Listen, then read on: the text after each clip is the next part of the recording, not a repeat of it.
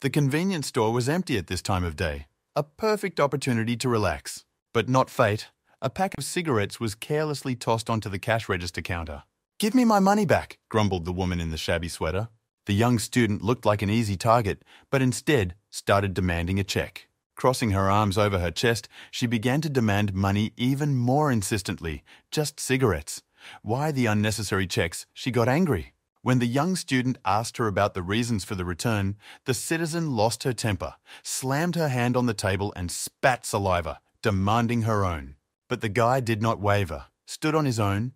Need a receipt confirming the purchase in this store, which grumpy aunt just waved away. The student went into full denial. "All documents must be taken with you when you leave home," the sassy woman sarcastically said. "But no one throws them away," objected the boy, who was tired of these loud attacks. What if those cigarettes are bought around the corner where it's cheaper? How can he believe her without a receipt? The student bluntly objected to her. He that called her a cheat just now resented the aunt. She played well insulted to the core. "I'll get complaints, no respect," she shouted. Her screeching made my ears ring. Good thing there are no other visitors, the guy thought. The fly swatter bobbed right in front of her on the checkout counter. Damn annoying flies, they just keep coming. The boy briskly waved away the non-existent flies. Realizing that the divorce had failed, the aunt quickly retreated to look for another victim, leaving the empty packet on the cash register. "There are so many crooks. You need to keep an eye on them," the boy thought as he looked at the citizen. "Slacking off at work, you lazy bum," his friend said after returning from his workout.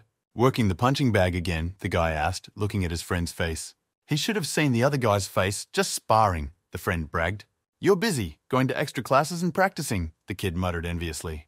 "But he's working and studying too," objected the friend. "He was beaten up and he's happy as an elephant. He likes the pain so much," the student asked. "That performed a fight with the shadow. Words cannot convey it," said a friend. "If you had tried it once, you would understand. He was famous in school. Why not try his hand at mixed martial arts?" suggested a comrade.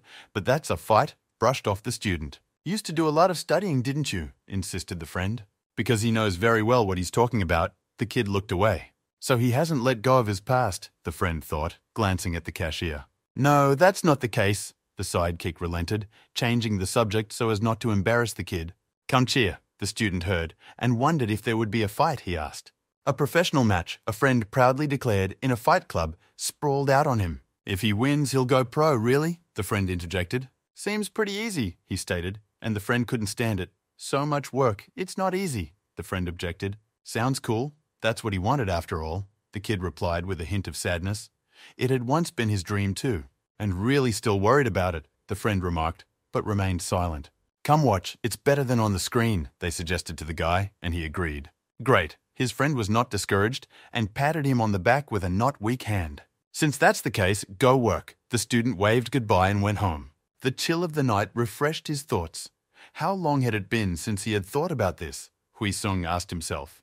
This slacker is going pro, the kid thought. That doesn't sound bad. On the day of the fight, he came early and found the right place, by the office buildings. Hui Sung looked at the signboard and read it several times to make sure there was no mistake.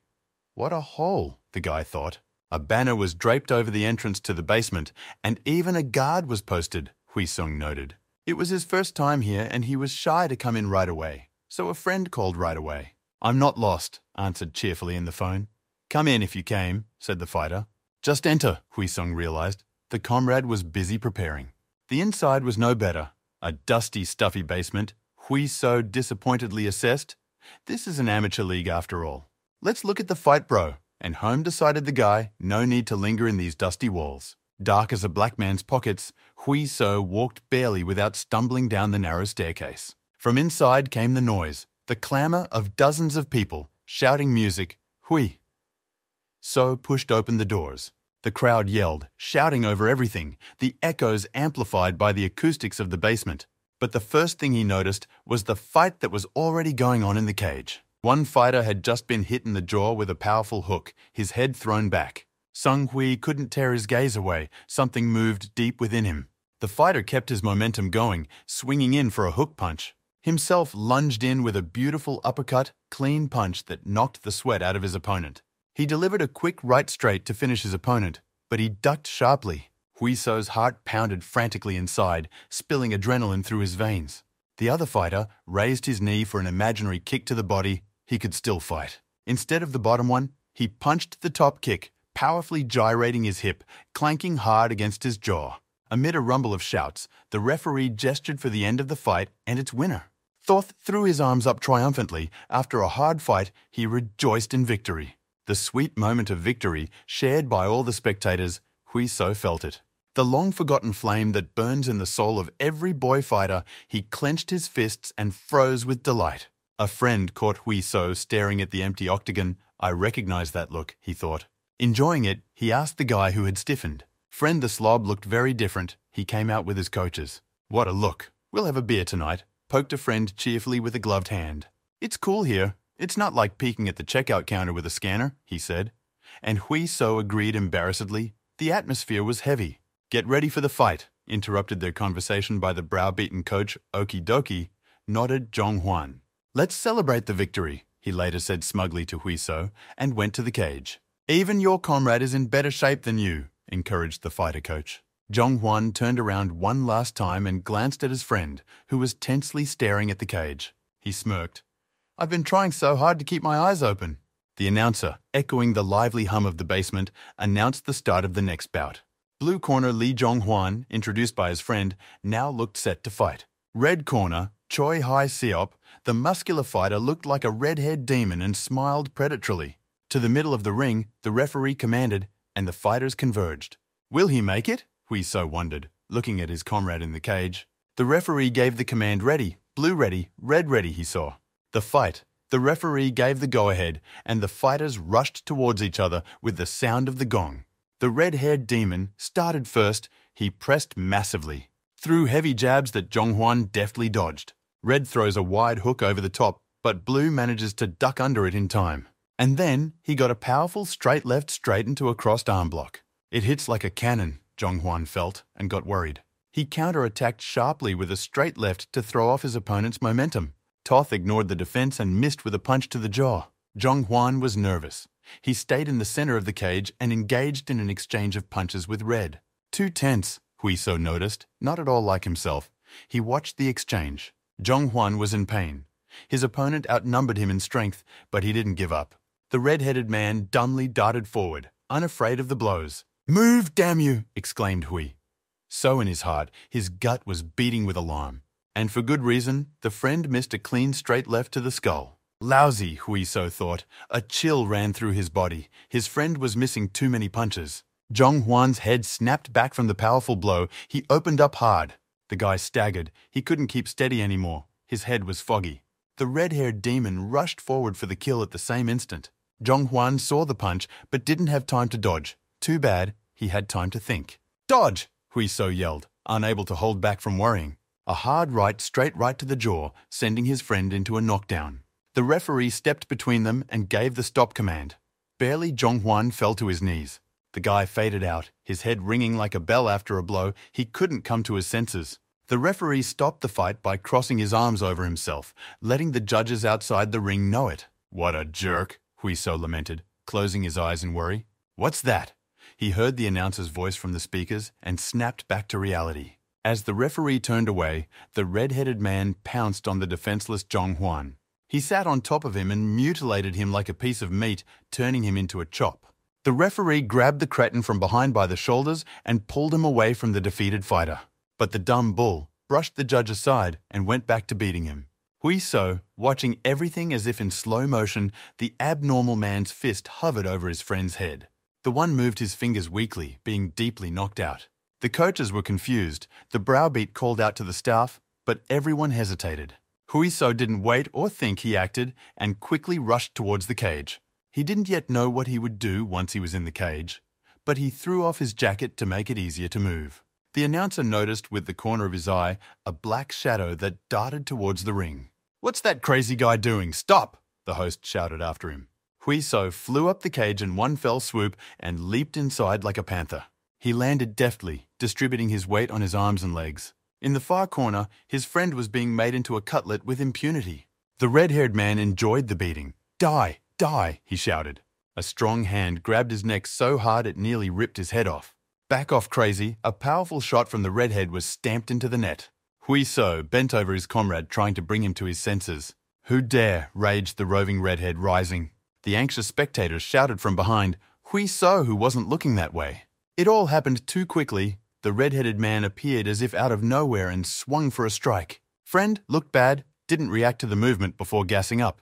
Curse, thought Hui So. His gaze remained blank. He hadn't been weakly hurt during the battle, and now even more so. "Call an ambulance, finally!" shouted Hui So over the noise of the crowd. Faint shouts came to him. From behind, he heard through the clamour. The red-headed blowhard was already bearing down on him. Hui So reacted cat-like, catching a massive blow at the last second. Reflexively crossed his arms in front of him to defend himself. The shot got him on the bounce, but Hui So still got a powerful push and flew to the edge of the net. He threw a hail of punches to Hui So's defences, but Hui So stood firm in the clinch. Just as he was about to duck, a gloved hand pinned him down. Snap, a knee kick shattered his forearm block and even lifted him off the ground. The browbeaten coach, fidgeting again, what was happening was beyond the bounds of normality. The cage door finally opened and people ran inside. He-Sop settled down, dropped snot by the red-headed coach's goofy face. "A simple suspension won't end this time," he yelled at the athlete. Hui So saw clearly as his knee rose for the second blow. He uncovered the block and stepped to the left, easily dodging the blow. "Gad!" Hui So gritted his teeth in anger and clenched his fists tighter. He thrust his left arm forward and stood in a wide stance, his right hand coming down to his belt to strike. Till, right gun fires an uppercut to the jaw, bouncing bull. A bare fist slammed a steel bolt into the tower and knocked the idiot out. "That's it!" shouted Hui. So after the punch, the recoil rolled all over his body. The browbeaten coach stood up with his mouth hanging open. It's not every day you see something like this. This surprised not only him, the manager in the black suit also froze with surprise. Just now a mere spectator knocked out a professional fighter with one punch. "Phew," Hui Sung exhaled. "Let him lie down. Think about his behavior." But he didn't kill the asshole. The guy was horrified, still punching with his fist. At the same moment, he was knocked down by the Fight Club staff, mistaking him for an intruder. Hui So was outraged, as he wasn't the main debaucher, but security was already dragging him out of the ring. "A real diamond," smirked the manager, appreciating the guy's talent. Zhong Huan was recovering from the fight. The guy looked shattered. They were breathing in the evening chill. "What now about the results of the fight?" Hui So asked his friend. "Invalid. Hui Sop is suspended from all competitions," Zhong Huan replied. "But there is nothing to be happy about. Since he lost the fight, he will not become a professional this time," explained the friend. There was something he wanted to say, the comrade said, changing the subject. "Just listen, I'll say it straight," Zhong Huan continued, and gathered his thoughts. "It's good that he's so chipper after all, thought Hui So. Do you want to try your hand in the cage?" Distressed him with a question. Zhong Huan handed him a piece of cardboard. The fight organizer, Zhang Young-un, read Hui So. He was struck by the spectacular knockout that Hui So performed. "An offer to make him a pro fighter," a friend explained. "Such offers don't come often," the friend insisted. "But if he can take it?" Hui So asked, he thought sadly. "He's been in sports in the past and fucked up a lot of problems," the guy replied. "So what if he's whining now?" Zhong Huan annoyedly remarked. "Come on, it's not like it's an obligation," he said, and elbowed his friend. "There's nothing special about liking fights. One day just came and watched. It was fun," Zhong Huan said. "And now he's almost turned pro. Though he thought he'd just observe, he waved his hands." "So you're not going to give up?" Hui So asked him. "You may not be a champion, but the fights are addictive," smiled his friend through the pain of broken lips. "Why else do it if not for fun?" he said. "You don't need a lofty dream to do what you like," he continued. "And Hui So thought for a moment. "So that's how it is," the guy replied, and got up from the bench. "Tired of talking like Confucius once," he said. "More ploughing for two at the market early in the morning," Hui So stated. "Let's get to work, you lazy bum," Zhong Huan quipped to his friend. "Go to the hospital and go back to the store." Hui So said goodbye. Zhong Huan escorted his friend with a look, wondering if he understood. The broad back was moving leisurely away into the gloom of the nightlights. "His place is definitely in the arena," the friend smiled, imagining it. "Ha, I can't believe I'm getting hot," he laughed. "Okay, I'll meet you there." The manager was on the phone. "I'm meeting with the very guy everyone is discussing right now," he told his assistant. "A regular guy knocked out a pro fighter. People love that kind of thing," the assistant said. And the manager agreed. He decided to call the guy up to the league. "Make it a pro," wondered the assistant. "Is there any doubt?" counter-questioned the manager. "He just got lucky in the ring once. A fluke," the bespectacled man questioned. "Young is it luck?" the manager asked. You'll learn in time, he replied, getting up from the table. Choi Seop is a beast, but he has good recovery abilities. Sure, he took damage after the fight, but for a healthy bull like him it's not critical. A mere rookie would definitely do nothing. The manager was stretching his shoulders. Besides, that's not all, he said, and looked at the time. Time to run, the manager remarked. Work without me, he waved goodbye to the bespectacled man. It's not just cage fighting skills that are important to the pros. Other qualities are important too. No one relies on skill alone. Fighters can swear, behave defiantly, provoke your opponents, put on a real show. Their quick reactions and sense of humor allow them to own the crowd. Even though it's a suggestion, this guy has something to show, thought the manager. Potential to be a star in the arena, the manager smiled, recalling a past show. Hui So came to the meeting. It's better to find out everything first, he thought. He asked the manager what was wrong with it, and he offered to show it to the manager and took out a desktop. He spread it out in front of the guy and turned on the post-fight tape. The video clearly showed how fiercely the red-headed fool attacked. And as Hui So deftly dodged and counterattacked, strongest serve, this one uppercut, the manager noted. Lucky, the kid simply replied, and the manager was surprised at such modesty. Shifting my weight to my left foot, adopting a low stance for balance, locking my right arm to make it easier to turn my torso, he listed. Is it just a lucky punch? Manager feinted an uppercut with his fist. That's a right uppercut from a well-trained fighter, he stated. But did he accidentally hit without aiming? The manager continued. Yes and no, Hui So replied, after thinking for a bit, and the manager didn't understand how. That boogeyman would have carried him, so as soon as he opened up, Hui So hit him. What's the deal? Thought the manager, and wondered aloud if he'd really seen it. His gut didn't fail him. The lad, and very capable, smiled the manager to his thoughts. He asked the guy what he'd done before, and if he'd done it at all. He played baseball for 3 years in elementary school, Hui So recalled. 6 years of freestyle wrestling in middle school, the kid added. Now I see where that good reaction comes from, said manager. In baseball, the ball flies much faster than a hit. I'll ask you straight up, he said. Why not get into mixed martial arts? Hui So hesitated. He had expected such a question and had prepared himself. He wanted to take up MMA, he replied to the manager, who managed to get excited. But the financial component leaves a lot to be desired, finished Hui So. Popularity is a fastidious thing. If the investment doesn't pay off, his family will be left in debt. And he doesn't want to alarm them out of his ambition, the manager heard and thought. I see. You want $1 million for each fight, the manager replied. It can be solved, he replied to the surprised guy. You don't have to worry about equipment and other things. They will provide it. Working a few part-time jobs, you can get a good deal, the manager thought.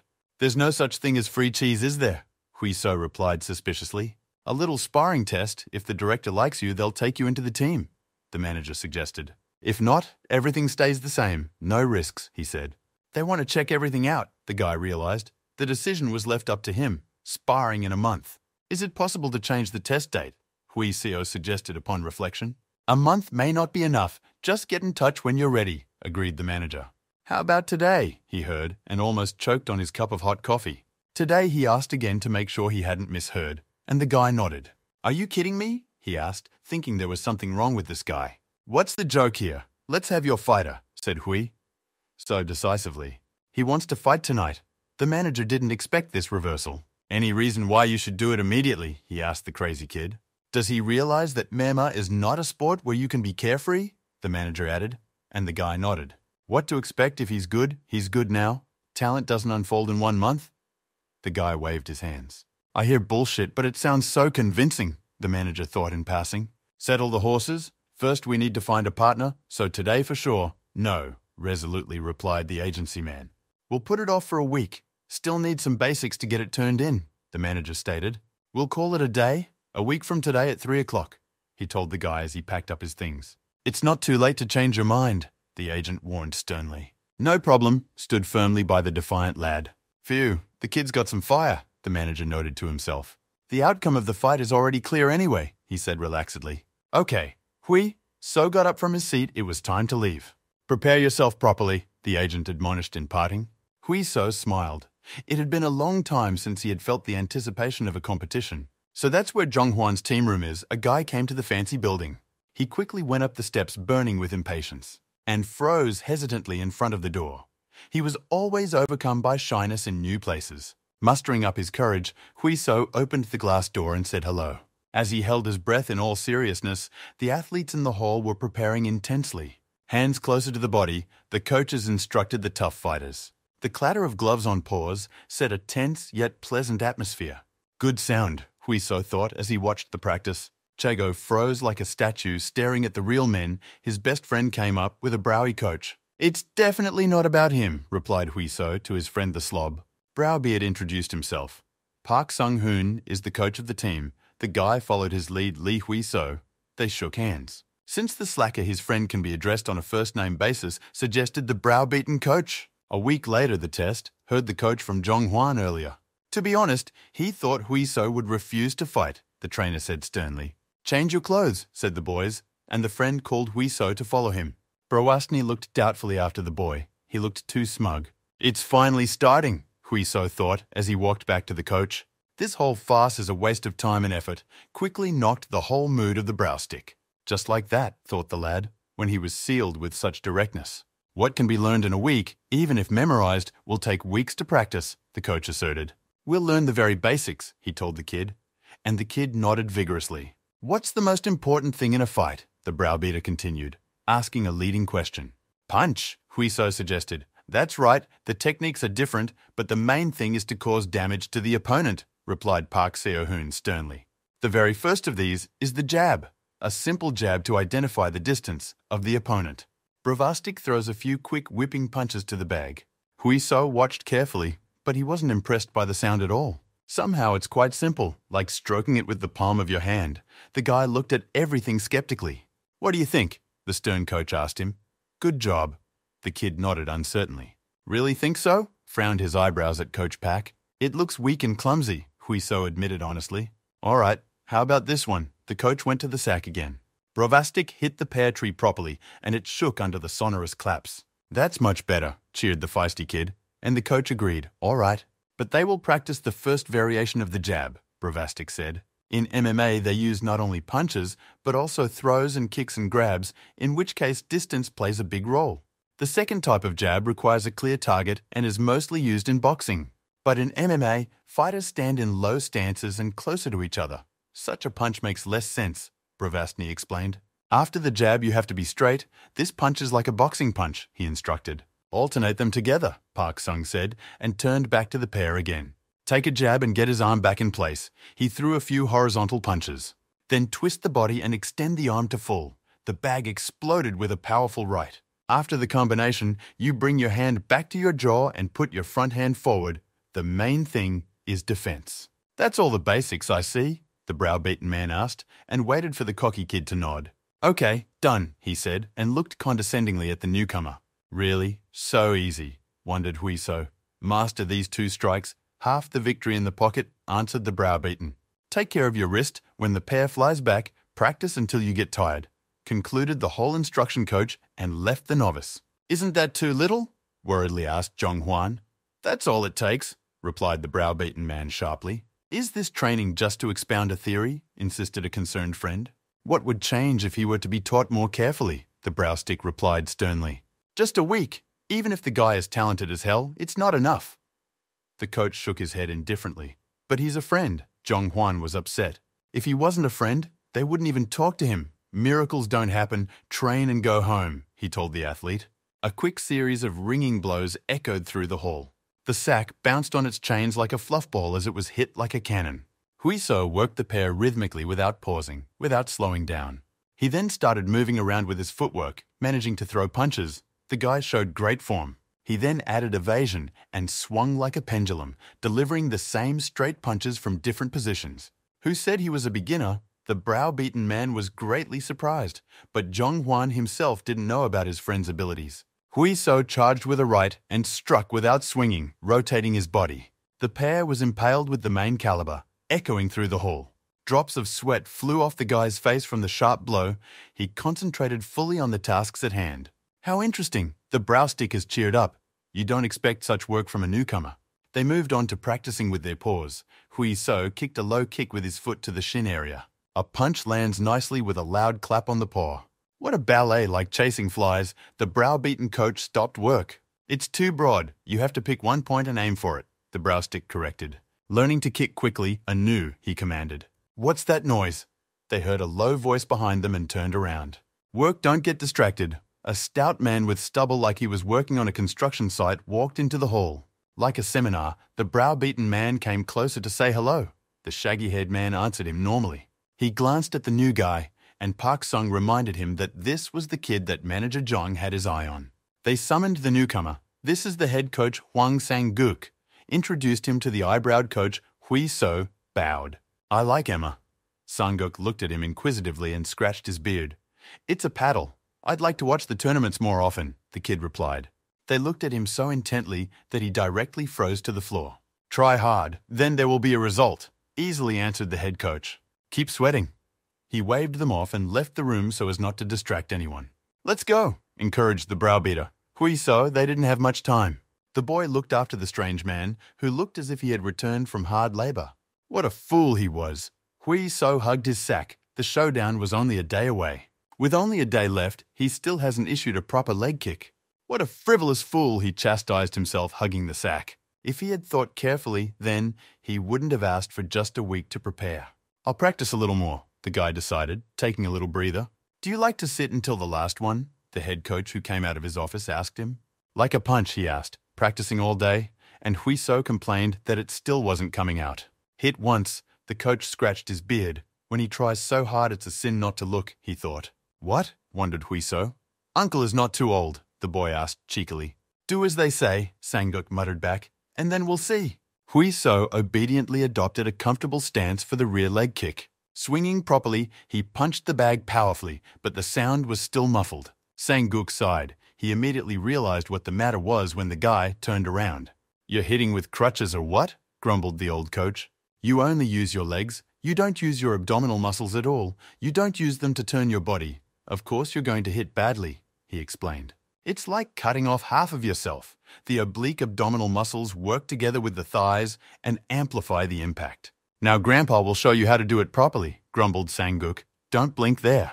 Tense your abs properly. The old but not useless trainer took a low stance. Raise your legs as soon as you start rotating your pelvis. He made a quick motion for a man who was no longer young. His foot went deep into the sack, completely trusting, as if he were beating it with a heavy whip. Just what he imagined. Hui So's eyes lit up. Not bad for an old man, he remarked. You rascal! Stop singing dithyrambs and try it yourself. Sang-guk pointed at the bag. Hui So bounced on his toes a few times to feel his body. Tense his abs and rotate his pelvis, he mentally simulated the blow. His foot went up easily as he began the merging motion. The heavy whip hit the bottom of the long sack with a dry pop. Oh yes, that's it, the cocky kid felt with all his body. Exactly, praised his efforts by the old coach. So much better, he said. Phew, Hui. So exhaled loudly with a collapse where he stood. He was finally exhausted for today. Grabbing a quick eye of sight, I can see why Manager Chan is so interested in you, grumbled the old coach contentedly. Otherwise, you'd think it was just fun for him, the old man revealed. Why should I? The cocky kid was greatly surprised, he told himself. The coach answered him. He recalled their first conversation. Apparently, he had been misunderstood that time. I apologize, sounding too nonchalant. The guy apologized. Don't apologize, laughed the old man. It's basically right. He does MMA too because he likes it. It's better than looking at sports as a job. You should be able to rest too, stomp home, Sang-guk grumbled contentedly. Master Sang, the defiant little guy abruptly jumped to his feet. Thank you for everything, blurted out Hui So to the entire hall with a loud echo. Dummy, if you shout like that, they'll think he's on the team, Sang-guk smiled. Do well in tomorrow's test, the coach wished him. Fighter, came the cheerful grumbling of the unshaven master to Hui So. The next day, he was ready and had already changed for the match. His opponent was also warming up on the sidelines. The shaven-headed kid looked skillful and kept his cool. Jong Hwan stood by his side and supported his friend, glancing warily at his opponent, the latter looking serious. This guy evaluatively looked at the newcomer. The man in the suit, Director Kim Se-yop, looked interested. Handsome, right? Remarked Manager Chan. He is the one who sends people flying with a punch, asked the director. Coach Park also said he's a fast learner, praised the rookie manager. We'll see, replied the director, looking over the rookie. Relax, do the usual, the friend said. But he was more worried than the fighter in the helmet. The guy just came into MMA a week ago. Don't go hard, but don't let your guard down either, instructed the shaven-headed coach. He doesn't even need protection after all from a lightweight fighter, grinned British, now bringing the eagle down to earth. With the fighters in the middle, the referee has ordered the fight ready. Eyes covered with fear, teased the British rookie. Huiso stood, silent, sparring for 3 rounds of 2 minutes each, reminded the ref. Elbows, knees can't be used. Without a struggle, he listed the limitations of combat. Huiso was gathering his thoughts. Touching gloves and corners, the referee gave the command. The gong rang, and the shaven-headed fighter seized the initiative with quick jabs. He combined them well with hooks, Huiso barely dodging the light punches. Shaved has hit a low kick, but Rookie has managed to pull guard by raising his shin. Good defense, Director Kim Se-op noted to himself. The guy was really showing good footwork and moving confidently in the ring. Shaved chased after him, running away. He smirked lightly and hit a straight left when Huiso stepped back, setting up a block. He kept a deafening defense and didn't attack, so the shaved man moved freely. He drew in close easily and worked an uppercut from the bottom into Huiso's ribs. It hurt. That blow made him cringe for a few seconds. Satisfied, Britt proceeded to smash the rookie's block. He's being beaten too much, the director stated disappointedly. But the guy hasn't lost yet, the manager objected. We're going to fight. The bald guy got cocky and went ahead, forgetting about defense.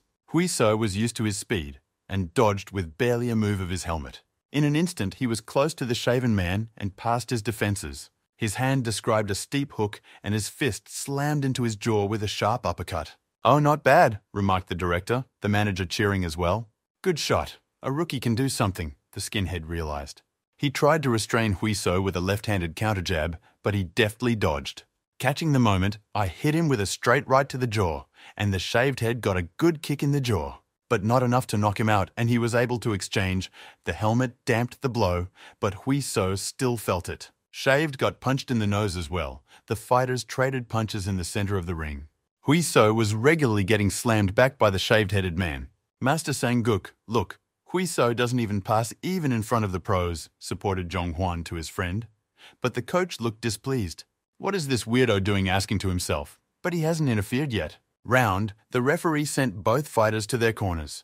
Huiso took a breath, pouring water on himself to cool down. Hard, but getting hit on his own is fun, he thought. Looks like the kid knows where to hit, the director decided, and the manager agreed. Now he was confident in the rookie too.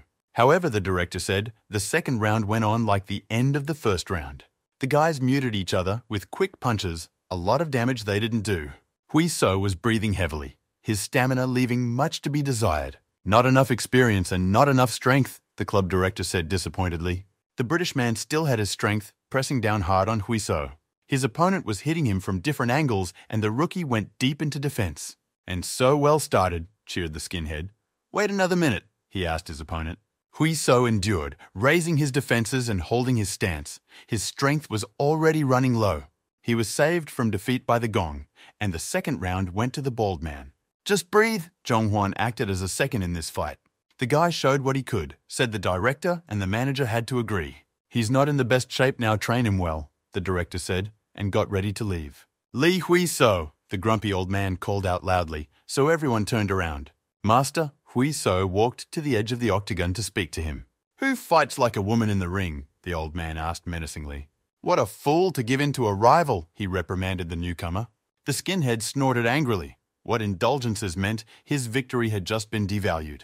MMA, a sport for men with a strong spirit, scolded the old man. What he only does, wondered the manager. Enjoy yourself, but don't forget the fight. Stop playing around, the unshaven master raged. Fight as you wish, no regrets. The words penetrated him like a puff of wind. Just don't dare really grab for the very thing, Huiso smiled. The headmaster stopped to see what kind of trick the newcomer had just pulled. He was stern. All right, let's put aside all the unnecessary things. Hui. So took off his helmet. This time we will fight seriously, he smiled. He stretched his stiff arms as if a heavy weight had been lifted off him. What's up with this weirdo? The shaven-headed man asked, and prepared for the next round. He'd been beating him up all this time, and now the guy decided to put on a show.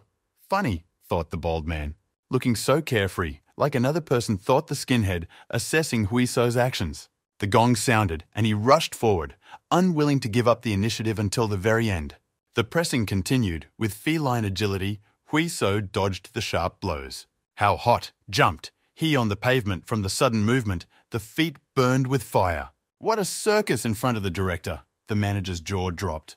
They could have gotten the contract done by now without a problem if the guy hadn't been snarking and trying to jump in over his head. Just a bluff? You shouldn't have gone to so much trouble. The bald man smirked. Now he was just going to strip the cocky newcomer. Bedtime. Unafraid, the shaven-headed man invested heavily in the blow. And he got caught in an instant counterattack. No one even noticed what happened. Baldy landed painfully on his nose, his head jerked back. So easily caught, the other spectators marveled. The manager exhaled a sigh of relief. Not all was lost.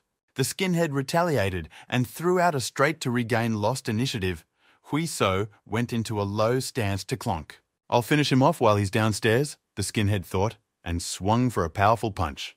Hui So straightened up like a compressed spring, and with a flexible movement, he drove a left uppercut to the liver. Boom! The bald man's ribs moved painfully as the fist landed. Hui So immediately bounced backwards to avoid a possible return kick. Baldy was completely confused for the first time in the entire fight. He didn't realize what had happened. Come on over, teased him with a gesture from the arrogant newcomer, who looked as if he'd been switched. What a bastard! He gritted his teeth in anger that this weakling would allow himself to be allowed the insolence of a shaven-headed man. He went again, forward raising his defenses and forgetting all tactics. But there was no way to get back up. Now Hui So had seen all of his opponent's strikes. It was as if they were dancing in the ring, the newcomer anticipating all the moves of his opponent, and the latter couldn't hit anymore.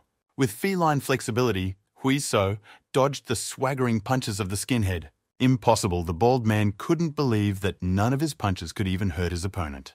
Hui So made it look easy, dodging it with a smirk on his face. As soon as the opponent completed the series, he would instantly close in, swinging in for a strike. Skinhead put up his head defense, noticing the counterattack. But instead, the midsection kick tore into his ribs. Hui So used a ruse. Bluff? The skinhead was completely confused. Subterfuge is not what you expect from a rookie. Hui So was advancing. The enemy had completely given up the initiative. Baldy put up a forearm defense with his forearms, covering his head. Hui So swings wildly to his left and scores with a right kick to the gut. Now he loses. The other athletes marveled. So strikingly different was this round from the previous ones. Completely defeated, the director was left impressed. Hui So used unusual movements with his hands, feet, eyes to deceive his opponent. His punches didn't look right, but hit from unpredictable angles. Careless but elastic steps, easy movements between stiffness and agility. That's his true style, the director realized, and he still marveled at the newcomer's determination. Still overpowered, the bald man reluctantly admitted Hui So's blows were taking their toll on him. But in a real fight, there was no way he'd succumb to his opponent's pace. The shaven-headed man rushed forward in one dash, only to get hit with a left uppercut to the jaw. The shaved head snapped backwards from a powerful counterpunch. Hui So flawlessly finished, high kicks to the head, the bald man went flying. The predator's eyes didn't let go of its prey until the very end. The skinny head rolled his eyes and just kept falling, his mind going into a reboot. He collapsed like a felled tree with his whole body against the ring. The echo of the fall spread through the hushed hall with a clatter. "Songgong," the old master called him softly. "It's time to end the fight," he said to the stunned referee. "Finished, you can go," stopped the browbeaten coach Hui So. "Cool, good fight," shouts rang out. Zhong Huan shouted the loudest. "That's better," the unshaven old man said with one look. Hui So fairly walked down from the arena, his heart still beating fast after the fight. A good fight and an unexpected outcome, praised his director. But there is a bad habit he has. In the final round, he brawled rather than fought the fight, too willful, Hui So heard. "It's a sport. Athletes fight in the ring, not fighters. There are rules to follow," the director said. "Someone who can't see the difference doesn't deserve to be a fighter. Rudeness and brutality shouldn't cross the line," he bore. Hui So furrowed his brows. He didn't like what he had just heard. Didn't he understand? The director asked him. And Hui So replied that it was about sportsmanship, which plays a major role. "But can't you do whatever it takes to win, excluding dirty tricks?" the cocky kid asked. "Do you really think so?" the headmaster replied sternly. "The boy is willful," he thought. "Of course, losing proves the fighter's uselessness," Hui So replied firmly. "We can discuss it later." The director condescendingly waved his hand. "The contract can be signed now," he offered the guy, but he sharply refused. The director didn't expect such a thing. He didn't even immediately realize that he had been rejected. "I don't think I fit the role of an elite athlete in a fight club," he heard, and he got angry. "So why are they here?" The cocky kid bowed low and apologized. To the old master, such a response was also quite unexpected. "How is the director?" Sang-guk was on the phone, he said clearly after hearing the answer. They went out for a drink when he got the call. The old master exhaled, and when he finished talking, Hui So apologized again for the inconvenience. Now you can talk too. The coach sat down across from me. Why would one want to join their team? Asked Hui with an unshaven master. I wanted to. Is there any other reason? The boy replied lightly, only talking. Sang-guk grumbled. Is this such revenge for Director Kim underestimating him? The coach asked bluntly. But Hui So shook his head. He differentiated between behaviors. He had played sports his whole life, and all the coaches told him the same thing. Stop kicking around. Do as you're told. They told him when he was in baseball. For willfulness, they were all punished by being made to stand in the bar, Hui So remembered. So Director Kim reminded him of the past, Sang-guk realized. Right, Hui So agreed, they're all the same. They kill the athlete's individuality. But you are a different master, Sang-guk heard and wondered. Because he's the one who told Hui so that he can move however he wants as long as he enjoys the fight. Said at random, because he was losing, heard Hui So, but the coach's words, not what they usually say to athletes. Such nonsense about fortitude and freedom, who else will say Hui So's rudeness nailed the master? But those words cheered him up a lot, the guy said. No one had ever talked to him like that before. That's why he wants to learn from the old and unshaven master, finished Hui So, Sang-guk. Chewing before it burns, Coach flipped the meat on the barbecue with experienced motions. The motivation is clear, but that's not all. There are many who come with the same zeal. They love the sport just as much, but end their careers after a couple years. Say why, continued the master. Because they can't afford it, and they do it until they are poor. Emma is a sport for those with money. Because everyone wants to get into the association and make money. Forget it, interrupted the cocky guy. Don't pretend to have thought about it already, said Sang-guk. But he does it out of love for Emma, the guy replied. The master didn't accept that. 100 out of 100 start the same way. Then he'll be one of those 199 say-so and end up giving up. As long as there's a 1% chance, it's okay, insisted Hui. So, but it's a damn small chance, pressed the kid Sang-guk. So he is that chance, the cocky youngster simply replied. This is the last opportunity for him, Sang-guk heard. He won't return to the sport again just for the money, Hui So firmly decided, pounding his fist on the table. The old master froze for a few seconds. What can you do with him, thought he. Sang-guk drained the shot of rice tea in a volley, making a willful decision. Just don't complain and regret later, muttered the coach. This is an independent decision, replied Hui. So, there will be no regrets. I'll plow like a donkey, the guy said, and Sang-guk asked if he could plow like a horse after all. What a bummer, thought the grumpy foreman, and they both laughed. What else is there to add, since he's made up his mind, grumbled the old master, so he agrees, asked Hui So. Who cares about consent in such a case? If it's already decided, the unshaven master answered the question with a question. Bite while it's hot, we'll start next week, quite answered the master. Hui So bowed. Now it is safe to eat, rejoiced the boy. The more the master looked at him, the more he wondered what else Hui So will throw out. Athletes need pure obsession to endure pain in training. Money fits best, but it's different now. Sang-guk recalled watching from the sidelines as coaches apologized to the principal. Nowadays, money is no longer as important as the love of the sport. That kind of love is hard to believe, and who knows what will happen in the future?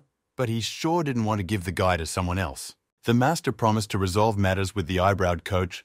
The latter would give the entrance papers. Hui So nodded. The cost of participation before the debut will be different, the master promised. How about a discount? The guy spoke with the tone of a seasoned financier. The grumpy master laughed. What's the big deal? These are not the best of times, resented the guy.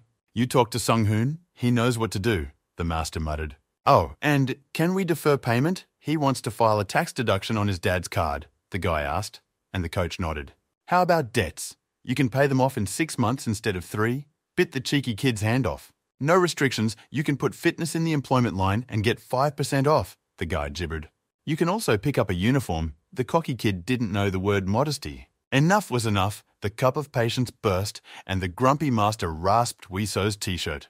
I think he overdid it, but it was worth it, thought the cocky kid. Hello, everyone, Hui.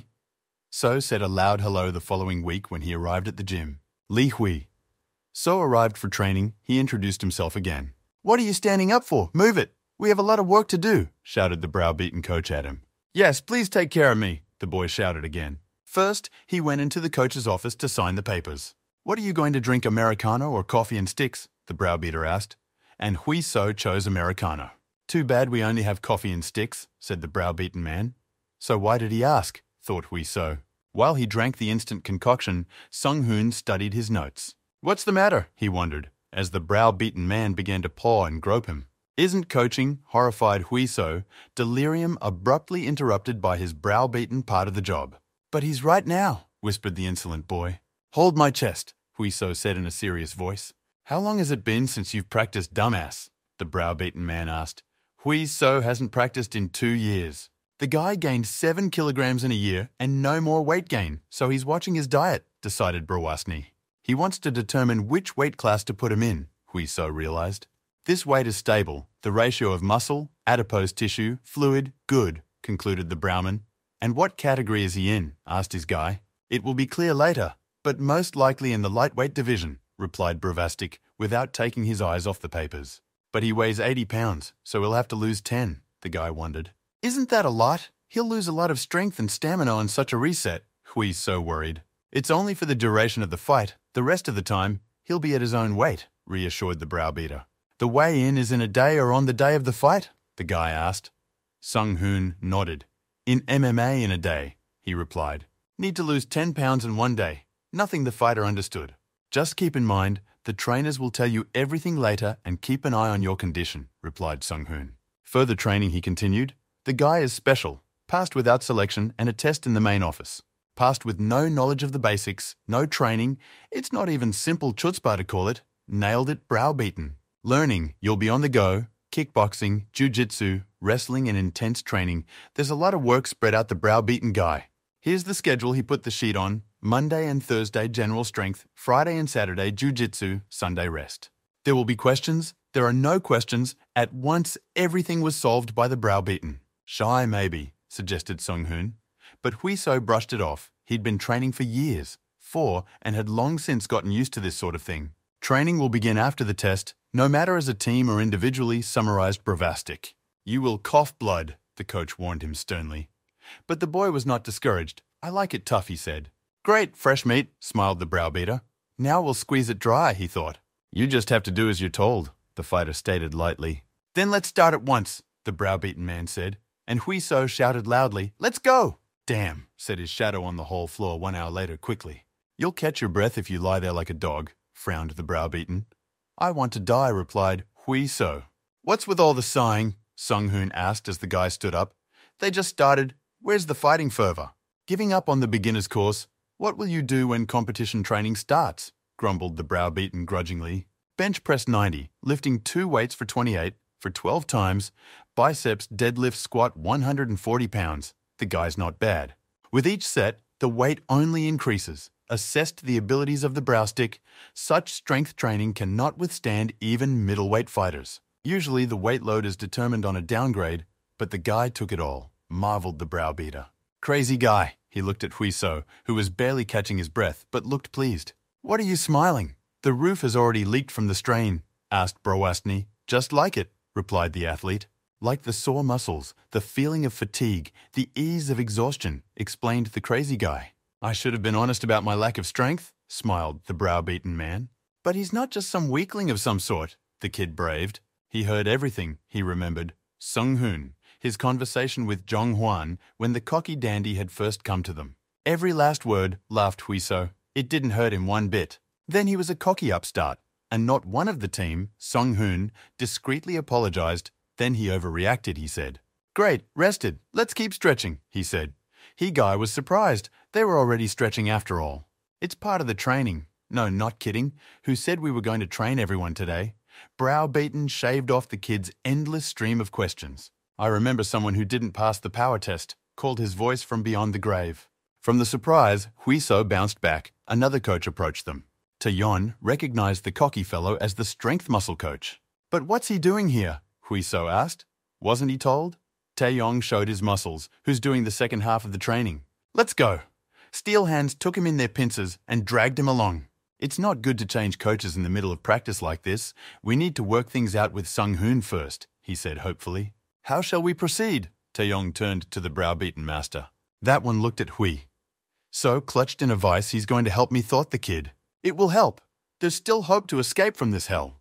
We're done. He's yours to do with as he pleases," waved goodbye to the browed trader. "It's worth it to stop taking the athlete's word for it," Sung-hoon thought. It's rare for an athlete to combine passion, resilience, and perseverance. It's already obvious that the guy will be the face of the future for MMA, Sung-hoon decided for himself. Just one set and that's all there is to it, yelled Taeyong. Just get me, panted the cocky lad. Though it's worth considering his athletic background as well-realized browbeaten. They practiced in the ring, worked on pause, duck, made Huiso ducked by the patched trainer. And one more time, he barely managed to duck under a red paw. 2-1, 2, the trainer commanded, and Huiso punched soundly through his paws. Hit without pause. In a fight, no one will wait for a hit, the coach admonished. Jiu-Jitsu coach Lee Soo and Jong Hwan watched the pawing work. The punches looked good. Good job, praised the patched man and called a break. Bro, Jong Hwan called out to him. He had also come to practice. Since we came at the same time, why not have a chat, he suggested. Decided to join us. That's amazing, said Jong Hwan. How to live without your best friend, Huiso answered him. You'll understand when you're older, the guy joked. Jong Hwan was indignant. Did he really come to make fun of him on purpose? He was goofing around when cheers erupted through the hall. An old and as usual unshaven foreman came in. Everyone in the room deeply respected him. Everyone gather around. There's an announcement.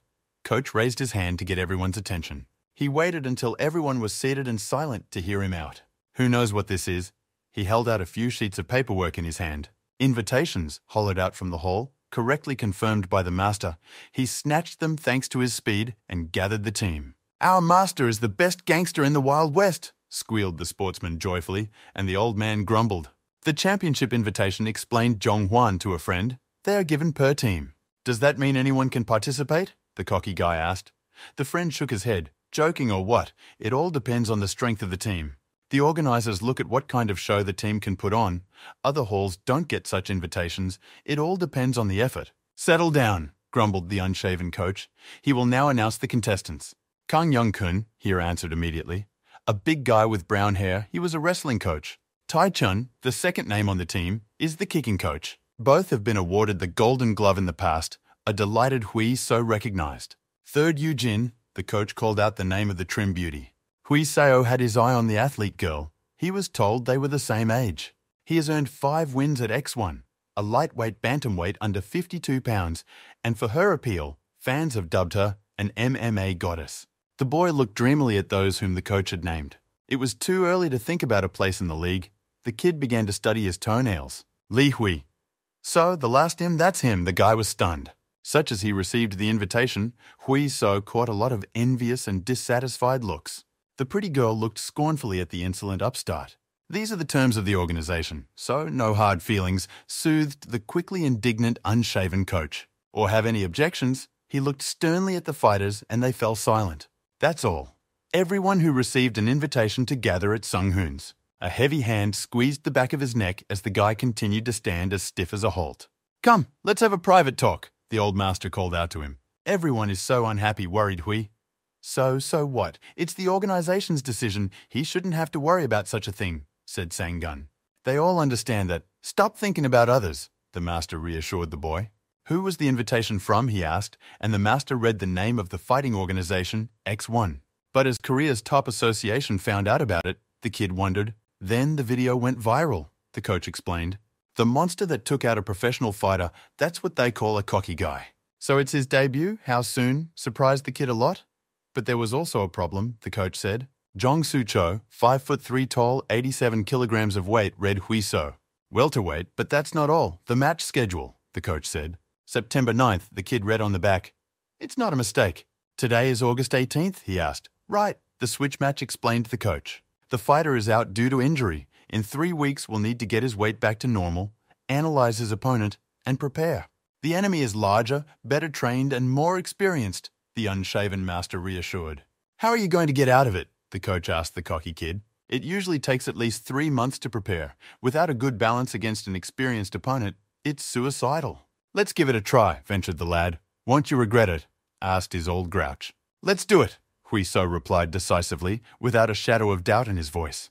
You signed the contract tomorrow. You can rest today, dandy, the old coach told him. That's it. The master didn't mind surprised Huiso, but brushed it off. If he were against it, he wouldn't even suggest it. Did that mean it would be an easy match? The kid wondered. He was about to leave, but the coach called out to him. Do his parents know he's going to compete in a professional match? He asked him. No, not yet, tensely replied the green dandy to the master. It's none of his business, the master muttered, but without parental consent, it's best not to participate. I'll tell you soon, the boy sighed heavily. This wasn't going to be an easy conversation. Talk to your parents today and we'll decide tomorrow, the unshaven master suggested. Need to respond as early as tomorrow so the organization can reschedule if anything explained by the coach. Don't be stubborn. Tell the truth to your parents. If they refuse, you will participate another time, the coach insisted. Huiso lingered. The decision was not easy for him. Will there be that other time? He replied in a doomed voice. Just asking. Tomorrow is tomorrow.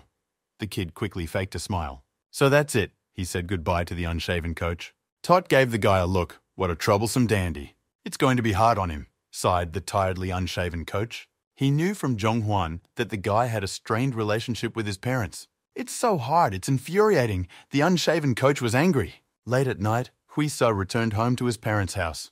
Earlier than usual today, his mother noticed, his father was watching a soccer game. After practice, go take a shower first. Huiso said he washed at the gym, but his mother stood her ground. He might have sweated on the way. While she grumbled, her father nearly shushing her with a screaming kick, the team scored a goal. The tired woman dropped all the laundry she was holding. We need to talk to them before Mom strangles Dad, the kid said. Shower first, the mother replied murderously, in a tone that brooked no objection. Then he managed to sit them down and told them everything as the coach demanded. What do you think, dear? The father asked, but the woman pressed her lips together. He always does what he wants, and now he suddenly decided to ask. His mother was clearly unhappy with everything that was going on. Now he's putting us on notice that he's decided to do MMA, the mother replied sharply. Never mind, she's definitely against whatever he said, the woman shouted out annoyed. But Mom, the kid tried to reach out, but his mother quickly shut him up.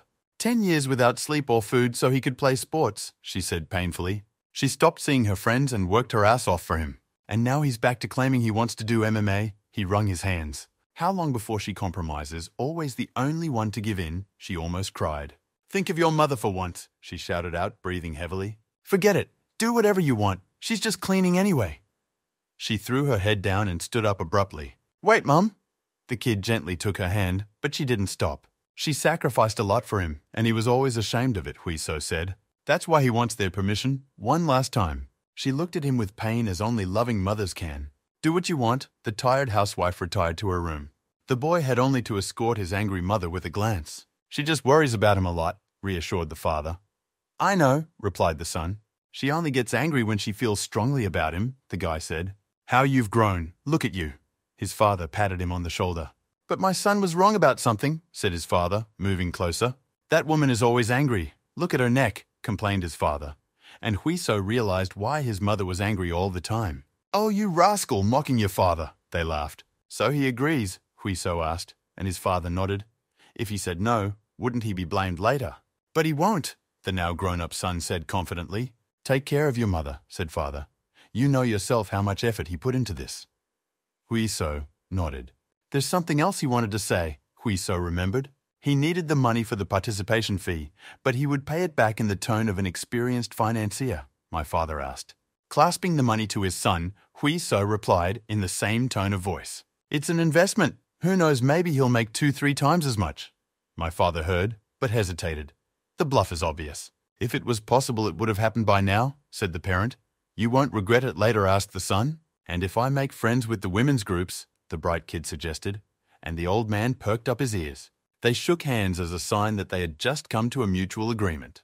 How much money does the future champion need? Asked the suddenly changed father.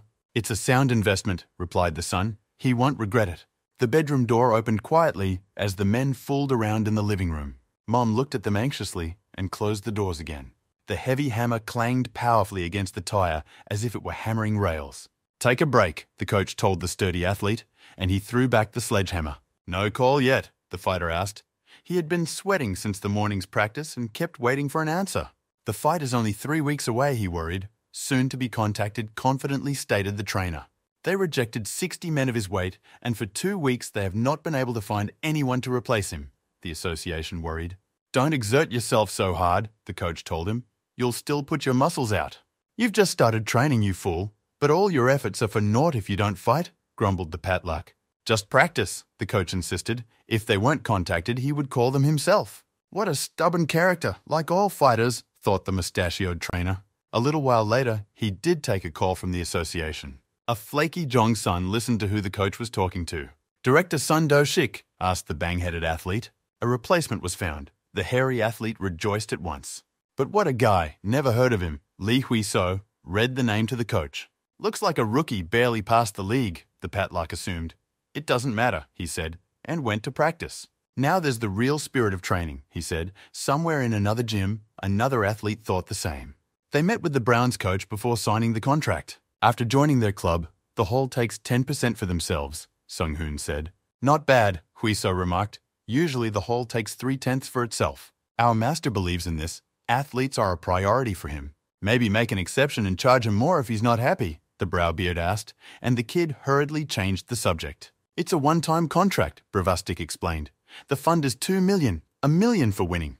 "Watch your weight. If you weigh more, you'll have to pay a stiff penalty," Sung-hoon warned. "You'll give away all your winnings." "That's pretty fair," agreed the cocky kid. "It's the athlete's responsibility to watch his weight. Regarding other details you'll find out for yourself. More questions," finished the browbeater. "How much will be given for the victory?" the browbeaten man hummed.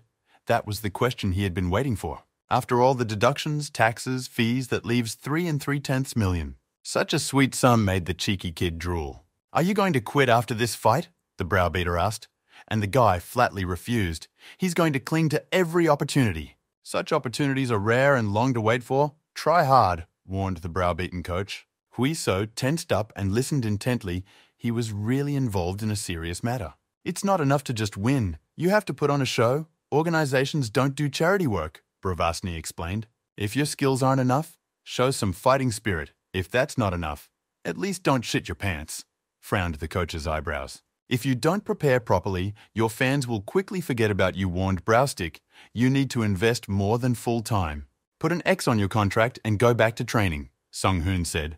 "We'll have to learn all the strategies and tactics against Cho-sung," well said Guy. "What direction?"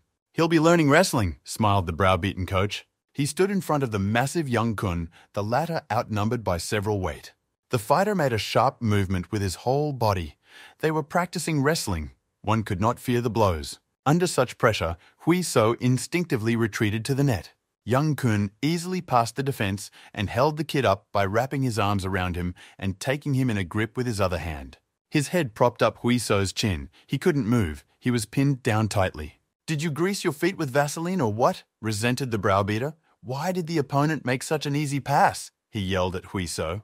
"Wrestling is great for getting punches in, so they'll start with it," the browbeater said in the office. Jong-su's style, simple. He avoids takedowns well, even though he doesn't have anything special. He knows his opponents well and is trained. He's bigger, so guaranteed to use grabs. If he can't handle them, it'll be hard. He'll drag down stamina. Because wrestling skills are a must. But will he be able to learn in such a short time? "It's not like he hasn't wrestled before," the guy asked. "What about Korean wrestling? He used to do that," the browbeaten man clarified. "Ah, it's about Raw." Hui-so realized what Hui-so was talking about and exclaimed, "If it's a Raw deal, he'll do anyone."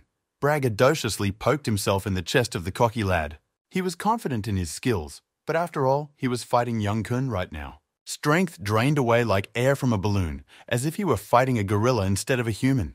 His right foot went inside young Kun's stance, time to get out, or the bulky man would just run him over and hooked his supporting leg. Young Kun felt his sturdy body slumping. Now that he had lost his balance, Hui-so grabbed his opponent's shoulder with his right hand. In one move, he turned around and threw back young Kun, who was standing on one leg as if a cupboard had turned, thought the daring fellow. Hui-so did not let go and completed the rotation. Now he had young Kun pinned at the net. Damn, he's good. Even the big guy had trouble with the fidgety kid. As soon as he regained his balance, Hui-so had already made a pass to his feet and took his opponent under his knees. "He wants to fall down." Young Kun got angry at such insolence. He spread his legs wide and tilted his torso without letting himself be folded. And this is no joke. The blonde trainer was also watching from the fight, good on balance, and using grabs he noticed. Who would have thought? It seemed like young Kun could easily handle the newcomer. Now he was puffing as hard as he could, restraining the defiant athlete. Young Kun is a veteran wrestler. He easily spun Hui-so around and they switched positions again. Wrestler's big hands passed the defenses of the cocky kid and closed in a grip behind his back as if Hui-so had been taken by steel pincers. The big guy ripped the lighter guy off the ground and stripped him of his footing. Huiso didn't wait to be thrown against the ring. His right leg hooked his opponent's leg under his knee. With his left, he got up off the other knee, gaining a foothold. He made an incredible movement, turning his body around. He broke the grip of Young Kun, who lost his balance from being hooked. Even if he was caught in a grab, he would break free every time with an incredible movement. The experienced Young Kun marveled. "You know something, Li Hui?" "So, I'll have to teach you," said the big guy. "You're surprised too soon, senior," took a breath from the defiant boy. They came together again in the center of the ring, taking each other in a clinch. "The guy got used to MMA quickly after Korean wrestling," Brovastic noted. "It's not as simple in MMA as it is in regular wrestling," realized the cocky kid. "What was his weight before they left the gym?" asked a browbeaten Sung-hoon. "They were on their way to the weigh-in. X1 allows a half-kilo overweight, so we'll pass," the coach replied after hearing the result. "He didn't eat anything," he clarified. "No," sighed the guy. "He didn't drink water either. He weighed himself a lot when he was wrestling, up to date on everything." "All you talk about is wrestling no matter what you ask," grumbled the browbeaten coach. "Why alone? What about your friends?" The cocky guy looked at the girl next to him and waved her off. She was just free today. "You might just get lost. Why do we need a girl?" sassed the kid. "But who's going to watch his stuff?" asked the girl. "Then sit quietly like a doorman. Crooked Huiso, can he be whisked away?" she asked the browbeaten. "What about your other friends?" he asked the guy, and he said he hadn't told them yet. "Just afraid of blowing it, so he didn't say anything," sarcastic girl sneered. "Someone is walking on very thin ice," Huiso smiled. "The ice is cracked," the cocky guy said, and gave the cutie a slap on the back. "Cute is cute," Sung-hoon sighed as the couple clashed. Huiso let out an involuntary sigh of surprise as they entered. Inside the large room, there were quite a lot of people. The atmosphere was different from what he felt in the basement when he watched Jong-hwan fight. "Stop staring around and follow me," the brow-beaten redneck tisked the defiant girl. "Our seats?" Sung-hoon told him to take them and wait. The guy nodded. Huiso obediently took a seat and looked around.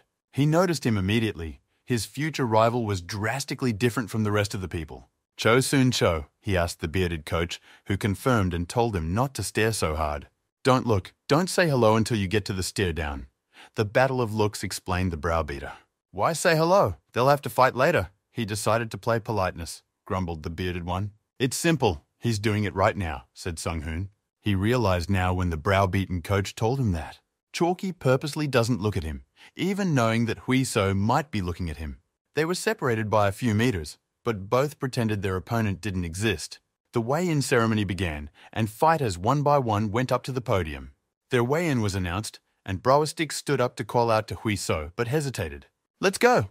The derelict guy had already stripped off his clothes and was standing in just his sweatpants. "Fool for arranging it!" The feisty girl cracked his practiced leg across her scrotum. "Why did he undress before the announcement?" she asked, embarrassed, but didn't show any sign. "But still undressing," replied the carefree guy. "And what are those ridiculous family suits you're wearing?" blushed the girl. "It's Dad's. Women don't realize how important they are," replied the cocky guy. It was finally called, and the team strode to the podium with the scales. "He's all officially counted out, Li Huiso, 77-2. "Great," met him Sung-hoon. "You can't be called pro if you can't even do that," grumbled the feisty damsel. "I don't care," she said. "Put your pants on." She shoved them on the guy, but he refused. "It's hot." What an animal, quickly dressed, but the guy horned in. A strange chuckle came from the side of the auditorium, and the couple froze. "But who will marry now?" the beauty blushed. "I won't forgive him." She threw his pants down and ran away. What a ridiculous embarrassment, as childishly as Huiso didn't realize, seeing her off with a glance. "Stir down is starting." Huiso heard his name on the speakers. They stood opposite each other. Cho Woo-chong was indeed taller and more massive, but looked exhausted, skin dry and taut, apparently underwent enhanced drying. Tomorrow in front of him will be a different person, noted Huiso. Would he be able to win? Huiso pondered as he heard his opponent's voice. How infuriating that one said. "Not even in the amateur league. What a loser," scowled Jo Woo-jung's face. What was he thinking when he agreed to the fight? He was inspiring. Shame on him. He's got bangs. Who is he holding on to? The league director helped him get through. The opponent was shouting. What's wrong with him, thought Huiso. It's clear that he's being provoked, but how infuriating. Don't provoke your opponent, the association man warned. Let's give it our best and not let each other down, sarcastically sneered the Bangli fighter. What's deaf or something? You have to answer when addressed. The opponent clung, but Huiso shaved it off, slammed the fan, it's blowing. He asked for a replacement himself, and now he's whining about being cleaned up. Huiso straightened up and scratched the back of his head. Would have said thanks since he saved this match instead of whining like a broad, disgruntled refuse, stated the cocky guy. Completely blown away, Zhou Wuzhong got angry. You got knocked from the bottom earlier, Huiso sneered. What to write on your grave? The bangsman rested his forehead and grinned. I'll smear it like snot on, but he didn't finish. He was roughly pushed away, pushing on his throat. The flaky fighter was finally angry. Dehydration was taking its toll. The coach and organizers barely stopped the big guy when he lunged at the defiant lad. If you are dissatisfied with something, show it in battle, instead of talking, said the cocky guy, and bent down to pick up his pants. Oh, I almost forgot. The kid sure caught a wave with his bravado. They're only a year apart. No need to be so important, he stated. When he came home, he found his mother alone. His father had been taken fishing by his boss, just like in the old days. Mother was doing the dishes. They never spoke properly since then. The tired woman was greatly worried, but remained silent. Huiso walked over to his mother and hugged the little woman tightly. Let her tell him. I think I'll fight better if I know I'm supported, he told his mother. He has a fight tomorrow. He held her in a gentle embrace while she did the dishes. Huiso bit his lips. His mother was still angry with him, but there was nothing to be done about it. I'm going to my place, he said, not wanting to push her any further. It'll be on TV tomorrow, the guy bragged. With heavy thoughts, he turned around to leave for his room. Hungry, he heard from his mother. When you need to make up, Mom will always feed you. Gotta eat before the fight, or you won't have enough strength left, she told him. Mom, Huiso pulled at his heartstrings. Make no mistake if you blow it. I don't want it to be on my account, nagged the loving mother. What will you eat? She asked a little softer, concern taking over. Spaghetti, less pasta, more meat, pleased her son, and she told him to shower and wait. So light, like a fluffy little thing. It's been a long time since he lifted her, the boy said cheerfully as he picked up his mother in his arms. The arena is flooded with light, an octagon fenced with a net. The fight is about to begin. Huiso was warming up on his paws with a browbeat. Don't forget the defense, admonished the latter. Great, that's enough. You can rest, he told him after warming up.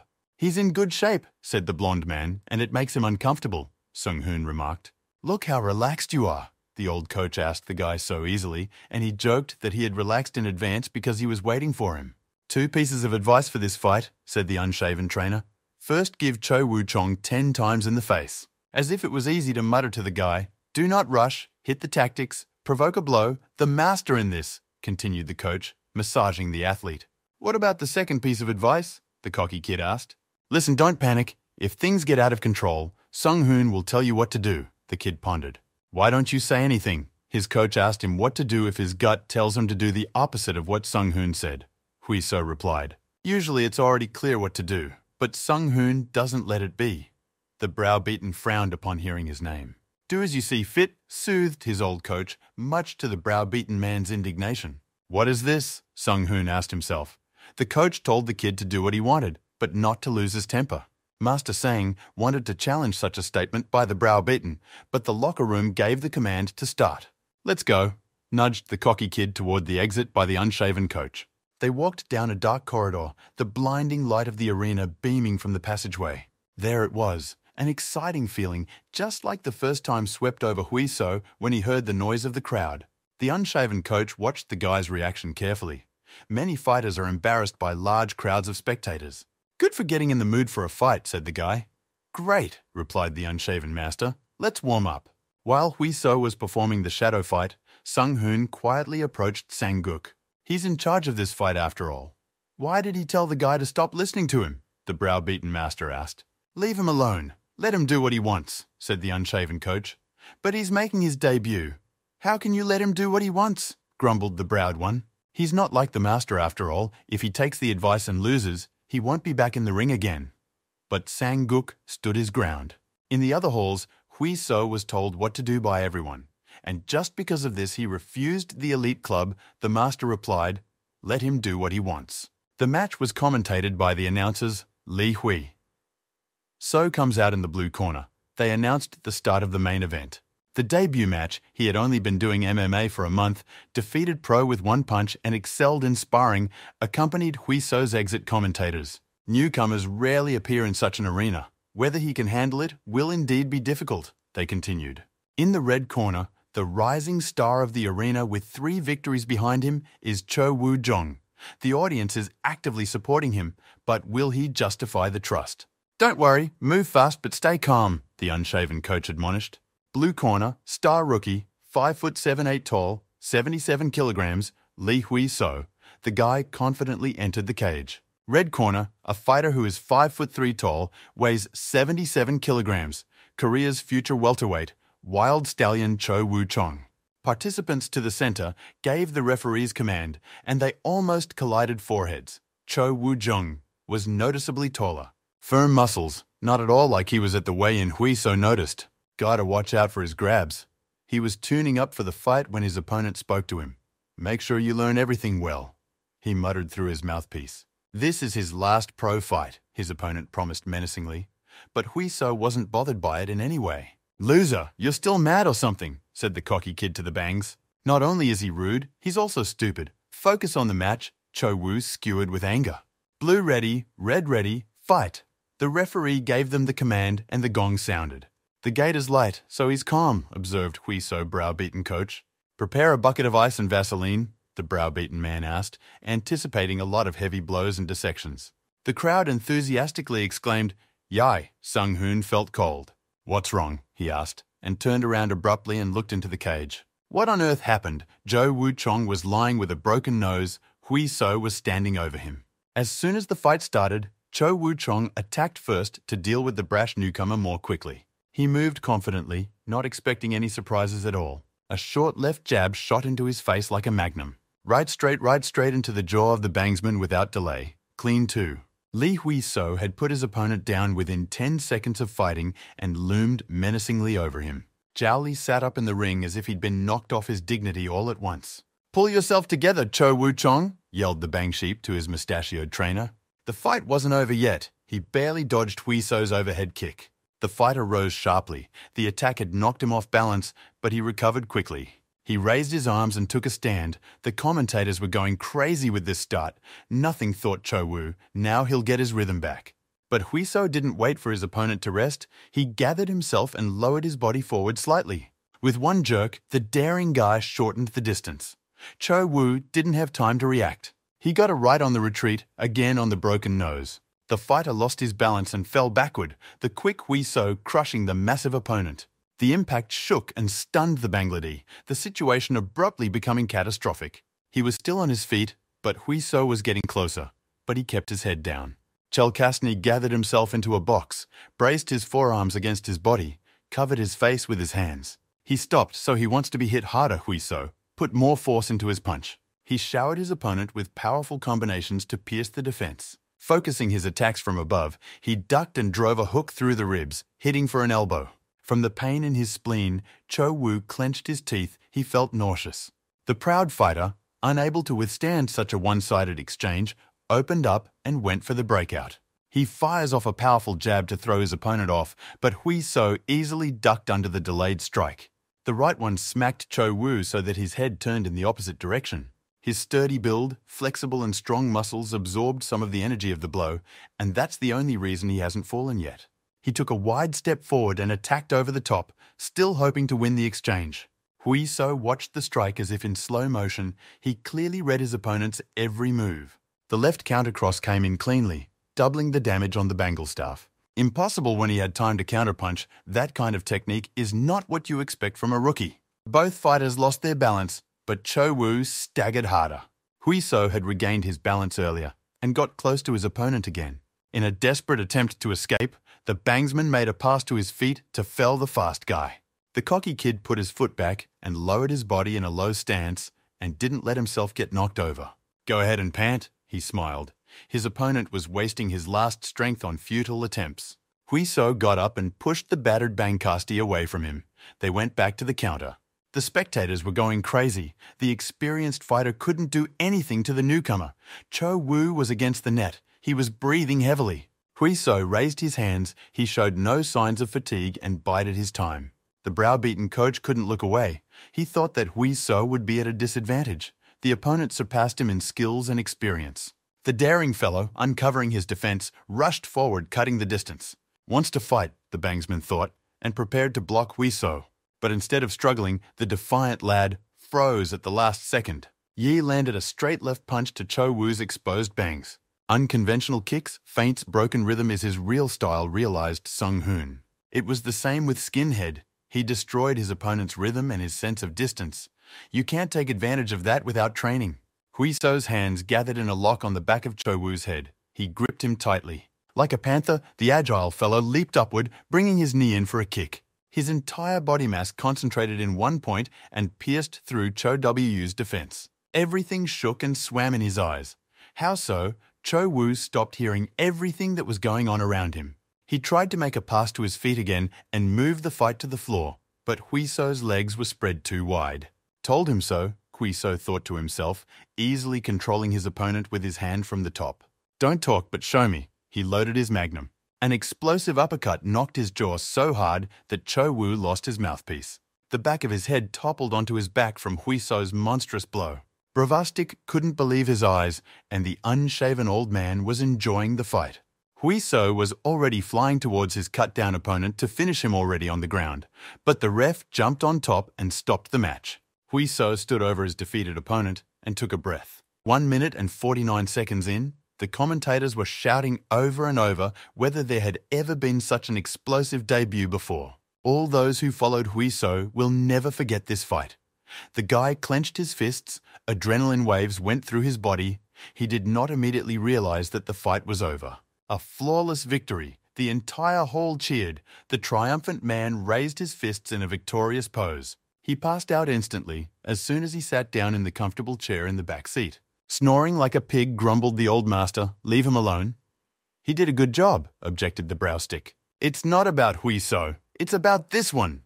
The grumpy old man jabbed his finger back. What a pig. Slapped the coach on the forehead, worked harder than everybody else. Isn't that a great fight? Who would have thought he would avoid all the punches and finish in the first round, said Bravastik. Right, agreed the old man. He knew the boy was good, but he didn't think he was that good. His heart was beating fast today. Then, the browstick remembered the last few minutes after the fight. Hui So hoisted on his shoulders blonde Taesu. They walked into the arena to the winner. The guy was genuinely jubilant, rejoicing in his victory, all of them rejoicing with him. Sung Hoon experienced confusion. He didn't know how to feel about the results of the fight. Sung Hoon, torn from his musings by the cheerful guy. One, he saw, his laughter and joy was infectious. Good job, smiled the browbeater. Didn't hear his references at all? The guy asked. All because he was doing well, Sung Hoon replied. It was cool, for 1,000 points, the coach told him. And the satisfied cocky rookie broke out in a smile. Said that I would help.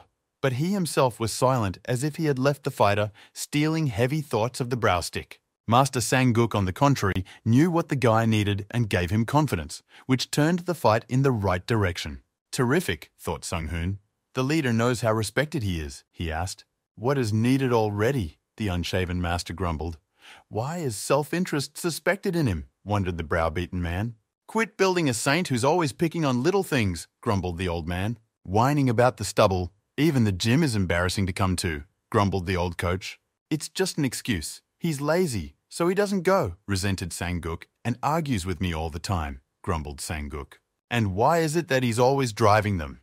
Now let him drive everyone himself, grumbled the unshaven master, as soon as it came to that, wondered the browbeaten one. And how about a dinner at the expense of the company for 600,000? Here you finish the last ramen without salt, and here it is. Grumbling was not shut up. All this respect is just a crackpot, for once said when taking energy. Sung Hoon stuck an earpiece in his ear to escape. The world immediately became a nice, comfortable place. No stress, no one is without vice, Sung Hoon thought. The daring kid dressed up and showed up at the cafe the next day. Hey, Dandy, over here. His friends at the table called out to him. There they are, the daring boy thought. The star has come. Fall down, said Hui. So hello, he seems to have caught the crown, declared a friend. Only now what if objected to by another? More importantly, why was our friend running naked in his underwear in the arena? His bespectacled comrade asked. Why did not say anything? They had to learn about everything on the network. Indignant comrades. There was no time. Justified the impertinent guy.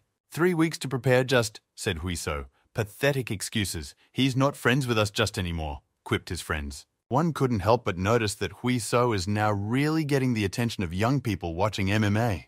They didn't hesitate to stare and whisper behind their friends' backs. "Oh, now hiding your face under your cap like a star?" asked him. Just got caught up in Huiso's embarrassment. On the way here, he had already caught a couple of inquisitive glances, the popularity coming down in a sudden avalanche. For 10 years he'd been in the sport and no one cared, and now in just 2 minutes of fighting he'd gotten so much attention. Enough about him. How are they doing? So asked Huiso, a bespectacled part-time worker to go back to prep school. "I need to find a full-time job. Won't a part-time job affect my studies?" asked the daring boy. "I need to graduate from technical school," said Haibum. "I'll be a civil servant," said the second comrade, with a serious look. Both friends stared at him as if he had said something unimaginable. "A sophomore wants to become an official. What's the pattern?" laughed the friends. But they were right after him on the grade list. What a fool, Park Min frowned. They were chatting merrily about the good old days when Huiso felt a vibration in his pocket. He pulled out his phone. Why his father suddenly decided to call wondered the guy. Busy, he heard his father's concerned voice in the receiver. "No, what's wrong?" asked the responsible son. "At the corporate party, I'll be late. If you're with friends, you'll have a drink too," my father asked. "Mother is alone at home if you can. Come home early to have lunch with her," father said. She must have been waiting for him all night, Huiso thought, and realized why his father had called. No matter how excited he was, he should have stayed with her. "It's okay," he told his father. He was going to be back early anyway. "Didn't say it yesterday? The fight is great. Proud of you, son," heard Huiso, the most important words in life. "It's no big deal," he smiled. "Happy as an elephant. Thanks, Dad. I think I'll be back early today," he told his friends as he hung up the phone.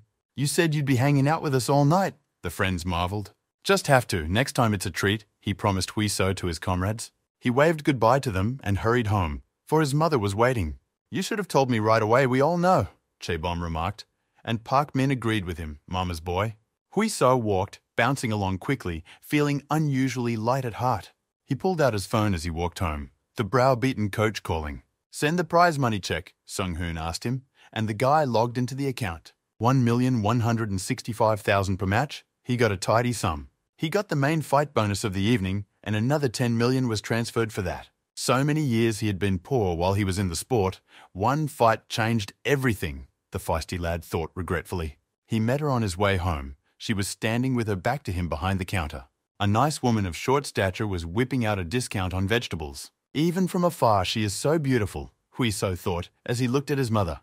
He'd been told his father had been one of many suitors when they were younger. Sounds like the truth. He smiled. She had wasted her youth and beauty on him, the lad painfully realized.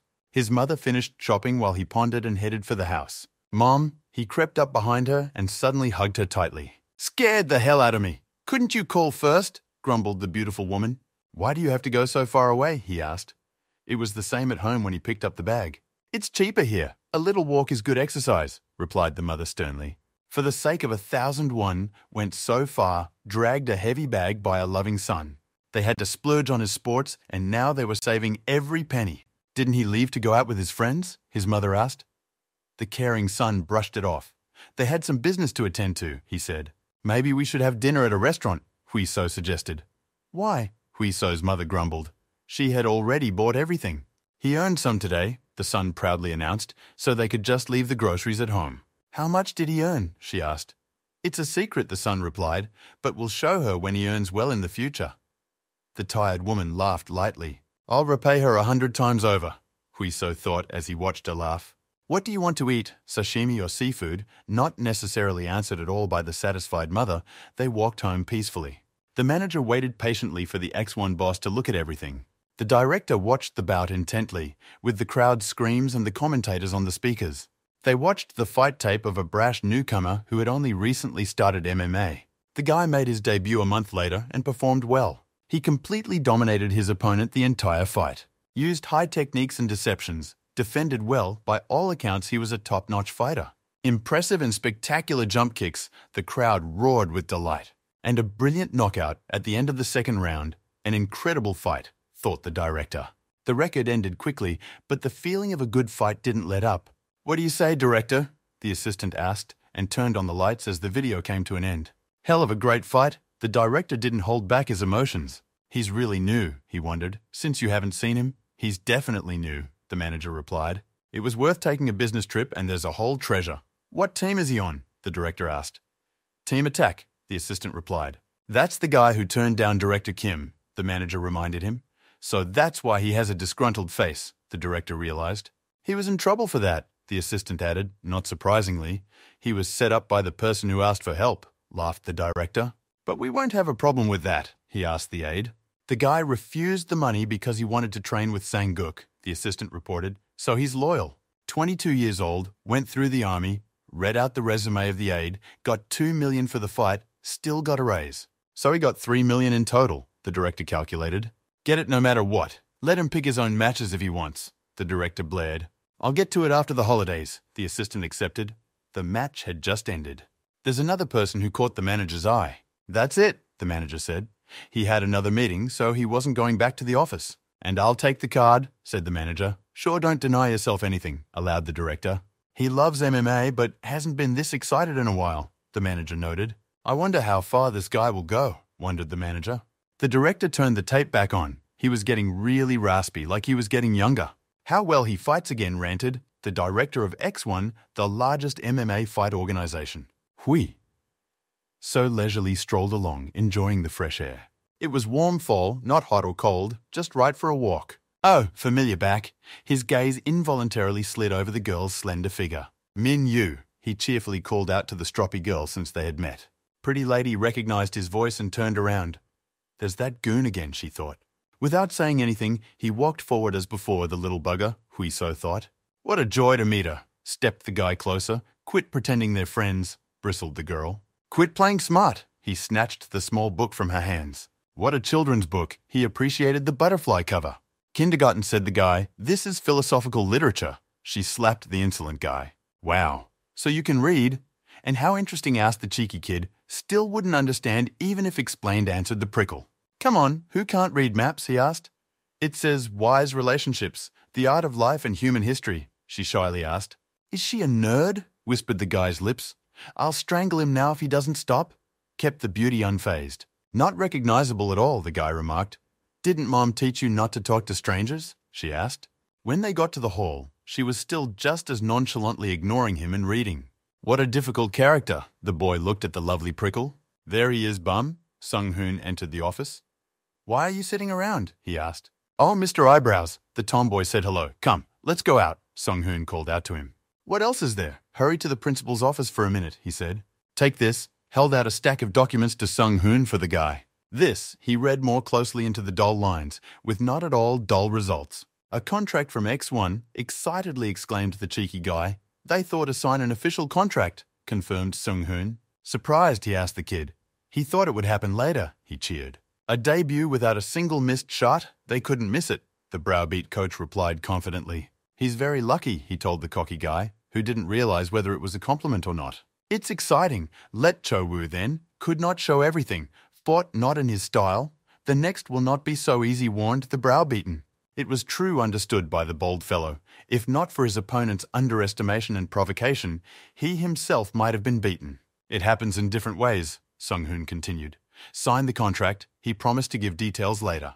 3 years? 3 matches? Even if you don't manage to play all the matches, the contract ends after 3 years. But what about the reverse? If he participates in 3 games in his first year, he can't perform, asked the athlete.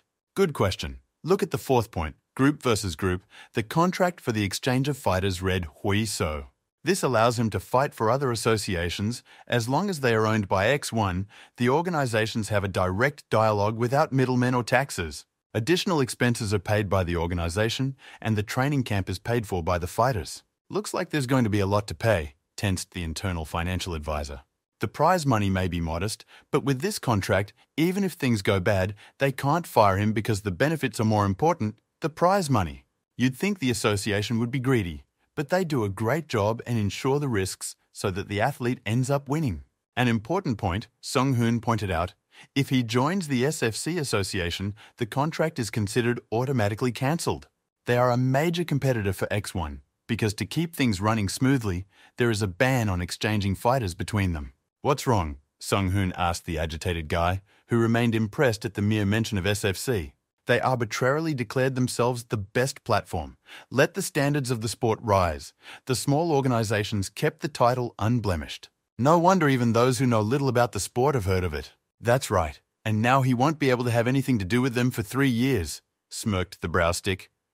That's what he's in for, asked the guy. Insurance went on to the next point of the browbeaten coach. If it is less than 500,000, pays the fighter more the organization. The penalties for improper weighing are the same, Sung-hoon read out. With the basics taken care of, time to count the money, of course, rubbed the pens of the audacious financier. Lowest salary $1 million, base 2 plus half for winning. For every win, the prime rate will go up. Not sure about the pay, Huiso said. The rate is more, but the allowances for wins are less. These are rookie bonuses. After the debut, experienced fighters need to win 8 fights to get the same bonuses, explained Bravasny. You could make a personal deal to knock off more, but there's no point in straining the association. The terms are already the best you can get. The last one is the bonus system, a prize to the fighter who put up the most exciting fight. But he's already in the know. He's gotten one of those before. Finished with a browbeating. Remember well before you sign a contract, said the bearded coach seriously. It won't be easy anymore. Now everyone is aware of what he is capable of and will be ready. Should be trained to fight in different styles, and more work so be ready is, exclaimed the feisty fellow. Sung-hoon waited for the guy to put an X against his name and reached into his pocket. Present, he placed another paper on the table in front of Huiso. A new match is already being announced, the cocky athlete marveled. On New Year's Eve, he has a new match and a new opponent. The coach smiled contentedly. A crowd of thugs with bats and rebar picturesquely surrounded the hero in the center. With shouts, he rushed at him in a well-rehearsed sequence. Well-placed wide swings went into the frame. They were hitting millimeters away from the hero in the middle, who was also moving well. The stuntman turned his head just in time, a fist sliding across his face. Immediately behind him, the next mass actor attacked, as if in rehearsal. He was thrown off with a beautiful and spectacular turnaround kick. The crowd of bandits parted, letting the straggling fighter through. They screamed and rushed in with redoubled fury. It looked natural. Dai jumped up and flew into an actor in the middle of the parking lot. They spun in a frenzy of twisting punches. A swinging in-flight kick hit the target. They were working well. The actor was kicking his feet at head level, showing good stretch and form. Actor of the masses was greatly surprised after all. They were getting on the set today more than they should. But the lead actor wasn't shy about putting his best foot forward. The last one left, the protagonist turned around at the sound of footsteps. Come on over, he recited a memorized line, scripted. The big man clenched his sledgehammer fists and adopted a protective stance. His hair mussed from the sudden movements as they moved towards each other. The lead actor bent over and brought his knee up for a side leg kick.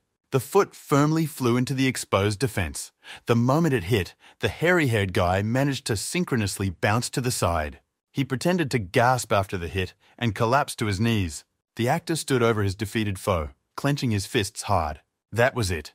Menacingly, he looked down, letting the cameraman get a close-up. Cut! There was a shout on the set, the scene ended, and the lights on the set were turned on. Good shot, Sang-hoon, praised the director of the lead actor. The worried cameraman ran up to the masked man. He saw how he was hurt. Not overdoing it, he asked the hairy-haired guy how he was. We have to finish in one take. We won't reshoot. Shook off the big guy. Still don't strain yourself so much, the man told him. How could he let him down after he beat out this role for him? Hai-seok scratched the back of his head. Be patient. I'll be famous. I won't forget about you, his friend promised him. Hai-seok's cell phone rang and he bowed out, stepping aside. Sure, I agree, heard his friend overhear the loud reprimand of the hairy-haired guy.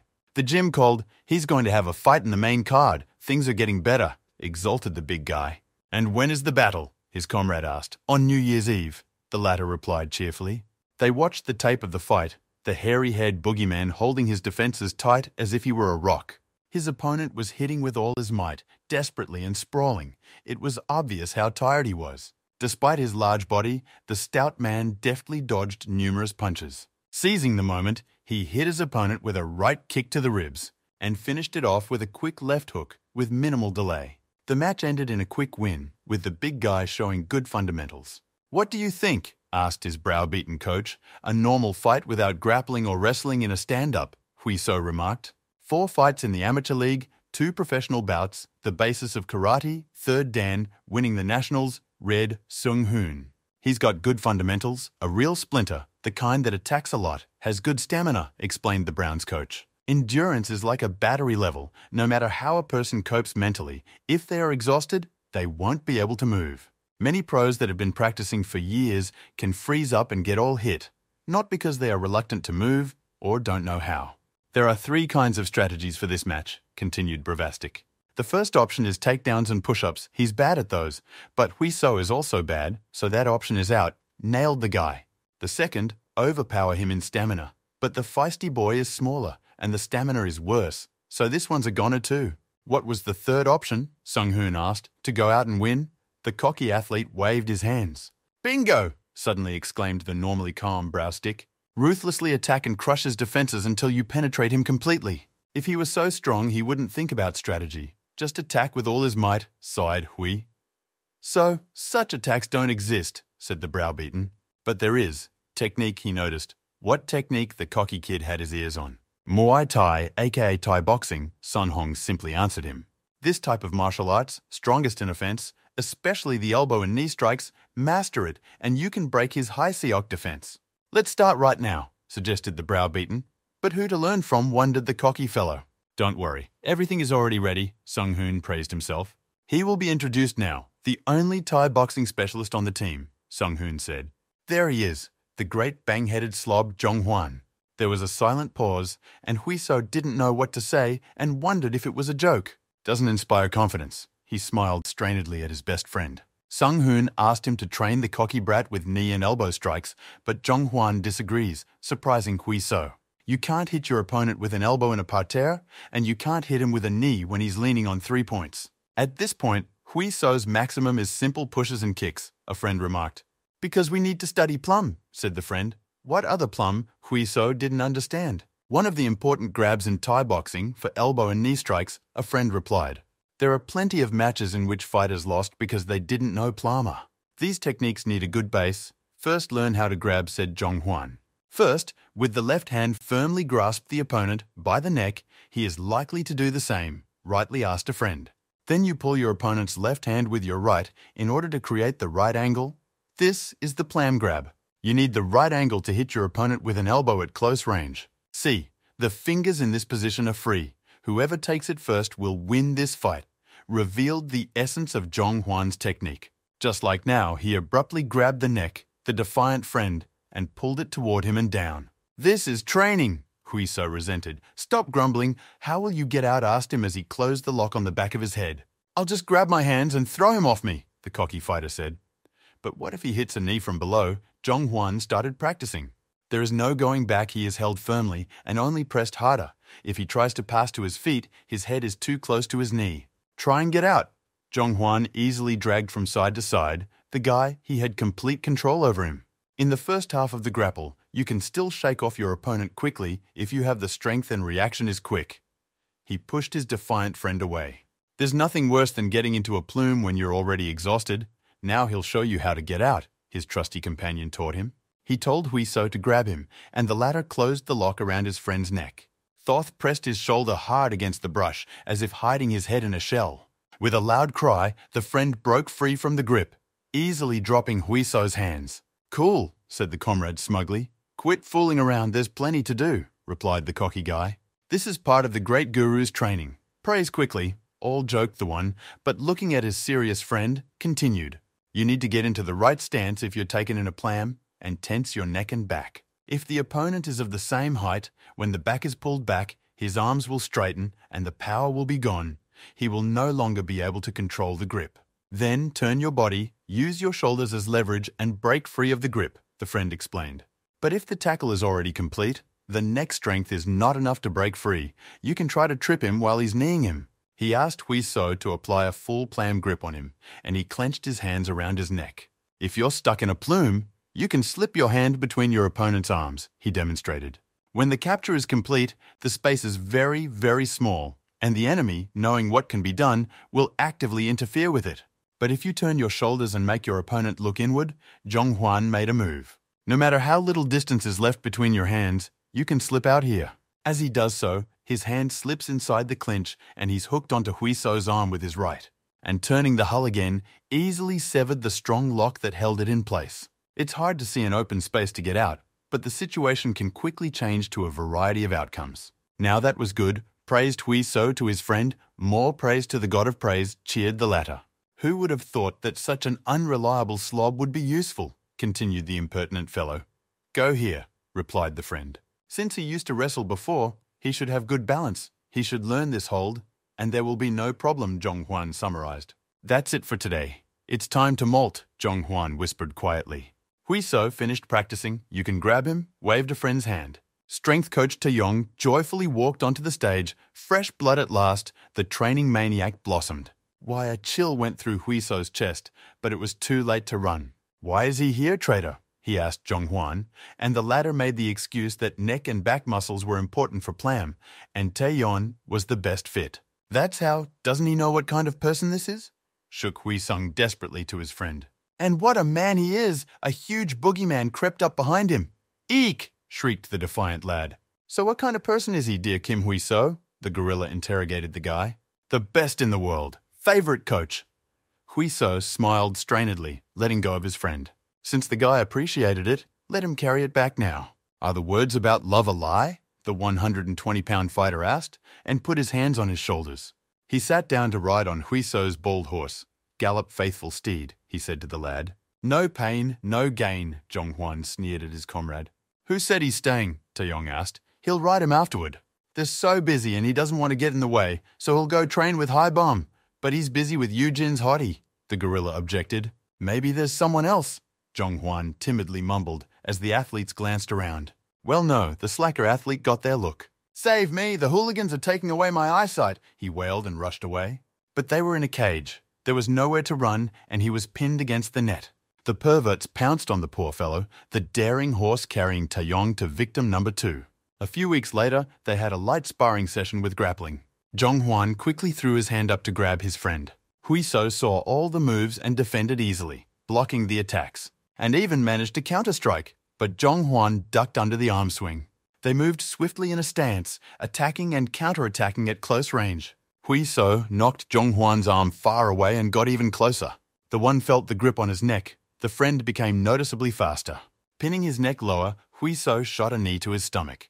Zhonghuan straightened up with the force of his back to prevent himself from being caught in a full headlock.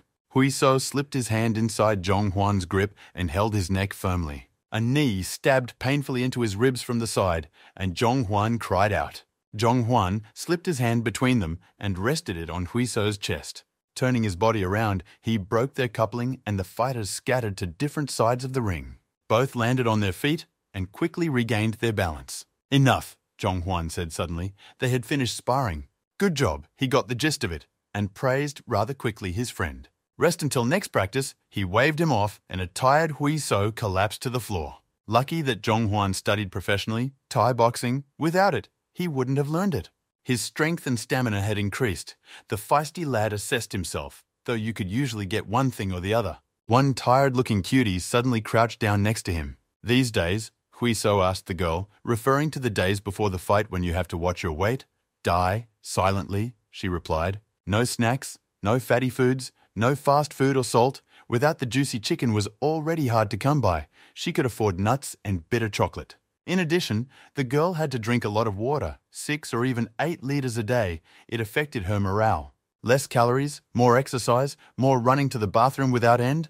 No wonder the usually prickly girl turned into an irritable hedgehog. Still, he wanted to support her somehow, since the pretty girl was trying so hard. Only 10 days to be patient, he gave the girl his trademark 32 smile. Why is it talking to me? The beauty wondered. Let him watch himself better, she bristled. But how could he not care for his peer and friend? The cocky boy insisted. Get lost. Pissed off, she replied, but the guy absorbed every barb. I really wanted to strangle her, but it's clear she's having a hard time, Huiso thought, as the coach brought Eugene water. The girl rose sluggishly but obediently, Huiso looking at the small of her back. He was treating her like a friend now, and it wasn't easy to watch her suffer. She wants to die now. So hard, he thought when he was called out. It was time, Taeyeon called out to him, and a chill ran down the bold athlete's back. The big man in front of him was not going to be an easy ride. Time for a fun warm-up, that is. Practice before warm-ups, laughed the coach merrily. The cheerful writing on the t-shirt only added to the oppressive feeling, I'll kill you, read Huiso. Mommy have him back. He thought about how many heavy sets would be discharged today. Time flew by quickly. The team received 5 matches. Zhonghua participated in the Battle of the Central League. There was no problem with the other 3 matches either. Yu Jin won a difficult match in the 3rd round with a chokehold and became a lightweight star. Friend the Slob almost won his match, but missed a counterpunch and was sent off for a knockout. Taeyeon was so angry that he promised to strangle the negligent fighter, he took it as a joke, and he was almost strangled. How bad is it because of the weight control? Whined the impertinent guy. Song-hoon sternly told him to bear with it. After all, others have a much harder time. No fuss this time, the cocky guy remarked. And what did he want? More fuss, asked the browbeaten coach, and Huiso shook his head. That was fine too. He was called to the weigh-in and ran briskly there. Let's get the stuff, helped by a browbeaten Sung-hoon as he began to fuss. Fighter Lee Hui-soe passed, weighing 77 2 kilograms. Next, Ju Ho-seok, called out by the head referee that officiated the event, called out again when the fighter didn't show up. He was in place when the roll call was taken at the start. Hui-so marveled and heard the sounds of a cistern being drained. Sorry, I went to the restroom. Ju Seok came out of the stall in a dirty suit. Even without makeup, he looked lousy. Where's the chaperone? The judge asked. The guy looked so bad, like he was about to fall off. Couldn't lose weight, Hui-so thought. He almost fell off his feet, but the referee managed to pick up the emaciated, patched fighter.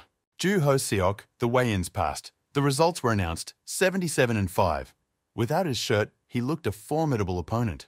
I'm thirsty, impatiently urged the impudent guy, the coach, but he was still digging in his bag.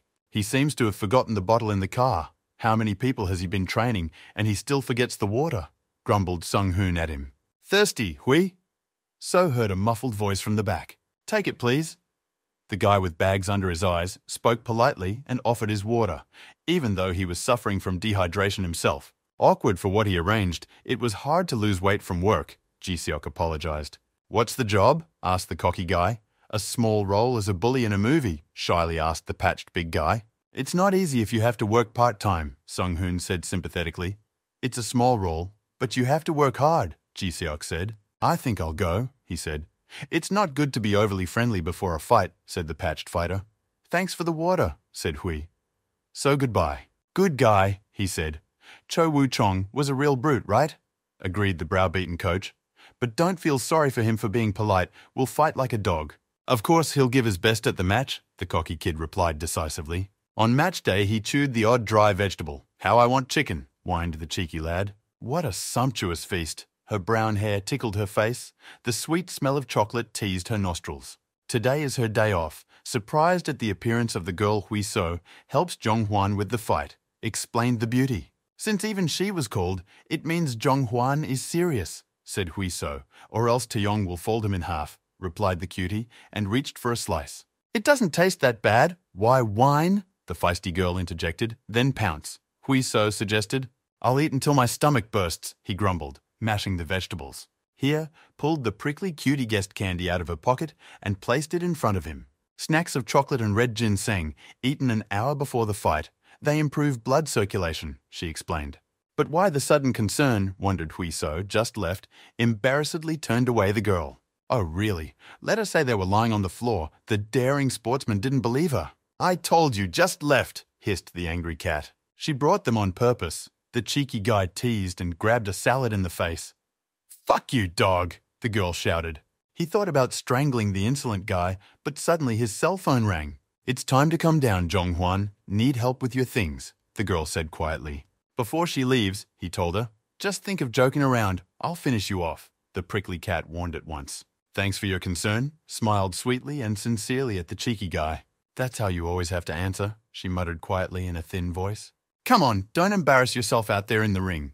The girl held out her fist. Of course he would win, their fists touching as he tapped her lightly. The coaches watched the fights from the strip. Another fight was over. Hui-so's fight time was nearing. Another knockout, they're doping or something, frowned the browbeaten coach. Well, well. Hui-so unwrapped the candy he got from the cheeky girl. What are you humming already? Taeyong asked him. The ginseng and chocolate that Yu-jin gave him, she said to eat before the match. The athlete replied. That prickle, marveled the big guy. How nasty they are, even chocolate, croaked the brash fighter. You're going to take a nap. Taeyong was even more surprised, mentally practicing, sprawled out on Hui-so's chair. Maybe he's whacked out if he doesn't care at all, the blonde coach remarked.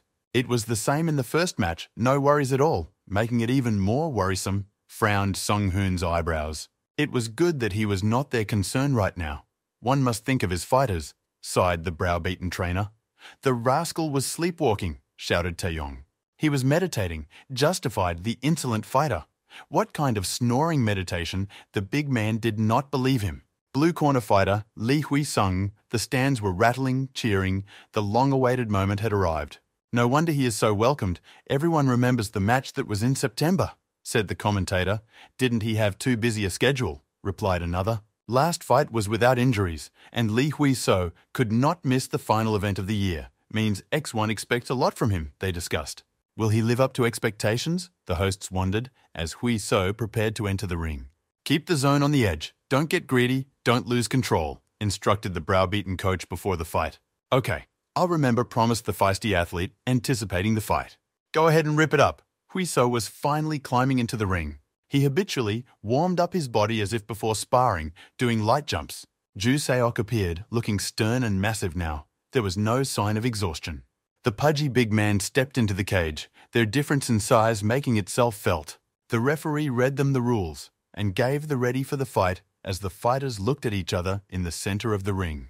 He's huge. Although he's almost the same height, big muscles will allow him to fight to the point of insanity, analyzed Hui-so, the opponent. Red ready, blue ready ref gave the fight command and stepped aside. At the first sound of the gong, Ju Seok rushed toward Hui-so like a dog off the chain.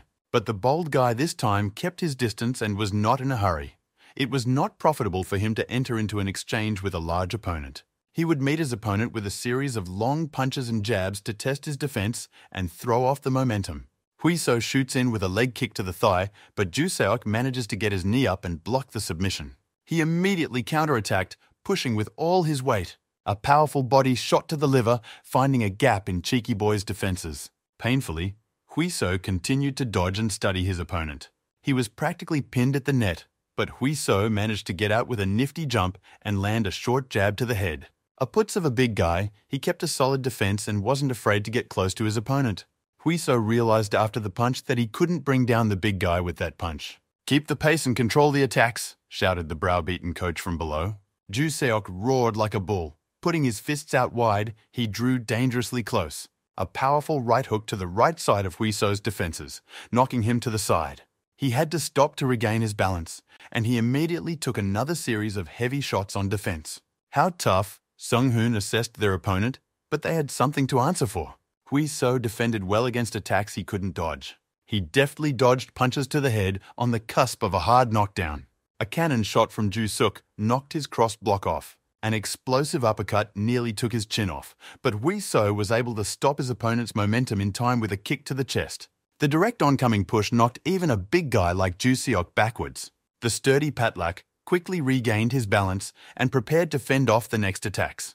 But his look became confused. His opponent was acting too cocky. Crazy what he's doing. Mad at Hui-so's coaches, why did he lower the defense?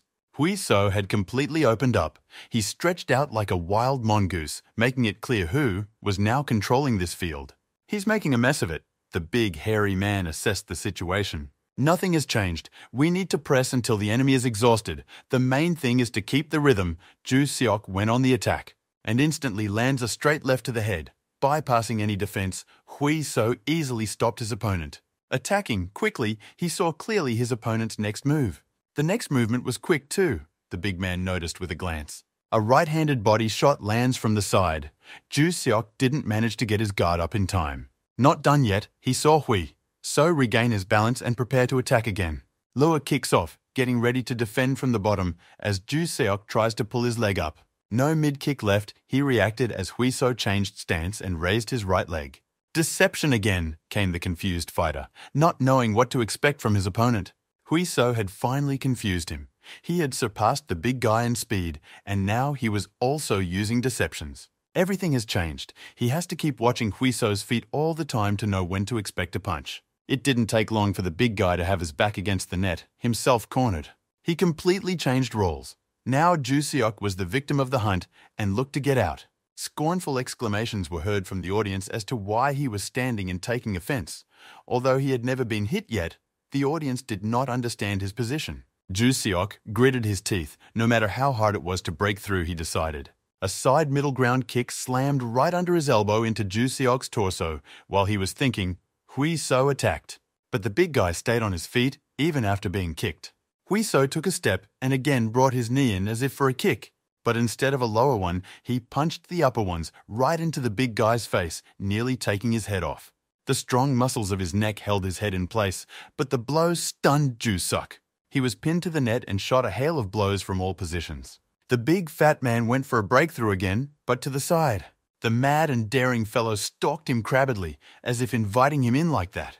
Those stupid tricks again. Ju Seok was nervous. He was in for a tough time. He attacked straight and hit a clean counterpunch with a right straight. Hui So ruined his rhythm of attack. It's hard to analyze when your opponent does feints and deceptions. All sense of distance is thrown off completely, smirked Bravastic. Hui So methodically smashed his opponent's defenses, grinding them down with heavy bombardment. We need to hold out until the final blow, Ju Seok realized. Soon he would definitely run out of steam and stop. Now, he caught the moment when Hui So swung for a strong punch. If we counterattack now, he went to close in. The fight would turn again. But the defiant opponent dodged the oncoming blow and came dangerously close. Gad read his intentions, the hairy big man belatedly realized. A sharp knee stung him in the side on his floating ribs. Ju Seok groaned in pain. The pain of the damage paralyzed him. He couldn't move. From the last of his strength, he raised his hands for a muffled defense, needing to stall for the rest of the round. Daring Mongoose sticks a knee right into his stomach from the get-go. Another monstrous blow. Even the big guy's strong body couldn't withstand such a thing. "Excellent!" exulted the browbeaten coach. "Way to go!" he shouted. Ju Seok bent down and paced backward like a cancer. Hui So waited for him to poke his head out. Now that the enemy was immobilized, the daring fighter could approach his target with a sauntering stride. The stout stalwart found himself at the net again. So much pressure was being put on him by a defiant opponent. Hui So hacked at his eyes with sharp, slight movements of his feet. He provoked his enemy by standing in front of him within striking distance, completely open. "He must be thinking about how much more strength and stamina he has," Hui So remarked. "Don't worry so much. The fun time for him is already over. Now it's time for Hui So to play."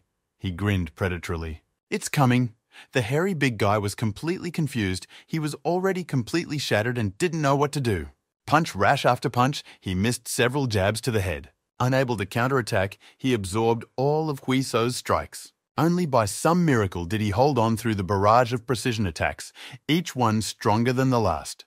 You cannot give up like this fighter held on from the last strength. Seizing the moment, he ducked under a punch and made his way to his feet, grabbing Hui So. But the latter was not confused. His heel deftly hooked his opponent's supporting leg. Turning his body around, with a slight movement of his arm, Hui So dropped the heavy big man. Ju Seok regained his balance and made another attempt to take the fight to the floor. "What?" He managed to notice the quick movements of Hui So's hands. "Here's the little bugger," exclaimed the browbeaten coach, recognizing the familiar hold. Hui So used a plum on Ju Seok, a Thai boxing move they had been learning with a friend. He gathered his hands in a lock on the back of his healthy opponent's head. The latter couldn't get out. Gathering his entire body like a spring, Hui So drove his knee into the victim's body. The fight had turned into a one-sided beating. The damage that had accumulated over the entire round was now spilling pain all over Ju Seok's body. Hui So landed on his feet and proceeded to break his opponent's knee. "Get out," was all Ju Seok's useless coach could advise. Gathering himself, the big man cracked Hui So through his hand to the jaw. But due to his position, the blow couldn't be strong. "And he calls it a punch. Hui So didn't even notice the poke. What a blow! He ripped Ju Seok's neck to the ground and nailed a knee to the head. The big guy held the block firmly, like a turtle hiding in its shell. No matter how tough he was, it was becoming too dangerous, the presenters commented. Hui So's leg swung back like a powerful pendulum. This time, the cannon shot penetrated the rest of Ju Seok's defenses, blowing his head up. The big man slowly settled into the ring. Hui So would not let go and went forward. When the padlock fell, he pounced from above and methodically hammered his fists on his head. Neck pressure was prompted by a caring browbeat coach. With his hand securely placed on Ju Seok's neck, the daring fellow was able to throw strong punches. "Grab it and roll it on the ground," shouted the big man's useless trainer.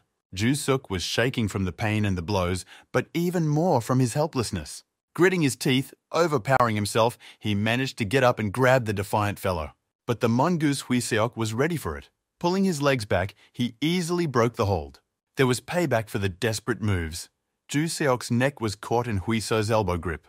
In one motion, he closed the chokehold in a headlock, placing his hand on top of hers. This technique is yelled out by a commentator recognizing a popular technique. Avoiding the takedown, Lee Huiso performed a guillotine from the top.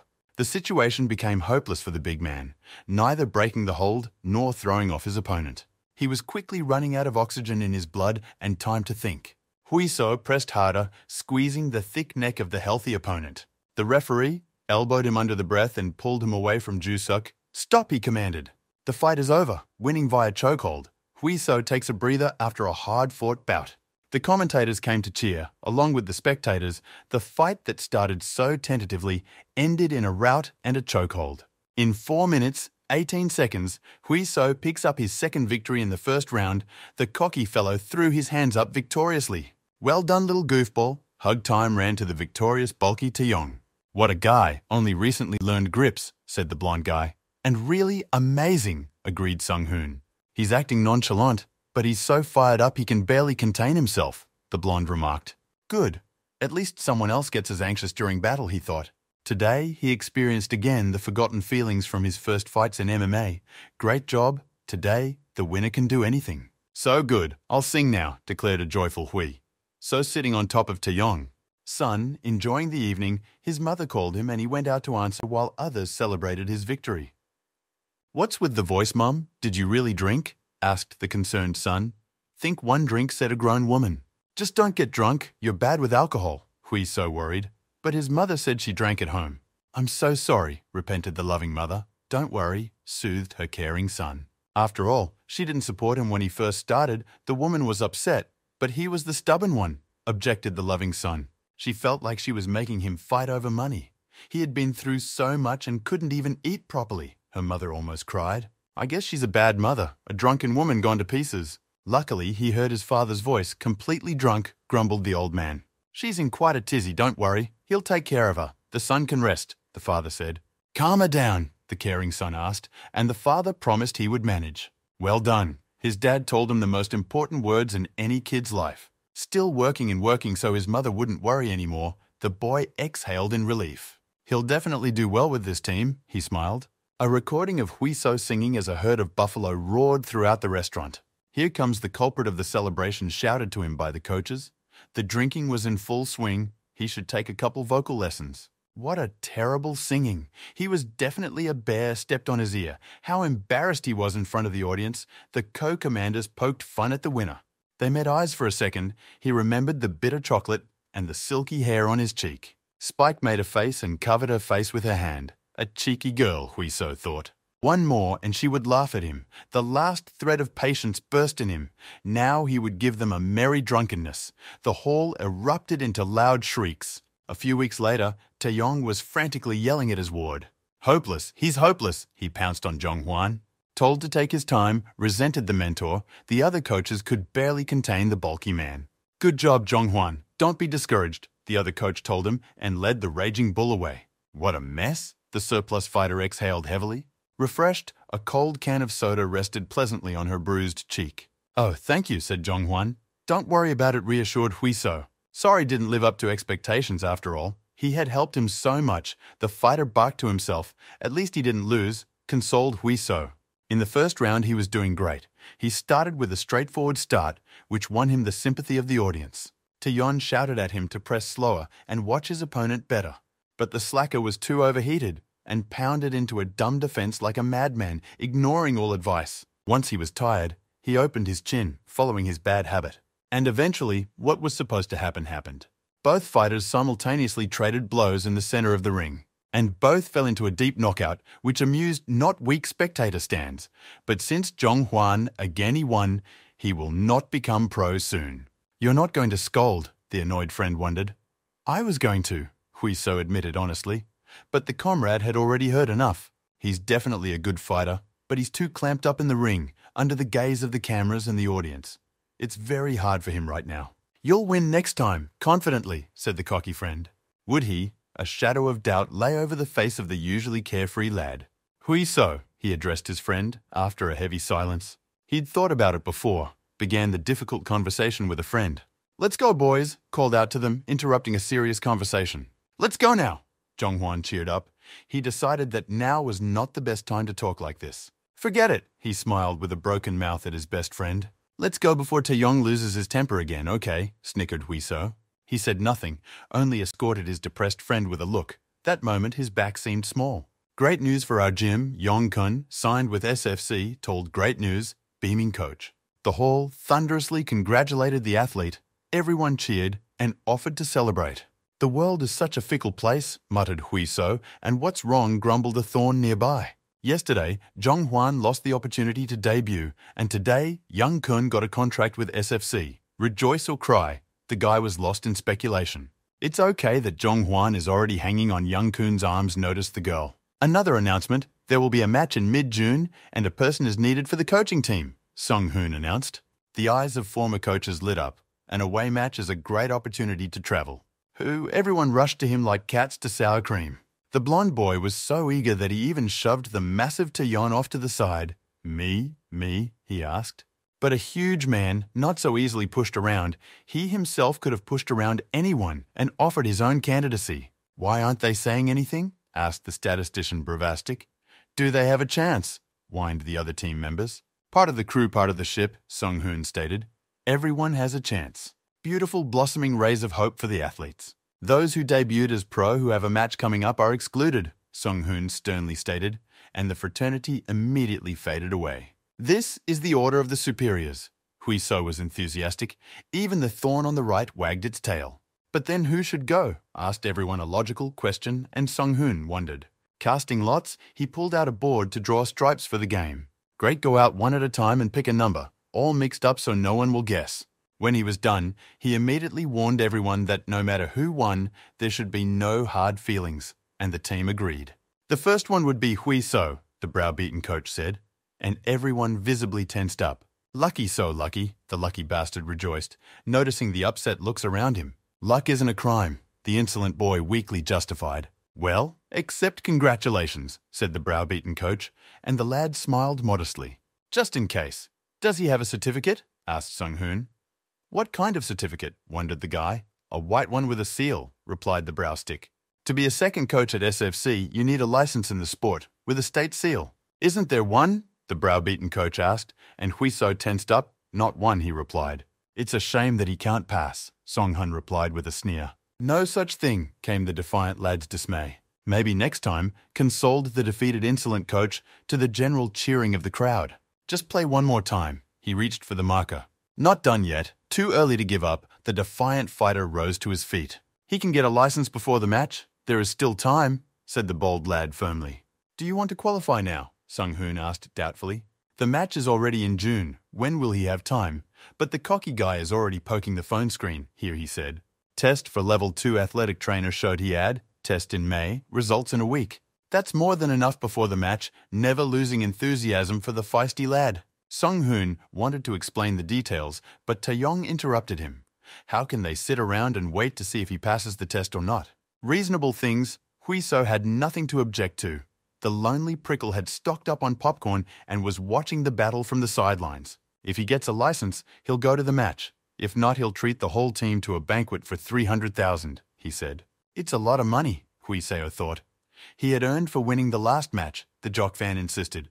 A mere trifle for him. "You just have to get qualified," thought the daring lad. "They're waiting so tensely something is clearly amiss," the athlete doubted. Yi Sung-hoon didn't look pleased. Taeyong reassured his coach that everything would be fine.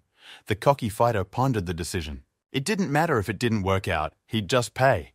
But the cocky guy wasn't going to miss an opportunity like this. "Deal," he agreed, and Taeyong accepted the bet. "Then don't give a backhand," he said sternly. "That goes for him too," Huiso answered him. "Free? Let's decide what we're going to drink and snack on," the other coaches conspired, as if they had already written Huiso off. "But he's trying so hard, guys. What do you think needs to be done first of all?" Taeyong said sternly.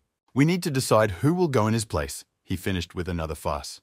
Huiso was snoring peacefully over textbooks he hadn't sat down to read since high school, his caring parents watching and trying not to interfere. The old unshaven master, back in the hall after a long bender. "Chief!" The browbeaten coach said hello as he stepped out from around the corner. "What, didn't expect to see the boss at work?" asked the unshaven foreman. Here are the appetizers. Gave him a bag, all because the foreman was working outside the hall, said Sung-hoon. There is so much here, wondered the brow stick. Has the master already eaten? He asked him, and he replied that he had eaten before he came. They cleaned up the hall pretty well, so clean, marveled the old master. Sung-hoon must have made him clean everything. You can leave the hall to him since he's so meticulous, the unshaven master thought as he looked at his colleague. Who do we have here? Wondered the unshaven foreman, peering into the break room. Hui. So to prepare for the coaching test, Sang-guk found out, from browbeaten, said he can't concentrate at home. What kind of test? Asked the unshaven master, second-level trainer, shared the details Sung-hoon. He won second coach Young Keun's seat, but he doesn't have any qualifications for admission, so he's huffing and puffing, said the browbeaten. Why didn't you talk him out of it? Grumbled the old master, as if that would be easy to do with this stubborn goon. But the unshaven master wanted to object, but Sung-hoon raised his hands. Things had already gone too far. It was too late to dissuade him. Why is everything in one place? It was worth a short time away. Lazy master grumbled lamentably. He has a ranking match in May, Sang-guk said. Great news, rejoiced the browbeater. A lightweight match, clarified the lazy master. But why all of a sudden? Wondered Sung-hoon. His body is not really situated to gain muscle mass, his opponents are bigger than him, and it will only get harder from here on out. You have to fight in your category. He's not that experienced in weight loss, and if he's still worried about preparing for the test, he might fail, the unshaven master worried. Let's hear what he has to say first, the grumpy coach decided. I can handle it, the defiant fighter said without a shadow of a doubt. He understands exactly what's going on, grumbled the master. Of course, confidently replied the athlete. We'll need to lose a lot of weight. It will be necessary to lose 10 kilograms from the current weight plus diet and still study. Then it will be very difficult, insisted the old master. We can just start and then we'll see, the guy said confidently. He promised to make sure nothing interfered with his training. It'll work out. He's Li Hui. So, proudly poked himself in the chest of the cocky guy, is it enough to take his word for it? Grumbled the master.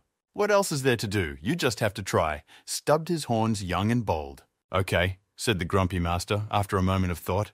Let him do as he pleases, heard the pleased Hui. So hear the old master's approval. But there's a condition.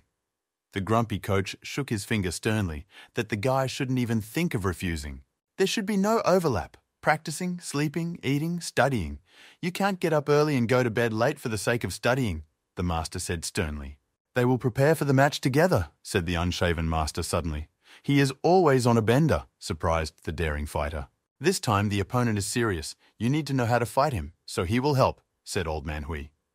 So, of course, all matches are important, the old master continued to grumble. But this case is special. Win or lose, how he behaves during the match will affect his career. That's clear, he asked the guy. Thoth promptly and energetically replied, always ready. This match is the most important. If you do everything wrong, you can lose everything you've worked so long and hard for. He pointed his finger at the boy. Well, I'll remember that, mumbled the lad. What a weak answer, the old master grumbled at him. If in doubt, don't take it, he pressed. Ready to put my life on the line, the cocky boy shouted loudly across the room. Great, that's better, grunted the unshaven foreman contentedly. Here's your opponent's data. He held out a few sheets to Huiso. What's his stupid name? Couldn't read it, cocky guy. Mitsubishi Suzuki, fighting a foreigner for the first time, laughed, the old master. Don't let the Korean auto industry down. Like the store, Mitsubishi, said hello to the bespectacled, bearded salesman. Yes, rubbed his glasses on the slouchy Japanese man, he kept deliberately modest. The bearded fat man scratched his potbelly. Is everything okay? He asked his employee, and he quietly replied that everything was fine. The customer forgot to take the change, mumbled the bespectacled man. Nothing, said the beard.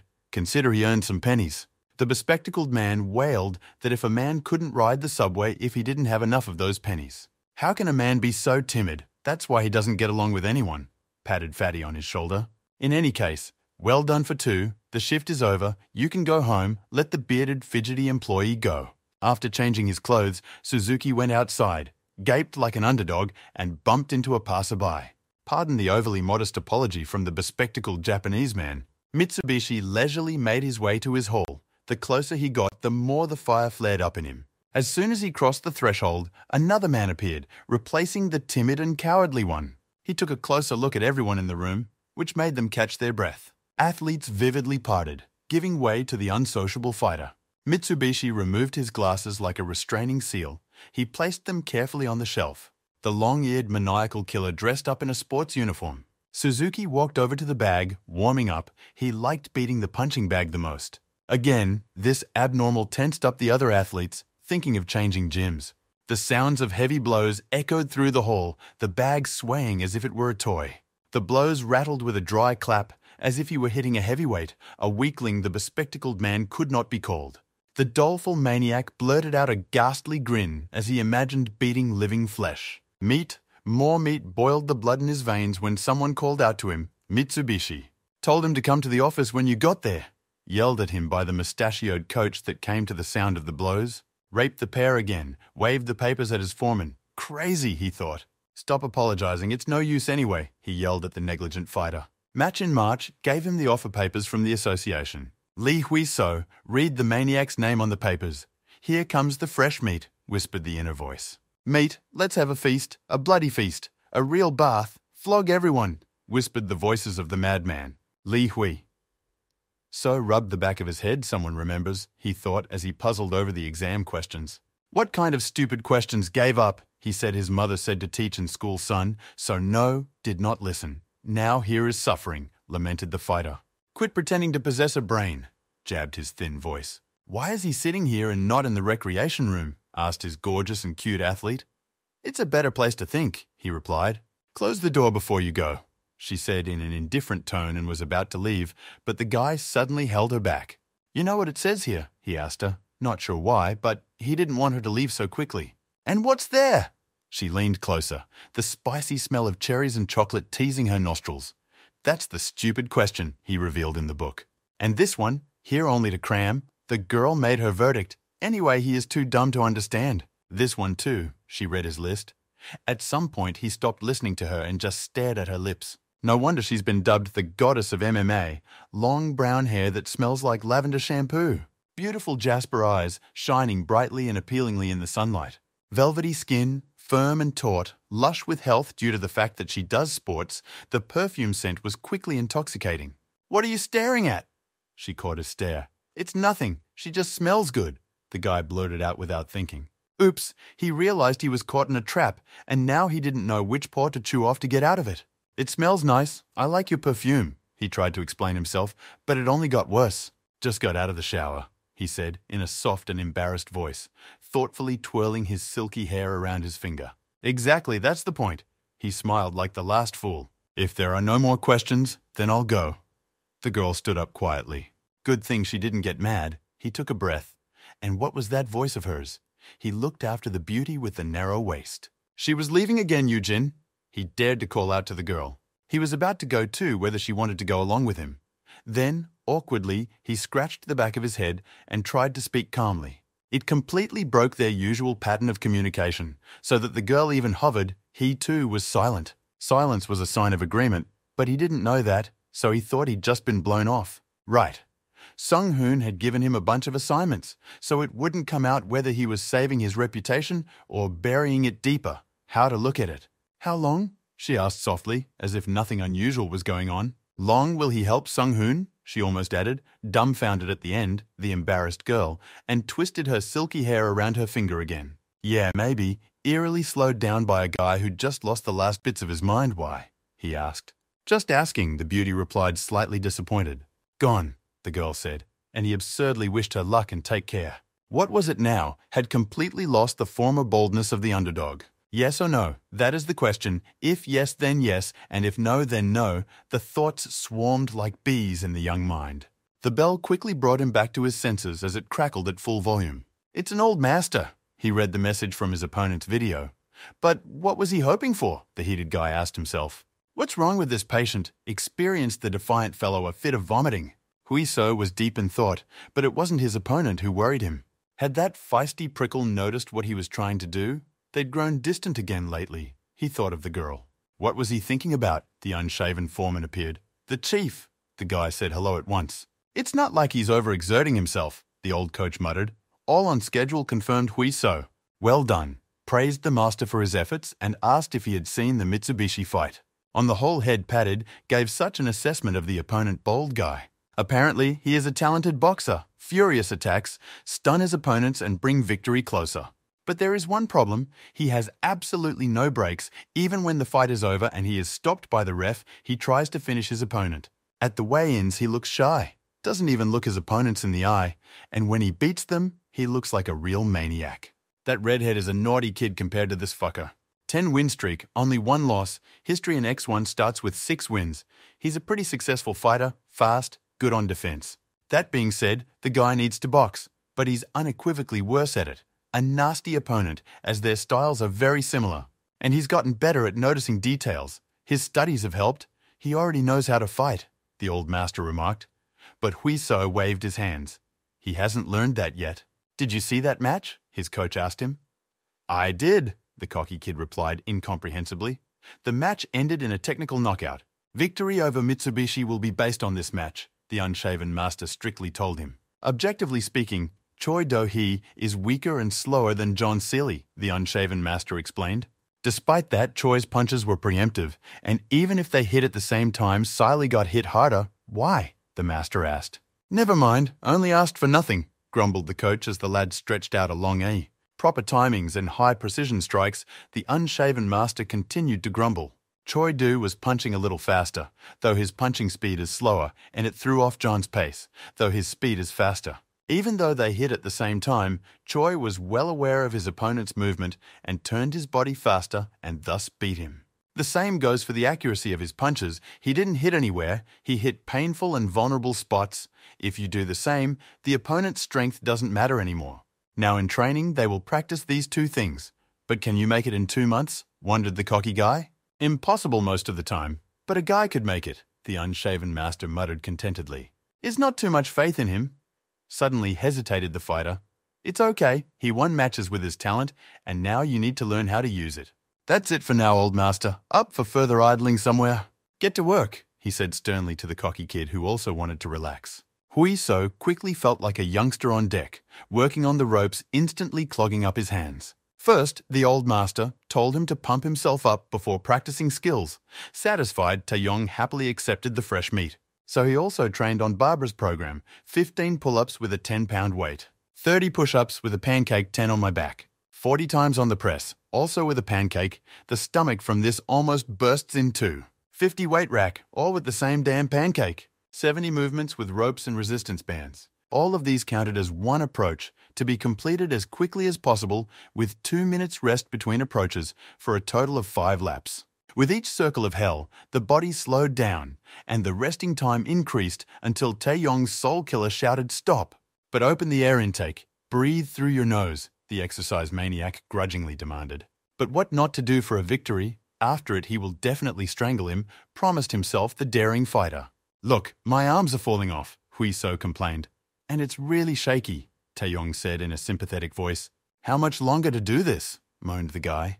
The chief said to squeeze him dry 3 times a week, scratched the exercise fanatic's beard. 3 times the daring fighter was horrified, also thinking not enough, Taeyong approved of such initiative. He recently learned from overwork, from which you can even lose muscle when studying, Huiso said. But Taeyong promised to take care of it. But from such care, somehow the load only got heavier, finished asked their old master from afar. Squeezed like a sheet, didn't leave a drop, fairly reported the exercise maniac. Good job, grumbled the master. Well done with the warm-up. Now the real training will begin, you old bum. First, the suspended punching bag exercises. He told Zhonghwan to show how it's done. Zhonghwan lightly hit the pair and it bounced back springily, always returning after the blow. In order to avoid being hit by the punching bag, Zhonghwan tilted his head to the side. He moved deftly left to right and landed precise blows on the punching bag.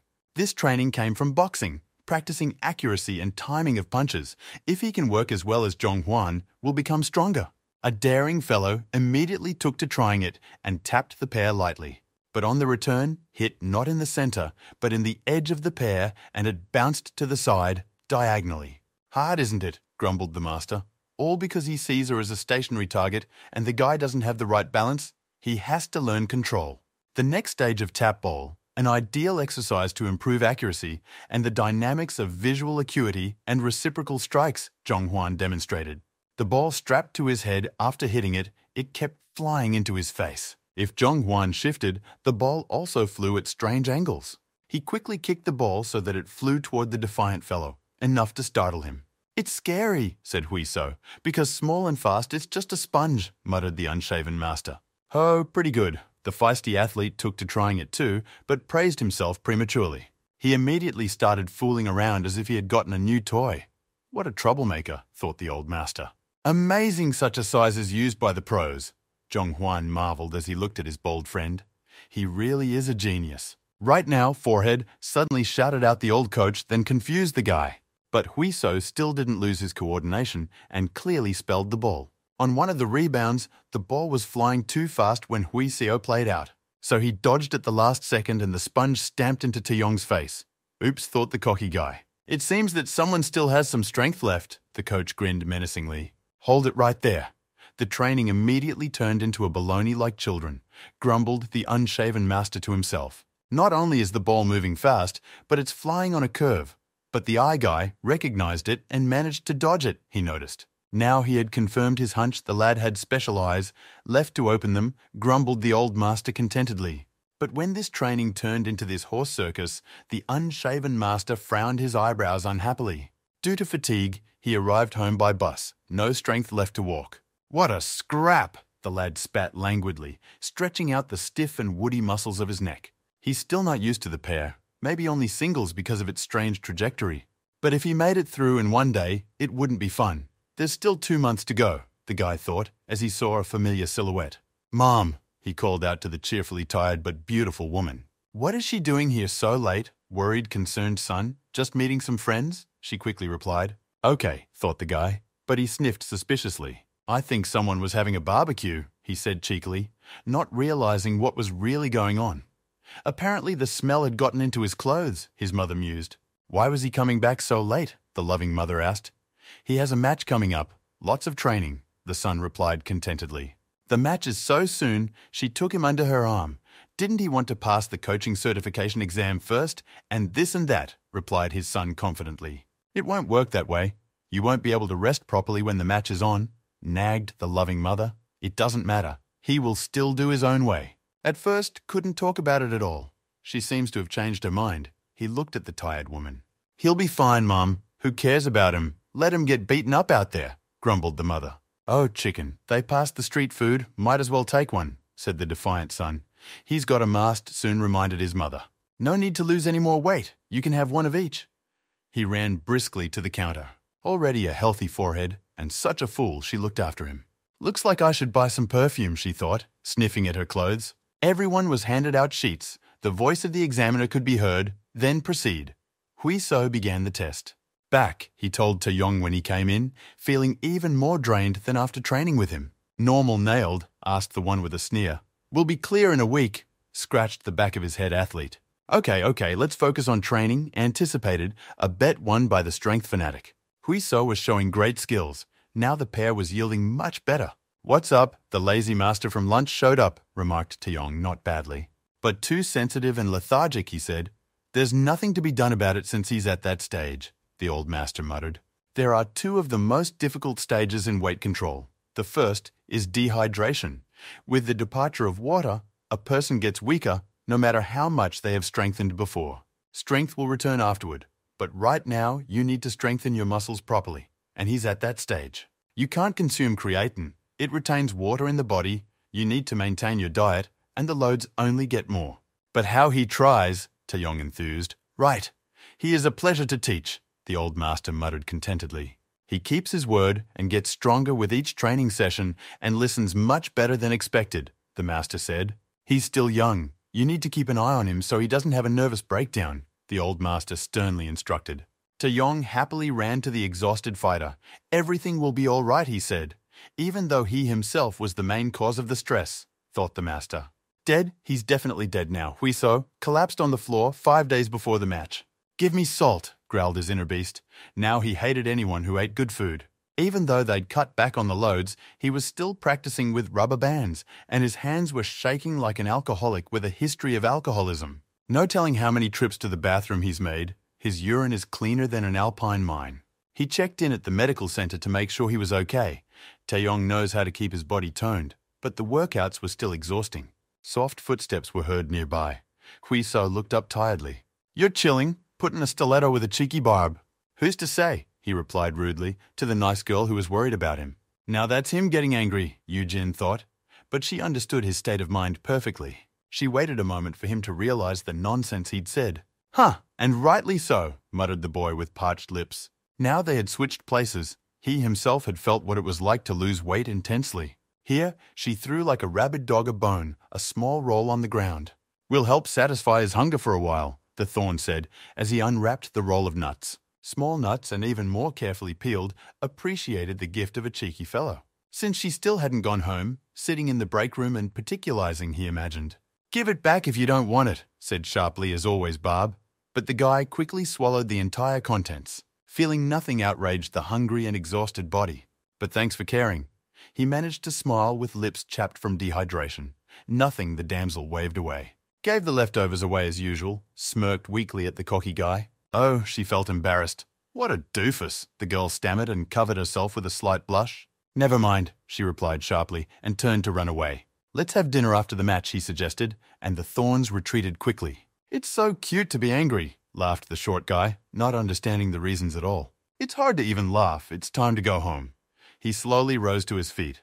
Who could be calling at this hour? He felt a vibration in his pocket. "Yes, Dad."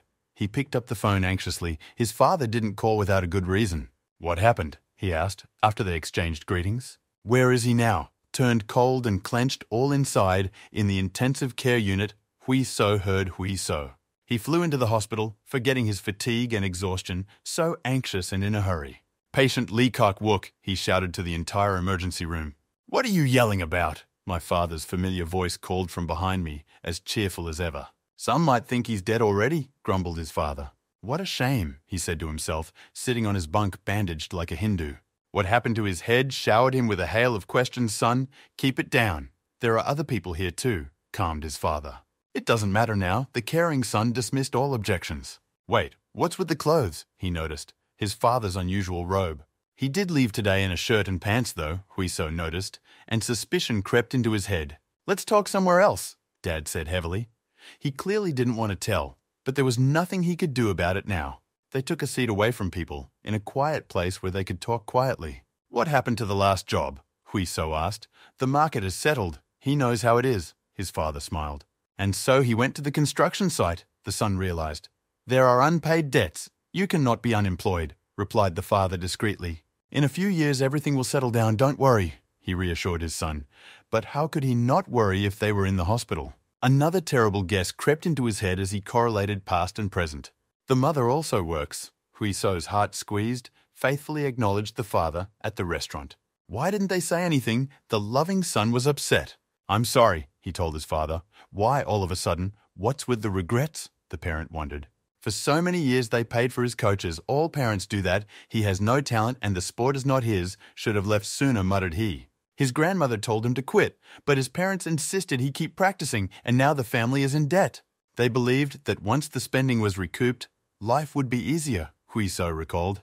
"But he still failed. I want to be someone my parents can rely on," the boy blurted out. Li Huiso cut short his tirade, angrily and sternly father. They didn't do it so he'd whine now, or maybe he thinks it would be better if he'd made a different decision. Dad was angry. They weren't going out on a whim with anyone. It was their conscious decision, the father calmly replied. No one is going to blame him regardless of the outcome, especially since he used to be a high schooler and couldn't make those decisions. "Son, there is nothing special about us. Every man faces his own difficulties," put a strong and warm hand on his shoulder. "It's part of life's journey, lack of money, trauma, and all the things that haven't happened yet. Everyone is healthy, and they have a responsible son. One day, all the money difficulties will also be solved," the parent confidently stated. "Live with pride in your family," he said, and Huiso nearly cried, a bitter lump coming to his throat. He raised his hand to his face to wipe away the involuntary tears, not enough to cry like a girl. "How's the head?" he asked, calmed down. He thought he would never ask again, answered his father. Well, and bandaged him. He looked into the camera phone. "Mother must be going crazy," said the guy. "Do not worry. Soon the father will go on a business trip to the countryside," reassured the parent. "Enough. Already about it. He has to study tomorrow. Go home. Nobody dies. His father kicked him out." "There's nothing to be done about it anyway," sighed the defiant lad. "Where does his mother work?" he asked. It's best not to go in to see her. She'll be embarrassed, his father warned. I'll watch from afar, now that I've learned all about it, replied the loving son. If you're going to go, go now. It won't be long before her shift is over, his father told him. So Huiso caught her at work. What are you thinking about, friend? Do not want to go home? Turned to the not old but still beautiful woman, her colleague. The loving son looked out the restaurant window from afar, his heart bleeding, but there was nothing he could do. Mom is working hard again. For his well-being, he berated himself. So hard at work, but at home he doesn't show it at all. The guy was angry at himself. Just wait a little longer, dear mother. He clenched his fists. He would definitely win this match. Deep inside him, it was burning with the flames of hell. The next day he worked for 10 men, transfixed with cold fury. The blows exploded with dry claps on his training paws, the trainer barely keeping up. Punching, dodging, Huiso moved as if he was on the move without losing the sharpness of his movements. He saw all the blows that flew at him and easily dodged them. Bam! Followed by a powerful counterattack that nearly took down the aide. Why did he get so excited? The old master noticed the change in attitude. Taeyong shrugged, he wondered. Only yesterday he had been whining and complaining of fatigue. Don't push yourself, Huiso. The match is just around the corner, the unshaven master shouted to the cocky fighter. It is not clear how it came out, the old master noted, satisfied, but the guy not only morally strengthened, he also started moving with minimal effort. Watching Taijun's timings, or rather even reading them, analyzed by the old master. Great, he grunted contentedly, the kid's developing. Bam! The glove on Taijun's hand flew far to the side from the powerful punch. Show me what a crazy guy can do, grumbled the unshaven master to himself. On weigh-in day, threw his arms up in joy when the scale stopped at 70.5 pounds. The stocky Japanese also had no trouble getting through the weigh-in. Stir down, they took a stand. The Japanese looked shorter, but more massive accordingly. Looks impressive, the cocky guy remarked after looking over his opponent. Maybe it's because he doesn't need to lose as much weight. Watching from above is even more interesting. It was the first time he fought someone below him. Only one problem, his tank is leaking. Suzuki grimaced and muttered to himself. You think the opponent is a punching bag or something crazy, said the cocky guy. Luckily, the Japanese guy couldn't understand a damn thing in Korean and stared stupidly at Huiso. That was the end of it. The referee pulled them apart, ending the stern down. Huiseo looking great in his best form and has looked confident in his opponent. Insane played up the shyness and modesty. Why are you bullying him? Sung-hoon asked the cocky guy. He started it first, he excused himself. What did he do? The coach asked, gnashing his teeth and rambling on, giving him goosebumps. Huiso stated, he really is as weird as they say he is. He doesn't seem to care who's in front of him as long as he can be beaten, the guy thought, and was grateful for that. Because that's definitely not going to happen on match day, he'll be able to focus on destroying his opponent. Good kicks, now rest, Sung-hoon told him on match day after warming up in the locker room. The cocky guy breathed a sigh of relief and sat down on the bench. He was completely calm. What's on his mind? He's been quiet today, the unshaven foreman asked him. For once the lazy master paid attention to him. It was unusual, said the boy. Your tongue is your enemy, grumbled the coach. Nothing of the sort, replied the defiant lad. This fight will prove his worth as a fighter, he pondered over the old master's words. What is its value really? The daring fighter asked himself. The boy raised a finger upwards with significance. Here's a cheeky one, thought the master. No one likes spoilers, said the cocky guy to the lazy master. You act as bold as always. Yes, without spoilers. More interesting, agreed the unshaven master. Waiting for your performance, he muttered quite. 10 minutes, the organization assistant interrupted them. Their exit. We'll have a beer and fried chicken after he wins, the unshaven coach said. Dibs on the master's treat, agreed the brazen fighter, and smiled. In the blue corner, star rookie Lee Hui-soi. The crowd welcomed him with a loud ovation.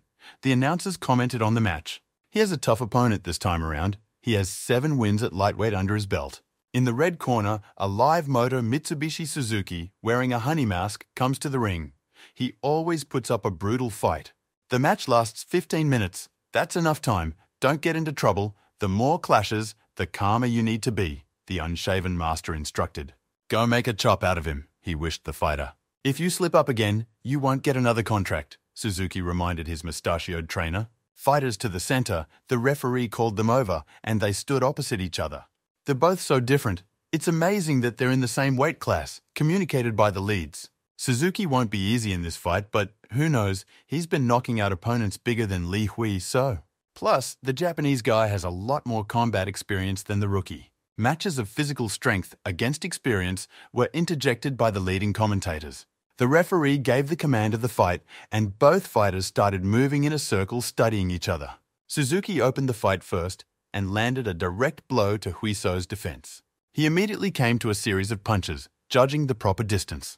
The tall Huisou had to duck under a heavy punch quickly. As he bent over, a powerful uppercut was aimed at his head and swept across his chin.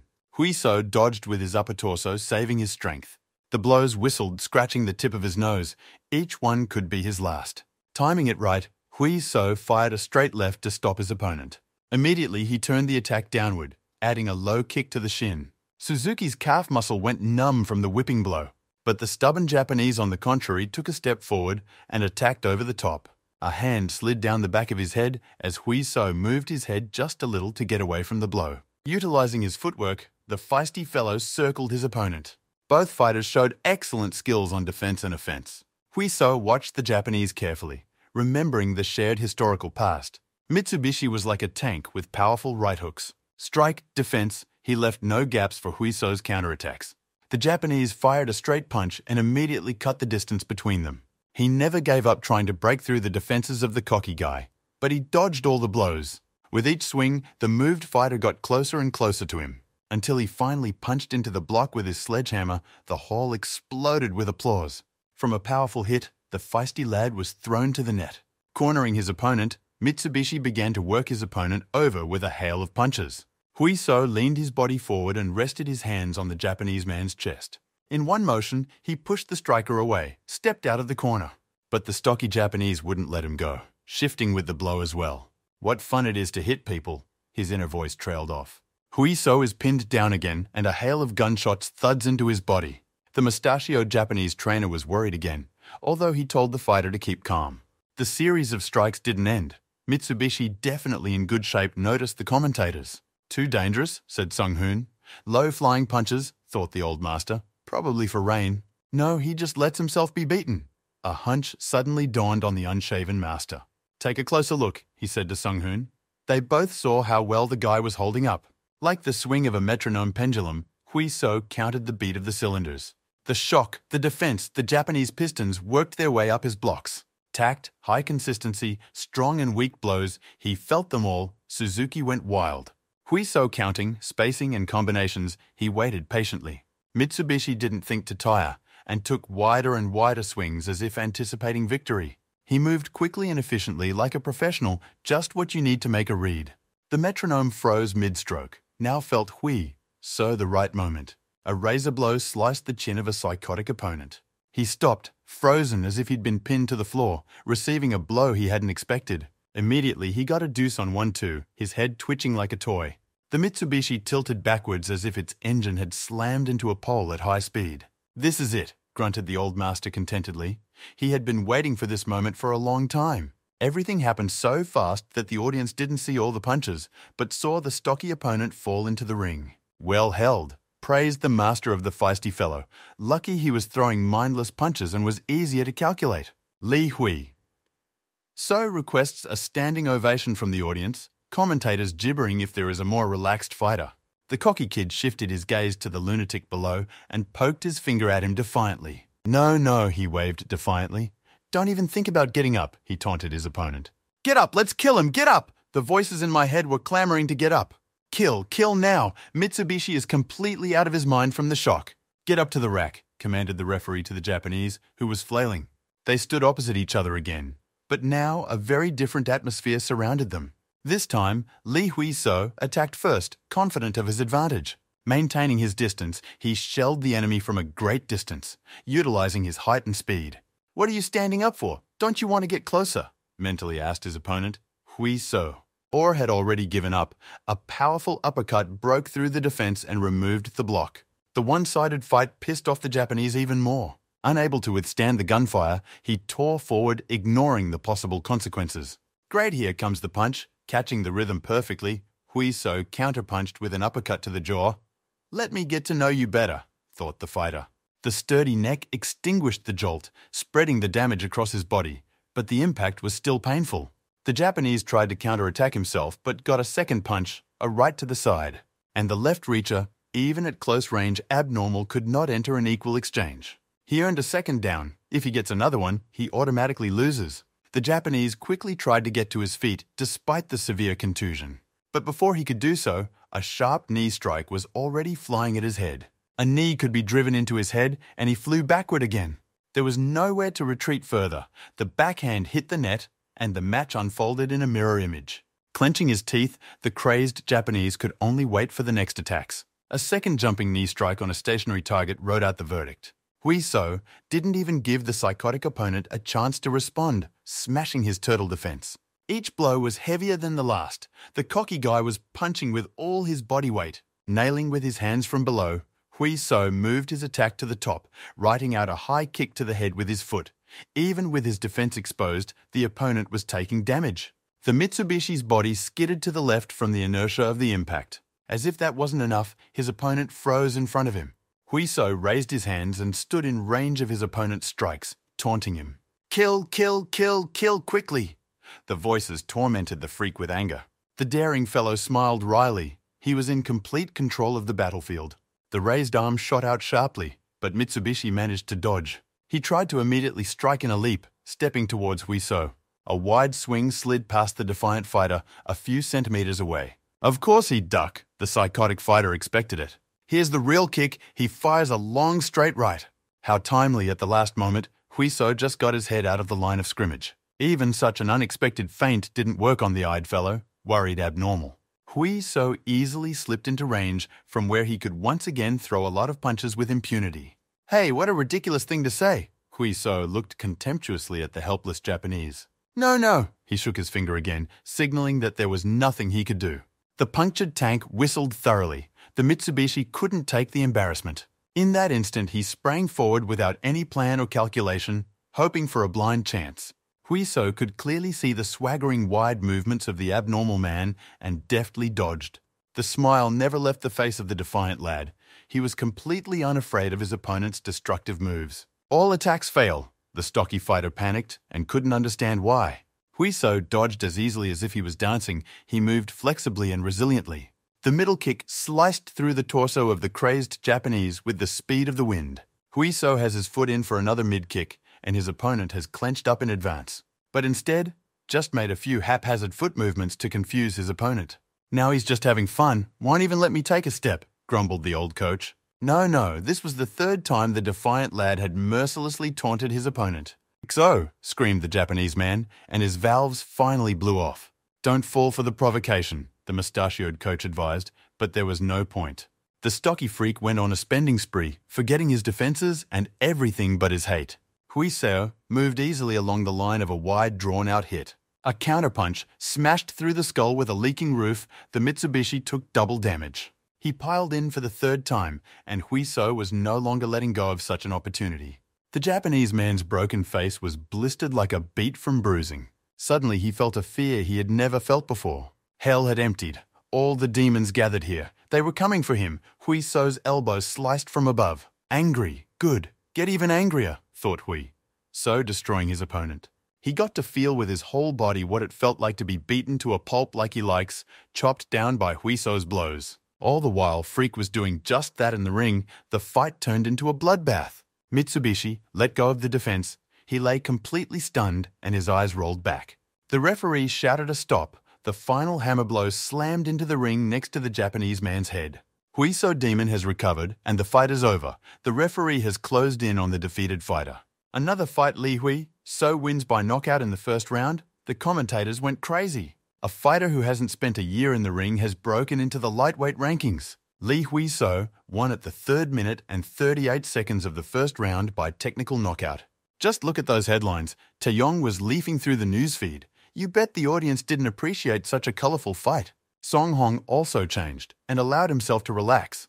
He hadn't been like this before, the old master noticed. Seeing the always stern and picky browbeater merrily spinning a match winner was unaccustomed. "Great," heard the unshaven master exclaim to the defiant lad. "What happened already?" grumbled the old master. "The test results came back," replied the excited fighter. "Went through, pretty much declared a cocky guy, 2 wins out of 2. It seems like it's time to look for documents and find out what the weather will be like," the cheeky guy said, not noticing how Sung Hoon and Taeyong slowly pulled away.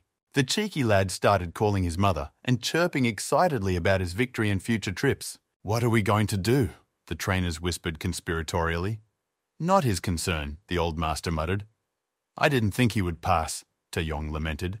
Huiso didn't realize that the written test was followed by an oral and practical exam, so he wouldn't have time for young Kun's match. What do they know about pain? Huiso is sprawled out in the middle of the ruins of an air castle. The dream of traveling abroad just crumbled. "What's wrong with him? Looks like a dead fish," asked young Kun.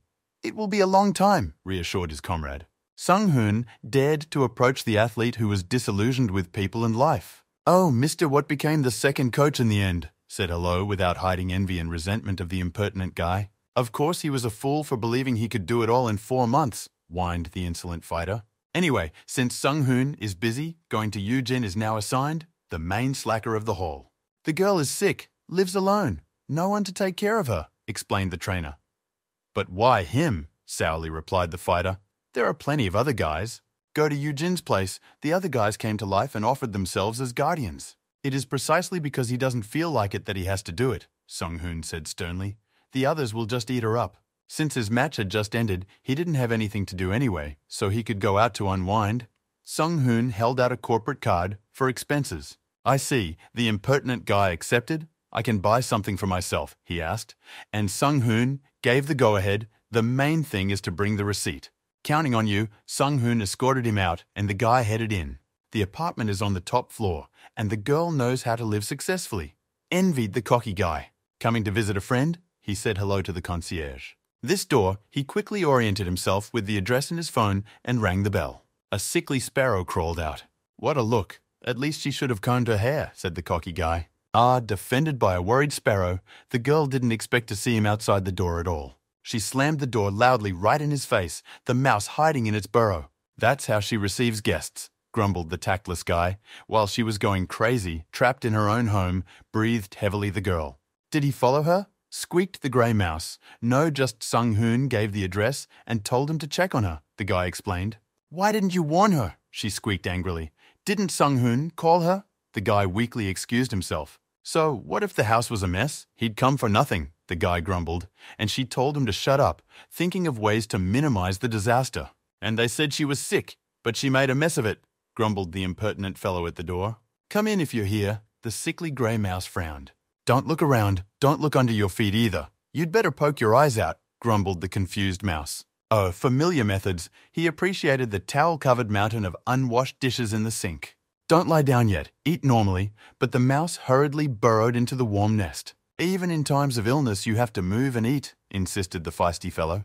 Where is the portable table, he asked. Behind the kitchen one, muttered the mouse. She was so weak she had no strength for barbs or embarrassment. And he likes to eat, the sickly cutie remarked, watching him gorge himself on the porridge he'd brought. As I watched, my stomach rumbled too. Now that he was being so quiet, Huiso smiled. Mousie slowly brought the spoon to her mouth and began to eat. In other circumstances, she would have bristled with barbs and wouldn't have been allowed even on the doorstep. He'd thought about eating lunch together, of course, but who knew they'd eat like this, the cheeky lad remarked, and the mouse smiled sweetly too. How long had she been sick? He asked the girl, and she told him that 3 days ago, yesterday was the worst. Wait, so she hasn't bathed since. That's why she has a nest on her head, taking advantage of her unarmed brazen boyfriend. But she was washing. Here's a sniff. He plugged his nose picturesquely, though the scent of chocolate and cherries intoxicated him. Exhausted even more by the goon, the girl leaned back on the side of the bed, her eyes closing on their own. But it was good that someone visited her, the sick mouse said in a moment of weakness. It's just a shame it's him, but it'll do, she returned his barbs. Saw the match, muttered the girl, which is true. Stretched a smile guy, even when sick watched not me. Stand down, she stated softly. Well done. She congratulated the athlete sincerely. The fight surprised her. She knew he wasn't bad, but this was a whole other level. The mouse shared. How unusual to hear compliments from her, even embarrassing. He scratched the back of his head. She's definitely sick. Is it? Wondered the tired mouse at such insolence. Why would she do such a thing? Sneered the girl contemptuously. She has something to say, though. The cutie looked away embarrassed. She really thought he was an idiot, the pretty girl stated stiffly. That kind of directness made even a cocky guy freeze to the floor. That's some claim? Huiso paused, thinking of how to respond. In principle, She did not hide her attitude very much. Even a dumb person would have guessed it. Oh, really? The girl repented weakly. But since she confessed, it's not so bad at the moment, the guy cheered up. At first, she thought he was taken unfairly, so he's doing what he wants and acting like a self-centered piece of douchebag, pinned Huiso. But it turned out to be a different matter altogether, her voice becoming timid and soft again. Still, he has the skills and the work ethic, and the swagger is justified in places. Although he's still a bragging peacock, she continued. No sense you're praising. Go on, insisted the cheeky lad. I beg your pardon, the girl humbly said. Come on. The athlete waved her off. It would only spoil their relationship. She didn't do it to please his ego, but to keep herself from feeling worse, the sickly mouse mumbled weakly. What is it? He asked when the mouse had finally abandoned all strength. His firm, cool palm rested on her forehead. Great, she thought for a second. So good. What's that he's doing? The hot mouse asked languidly as he touched his forehead for comparison. Stop grumbling. He slapped her lightly on the forehead, putting her in caring boyfriend mode. It looks like she's getting worse. She was so tormented before and she's still sick, So realized. Heavy loads, strict diets, weaken the body, which makes the risk of getting sick higher, 2 matches in less than a year, meetings with fans, etc. It wasn't easy for her. So gently took her under his arm and helped her up. Take the pills. He gave her the antipyretic and the heated cutie didn't argue. He gently wrapped the mouse in the nest. The girl quickly fell asleep. Quickly he looked at the cute little nose that stuck out from under the blanket. Now we can put the kitchen in order in the living room, the guy decided. Bully, she suddenly squeaked his name. Li Hui So, the guy listened. Still awake, he asked. Thank you, the sickly mouse whispered softly. I don't hate you anymore, he heard him honestly say. The relationship level raised from negative to neutral. Though he's still a fool, she added sweetly, yawning. Hui So smiled. Even through sleep, she's saying the same thing, so she's being sincere, he realized. Having done the kitchen outfit, he wiped the sweat off his forehead. Great with that part finished, said the caring guy. A forbidden door, a lonely girl's room grew before him. To be or not to be, that was the question, pondered the impertinent lad. She's locked it securely. There can be no doubt what's in there. He scratched his beard. There was no way. He risked opening Pandora's box and looked inside. In the closet accumulated mountains of unworn clothes. What a pigsty, horrified the guy who at 23 years old lives with his mother. It is impossible to distinguish clean from dirty. Everything is mixed up. He estimated the work front. I'll wash everything. When he had finished with his chores, he returned to the hall, tired from the housework. Just as he was being looked for, one of the coaches called him, which had already happened. Hui So was surprised. Hurry up and go to the master. There's a tall guest there to inform the sportsman. I had a couple things to do, so I stopped by just for a minute. A whole director of X1. Why are you frozen, as if you were guilty? Asked his bearded grandfather. No, just surprised that the director came in person, apologized the athlete. He had come to discuss the contract in person with the athlete, but the unshaven master insisted on being close by. It's some other contract.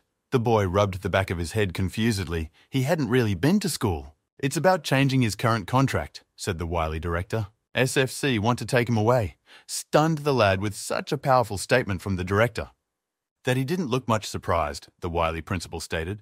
They contacted out of the blue and claimed Huiso for themselves, and after all, he barely made it through 3 matches. But why didn't they contact directly? He asked. Cocky guy apparently decided to act politely after all the organizations exchanged many fighters. Still, he hopes that Huiso will refuse the offer.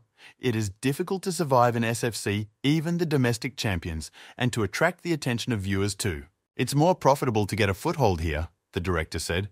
He won't stop him from leaving, but he'll be glad if Huiso refuses. They're making good money off him. Of course, the conditions in X1 would get better, the director promised, and the cheeky lad perked up his ears. A permanent salary of 8 million plus a 100% bonus for winning rounded the eyes of the fighter when he was voiced the amount. They had already discussed the matter with the old master, but it would only be up to Huiso himself to decide. Then let's trust Master Sanguk, said the guy. Do not have anything to say, surprised the unshaven coach.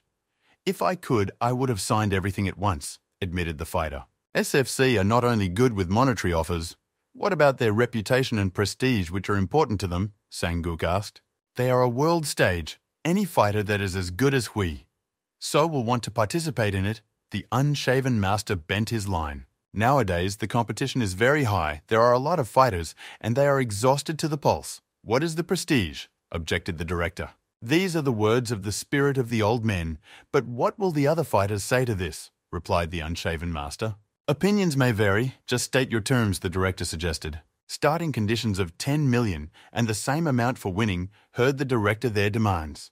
Isn't it too much? Huiso looked doubtfully. Such a fee being offered to national-level athletes. They really have enough of this, heard Principal Huiso's surprised voice. They seemed to be cautious in front of him. Discouraged the athlete's director. 12 million, and as much for victory, he stunned them with a new offer, raising the required bid. 12, the athletes muttered in unbelief, the sum increased by a third of the starting sum. So he'll also introduce them to a sponsor, so they'll get about 30 million more a year, the wily director offered thoughtfully. Of course, everything is not free. He will get that money if he wins the match, but what if he loses? Huiso clarified. Let's make do. 10 for participating and 10 for winning. Just as Sang-guk suggested, the principal reasoned, they are still in favor anyway. What's the catch? Didn't believe such generosity of the old master. But the headmaster raised his hands. For now, he can't reveal all the details. But now he's getting ready for something and hope Huiso will be a part of it. The headmaster squinted slyly. But what is he talking about? Sang-guk asked. The market will expand soon, but it is a risky bet. Everything will work out if it goes according to plan, the director said. He couldn't say anything else, but they definitely weren't losing anything, the headmaster assured them, and Huiso was already wagging his tail to sign while the master thought. They agree, heard the principal, and shine like a saint. He didn't come here in person for nothing. He'll send a rough version of the contract tomorrow. Terms change, so they'll get the final version after the match. The director politely said goodbye, and Sang-guk volunteered to walk him to his car. Huiso, he addressed the athlete last, and the latter listened attentively. Be sure to take care of your master. It's hard to find such a person, he said, and even the old master was embarrassed. Of course he would always be grateful to him, replied the impertinent fellow. That's good. Waiting for new achievements from him in the next match, the director said goodbye. That's the luck, exulted the self-confident guy. Lucky or unlucky we'll know only in the future, grumbled the unshaven master. Something doesn't feel right, wondered the naive kid. Something doesn't fit, grumbled the master. They wouldn't have been offered such a deal if it wasn't favorable to the association.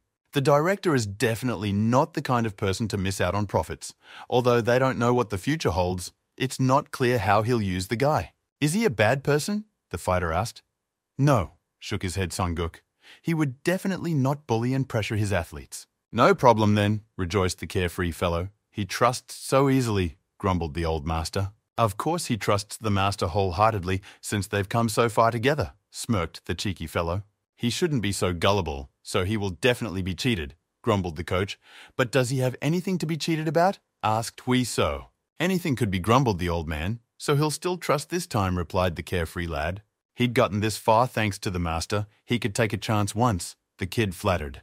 Don't laugh, you fool, slapped the boy's shoulder with the master as if his flattery might work, grumbled the coach contentedly. Keep your mouth shut until it's official. If he blabs, there will be chaos on the team, the coach sternly chastised. That was taken care of, grumbled the unshaven master. What about you, Jin? He asked, and the guy laid out the details. At this, the old master dismissed the impertinent lad and took up his papers. My phone vibrated in my pocket. I love my master, sent to him by a cheeky boy. The inner financier was jubilant. Soon he would be receiving a huge sum of money for the fight. Also a sponsor for just 2 matches a year, drooled the cheeky lad. Climbing to the top really isn't easy. He grew up fast, the daring lad pondered. But even putting all that aside, there's news even cooler than these. Now the SFC turned their attention to him. He threw his hands up contentedly. No matter how things turn out in the future, if he changes his mind, he could become the second fighter in the International League, along with Young Kun. A golden ticket to the arena, every fighter's dream, and he got it in just 1 year. He's definitely got a good foothold here and can keep it up, the kid thought.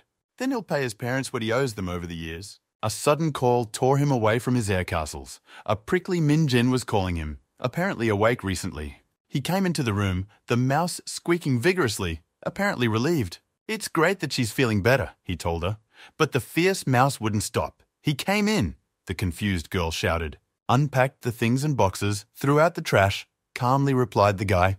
It's not like anyone asked him to get mad at the prickle. He'd washed his panties and bras too, all hung separately, he said in a mundane tone. The crazy asshole squeaked she was angry and embarrassed. What's the big deal here, he wondered. He didn't consider it much. She might not care, he reassured the girl. But it only got worse. Why, he kept squeaking. For the umpteenth time, this conversation was going nowhere, the cocky lad decided. Just get better faster, the impenetrable kid replied to her. Maybe I shouldn't go to the gym today. I might as well die, the carefree athlete muttered. Hurry up, the match is about to start, they shouted to him from the hall as he picked up the delivery. The pizza and fried chicken arrived, the sassy guy arrived, a perfectly happy friend. It was quickly laid out on the floor, now all ready for quality viewing. He's more worried about this match than his own, Huiso said, and Jung Hwan agreed, his heart jumping out with excitement. In the blue corner is undefeated Bob, the middleweight champion with 12 wins, Ricardo da Silva. In the red corner, a fighter with quite a few wins from Korea, Kang Young-kun, announced the announcer of the match. Blue is ready, the ref points to the fighter, and Ricardo pulls guard. Red is ready. He asked the same thing to Young-kun, and the latter took a stand. Fight, gave the ref's command, and the fighters came into action. Young-kun was tearing towards Ricardo from the start, and he missed a kick. Without slackening his pace, the Korean grabbed the champion and threw him into the ring. Teammates cheered. Yes, they shouted, way to go. But the tough champion was able to get up and counterattack. Now Young-kun was missing punches. He missed a lot in the second round, having lost his fuse in the first round, and the Korean was taken down. How so? Tensed the team in anxious anticipation. The outcome. Young-kun held on until the third round, both opponents breathing heavily. The champion looked exhausted and hesitated to attack, the cocky Korean. Gathering his strength, he roared forward to seize the initiative in this round. Ricardo executed a pass to his feet, instantly closing in on his opponent. Young-kun had a hard time keeping his balance to avoid falling down. He had lost a lot of strength in the past round. At the last moment, he managed to execute a chokehold, clamping down on Ricardo's neck. The one quickly ran out of oxygen and patted the mats.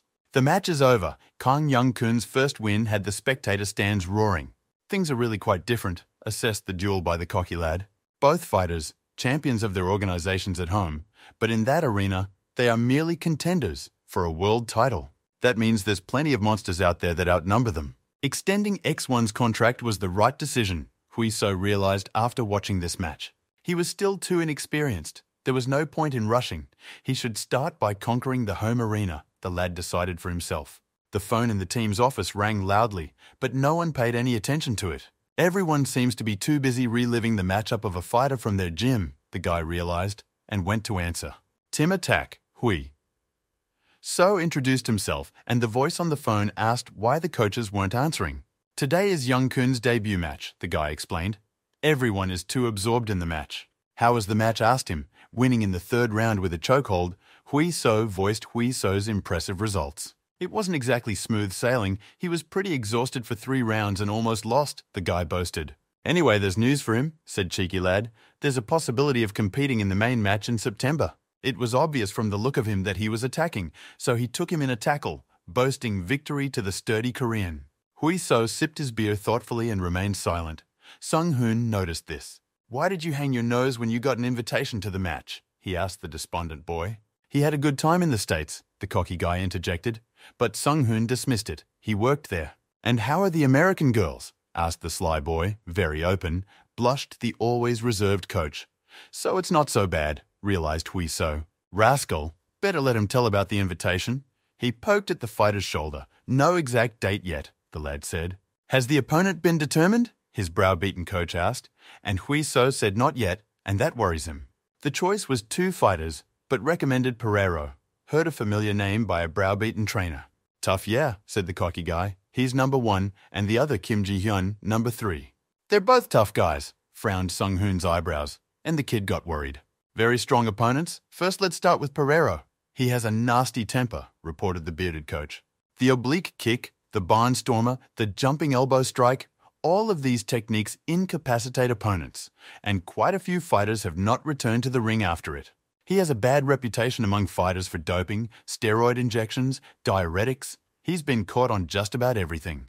Plenty of organizations have abandoned it after high-profile scandals. If the fight gets out of hand, he risks not returning to the ring.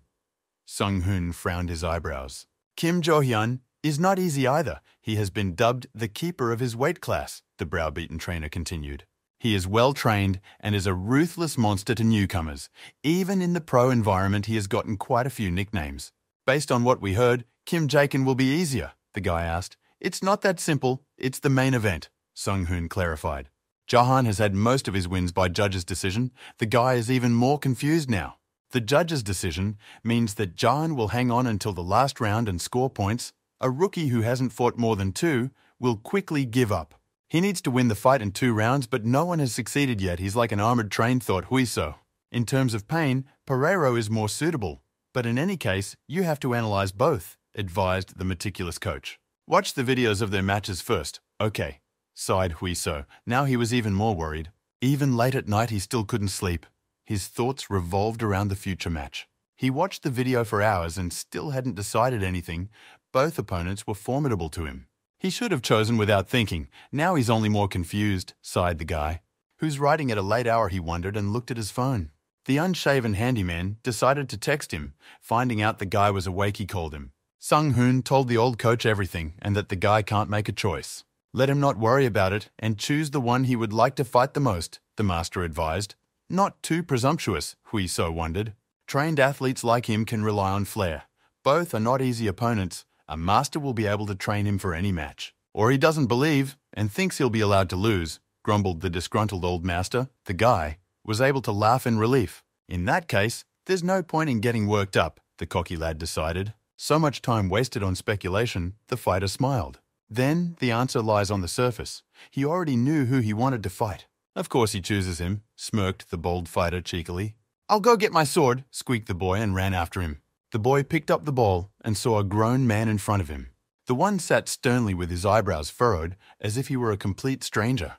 Daddy, shone the boy, recognizing the familiar face, the man who pretended to be a passerby. Son, the long unshaven man, suddenly smiled gently. And he's early, the boy remarked. Coming in early to see his progress, his father stated. He was able to play much better and even managed to score a goal, the boy boasted. It's a pity he didn't see it, the man said. That's okay, he'll show him next time, the boy promised cheerfully. Give me the ball, shouted the boy's friends, and he replied that he had to run. He'll be here to watch him, so let him play as much as he wants, Dad promised. His dad is so scary, the boy's friend said, but the son denied it all. Dad can't be scary. The man looked contentedly at his son. He loved him dearly. The boy had indeed grown a lot. The other man noticed his gaze. Why is the phone disconnected? The bald bearded man asked him. Long time no see, Costa, said hello reluctantly to the fighter. How did he know where he was? Grumbled the athlete. Asked his ex-wife, his manager simply replied. Did the old man follow her? Resented the fighter. Should have just taken the phone, answered the bearded man. He sees his son once a month. Couldn't he meet another day? But the bald bearded man insisted. An invitation from X1 came, the manager said, and the fighter grimaced disdainfully. September, Korea, Seoul. His opponent liked him more than the other guy. He might take the offer first, but the fighter turned up his nose. Another substitute match, I refuse, grumbled the unshaven athlete. He's already won 9 fights in this league. They keep giving some rookies. Why put up with it, resented the fighter. All because he's done some wild stuff before and has been abandoned by other organizations. Just doing whatever it took to win, frowned the stern fighter. How fortunate for them to be broke. He looked thoughtfully at his son. You know how much kids demand, grumbled the disgruntled athlete. Let him stop doping and start respecting his opponents. He'll get more offers. There are other details of the proposal, said the bald bearded man, still brushed off the fighter. He will not fight. Even if he is given a title fight if he wins, the slyly bald manager asked. Pereiro snatched up the contract sheets, barely hearing those words. That's a good place to start, Pereiro was pleased. He was interested in the proposal. Juan, he called to his son, to come up for a moment. He really wanted to share this joy. I'll see you at that cafe after talking to my son. The fighter threw the papers. All the paperwork is now as chewed up, resented the bald manager. Soon he will be a champion, said the father to his son. Daddy will be the strongest, rejoiced the boy. Yes, and he will be the son of the strongest, raised the boy in the arms of a fighter. They both laughed and goofed around for a long time, rejoicing at the news. Surrendering, Huiso wheezed in pain. He began to train hard again. Just pressed, and the bastard is already slamming, indignant blonde. He almost used his technique. Why waste time? The athlete lied. How he was going to fight high-ranking fighters was resented by the trainer. Knocking to learn faster, the fighter nonchalantly brushed it off. So what to do with this lazy brat? Wondered the blonde coach. Let's do this, he suggested to the cocky boy. And Huiso perked up his ears. If he defeats him once, the coach will buy lunches for a month, the blonde challenged. Free sparkled the eyes of the defiant fighter at such offers. A month of free lunches in the off-season when you can gain weight calculated all the benefits of a cheeky guy. Great! Jumped to his feet, the defiant fighter. Now he was fired up to train. The blonde frowned at the change in the guy. Huiso only looked forward with the gaze of a true assassin. Great! Now he sees his fortitude, said the blonde coach and responded in kind. The blonde master started first and moved forward. He leaned lower, aiming for the defiant boy's legs. A tackle, he realized, but didn't have time to react in time for the defiant fighter. Damn, he realized when the coach's hands reached for his neck. Deceptively, he aimed for the neck, the trainer's hand resting below the back of his head. In that case, Huiso would repay the favor. Huiso also entered the plan with the blonde man. The bold fighter's foot slipped and hooked the blonde under the supporting leg. With his other hand, the bold fellow slid under his opponent's leg and easily lifted it into the air, then quickly threw it in one motion. Grounding the trainer against the mat, he pressed his body on top of his. The blonde lay quietly. He gave the initiative to the fighter as he grabbed his arm to what a quick transition into the parter surprised him. Huiso rushed to finish the hold and take his opponent's back in a clinch. Naive was too hasty and didn't lock his legs. The coach smirked and threw a leg over the fighter's back. He made a U-turn, clamping his hand firmly between his legs, coming out for elbow leverage. In the blink of an eye, the daring athlete was at a severe disadvantage. Damn, changed the position of his arm in a second? Gotta get out, the guy decided. Clamping his arm with his foot, the trainer took control of the fighter's friend's arm, and the latter was unable to rise. How unfortunate, grinned the blonde trainer. He'd done it all too quickly. He's really good, admitted the cocky guy. Let him go now and they'll talk again. Reward motivation alone is not enough, the coach said. He must feel the pain of the reception to avoid it even more vigorously. Great chat. Let's play like this and next time, said the blonde boy goodbye. Good job, praised the meticulous Sung-hoon as the guy stood up. You saw it yourself. It's not very good, the guy mumbled. In fact, it's fine, Sung-hoon reassured him. Couldn't do anything, he said. Almost beat Lee Soo with his 4th dan in jiu-jitsu, praised Sung-hoon. Couldn't even beat him once, bemoaning the missed freebies, cocky guy, not knowing that most can't even bring down a coach. He was able to do that even when under attack, the browbeaten man noted to himself. Lee Soo has the same physique as Huiso. If even he couldn't beat a fighter, there are only a few in this weight class that can do it. Maybe it was because of past Korean wrestling lessons, Sung-hoon pondered. This sport is quite rare, it is hard to master. Few people learn it. You could say it's part of Huiso's unique skills, a special set of skills. He only lacks the experience and understanding of how to properly utilize everything he already knows. An impressive stature, Bravastny noted. Precisely remembered something important. Sung-hoon remembered and changed the subject. Tomorrow he will be tested for doping. People from the association, Pereiro, will also be tested, asked the cocky guy. I have no idea. It's a randomized test, shrugged the browbeaten coach. Too bad, frustrated kid. He definitely wouldn't have passed it. But something is worrying. Supplements that he takes, after all, do not contain doping, asked the defiant fighter. Their team has never been caught doping. There's nothing to worry about. It's not like he's going to fail for fried chicken, the athlete chuckled. Of course. What nonsense. The meticulous Sung-hoon brushed aside, and only then did he realize the extent of the crime. Ha ha. Scratched the back of his head awkwardly, the cocky guy thinking he'd get away with it. It didn't work. The meticulous browbeater glared at him.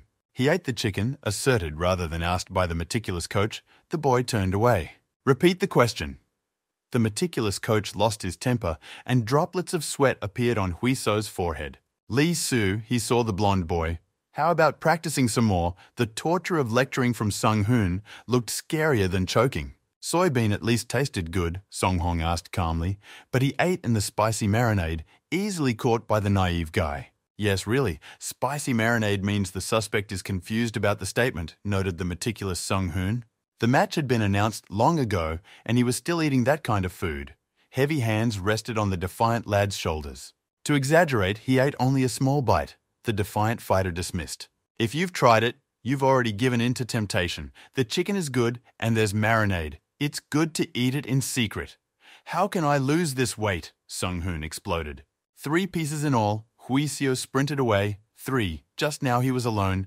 Now the number is growing. The meticulous coach chased after him. Stand still. We'll have to skin him to make him lighter, yelled Sung-hoon. Everyone who works with this guy's going crazy, Lee Soo remarked. And it's Sung-hoon who suffers the most, Taeyong agreed. Hui So could not escape retaliation. Sung Hoon made him sweat to the point of exhaustion. Keep chasing him like a beaver and make sure he doesn't eat anything, frowned the meticulous trainer. Hui So puffed on his morning jog the last few days before the match were not easy. Inhale and exhale 3 times, keep running. Sung Hoon cycled beside him. Shadow fight, he said sternly, and Hui So paused to wave his arms. Great, now from the top, grumbled the stern coach, who had not yet forgotten about the hen. Hui So was taking a breather under the shower, the only place besides the restroom where he could rest. His diet was sparse: fish, rice, sprouted greens, no salt or spices. Again, he looked at the dry and tasteless food under Sung Hoon's strict supervision. Something doesn't feel right, frowned the browbeaten man, and Hui So quickly replied, No, sir. It's only been 2 weeks since the beginning of this week. It's not easy for him now, thought the browbeater. Perero is extraordinarily developed, so to narrow their weight difference, the guy has to get up to 82. Plus, he needed to keep his body fluid ratio the same. He doesn't eat carbs or salt. When an animal is stressed, they become aggressive. Humans are not far gone. They become sensitive, but can deal with it. Even though the guy hadn't objected once yet, but even so, Sung Hoon wouldn't regret it. Bring some water, said the cocky guy. Stop sitting around, useless coach. And Sung Hoon immediately regretted praising the creep. He went to the cooler and got a call from the lazy handyman. Resting after practicing, Sung Hoon relayed to the chief. Really, we'll be ready, he replied to the lazy chief. What is such a thing, asked the impertinent fellow. What's up early in the morning, you cocky fighter? Perero arrived in Korea, sternly looked at the fighter by the browbeaten trainer. You need to prepare for the interview. Good thing they arrived on time. Sung Hoon brought the feisty guy in for an interview. On such an occasion, the boy had dressed up in a suit and was now fiddling with his tie. Such an uncomfortable suit, unhappily muttered the guy. Always was like that, answered him browbeaten coach. Let's go. The bearded principal was already seated behind the podium, center stage as he was supposed to be. Li Hui. So arrived, camera flashes clicked. The event attracted a lot of attention. The director, Hui So, waved his hand, ignoring all official etiquette as usual. Good practice, the principal asked and responded to the handshake. This is his first conference. Can he handle it? The director asked. Hui So replied that he will do what he has to do, or maybe there are recommendations for him. No, he can do what he wants, just don't let him swear, smiled the principal. What do you mean he won't swear? Assured the headmaster the defiant boy. Since he's so sure, he can sit down, the wily principal suggested. Everyone who was supposed to arrive had already arrived, but the opponent still hadn't arrived. Hui So tensed. The aide walked over to the principal and whispered something quietly in his ear. Please understand, the director made a statement. Athlete Perero is now stuck in traffic and therefore delayed. Beginning the interviews of the participants in the joint event, a whisper passed through the room. Seems like it's hard to find your way here, especially for foreigners, thought the daring lad. But even after 20 minutes, the athlete did not show up, which finally pissed off the old principal. So no manners at all, no excuses will help, the guy decided. The interview with the other athletes had already ended, and the microphone was finally handed to the defiant athlete. Here he is, the great one. For all to fall down and praise, Hui So introduced himself. The first question, as if in school, the first hand went up for the race. His past is not disclosed, the reporter asked, and many judge him as a rookie. What can an athlete answer to that? He started MMA in July last year. The match against Cho Woo-chong was his debut, confirmed Hui So's rookie status. So he made his debut without going through the league, the reporter wondered. At that time, Jung Woo's opponent was injured, and the guy acted as a substitute. So he trained for the first 3 weeks without knowing his opponent at all, the journalist wondered. That's right, the guy replied, and gave the floor to another journalist. Since his first match, he has been able to dominate his opponents and win in the first round. How does he train? The reporter asked.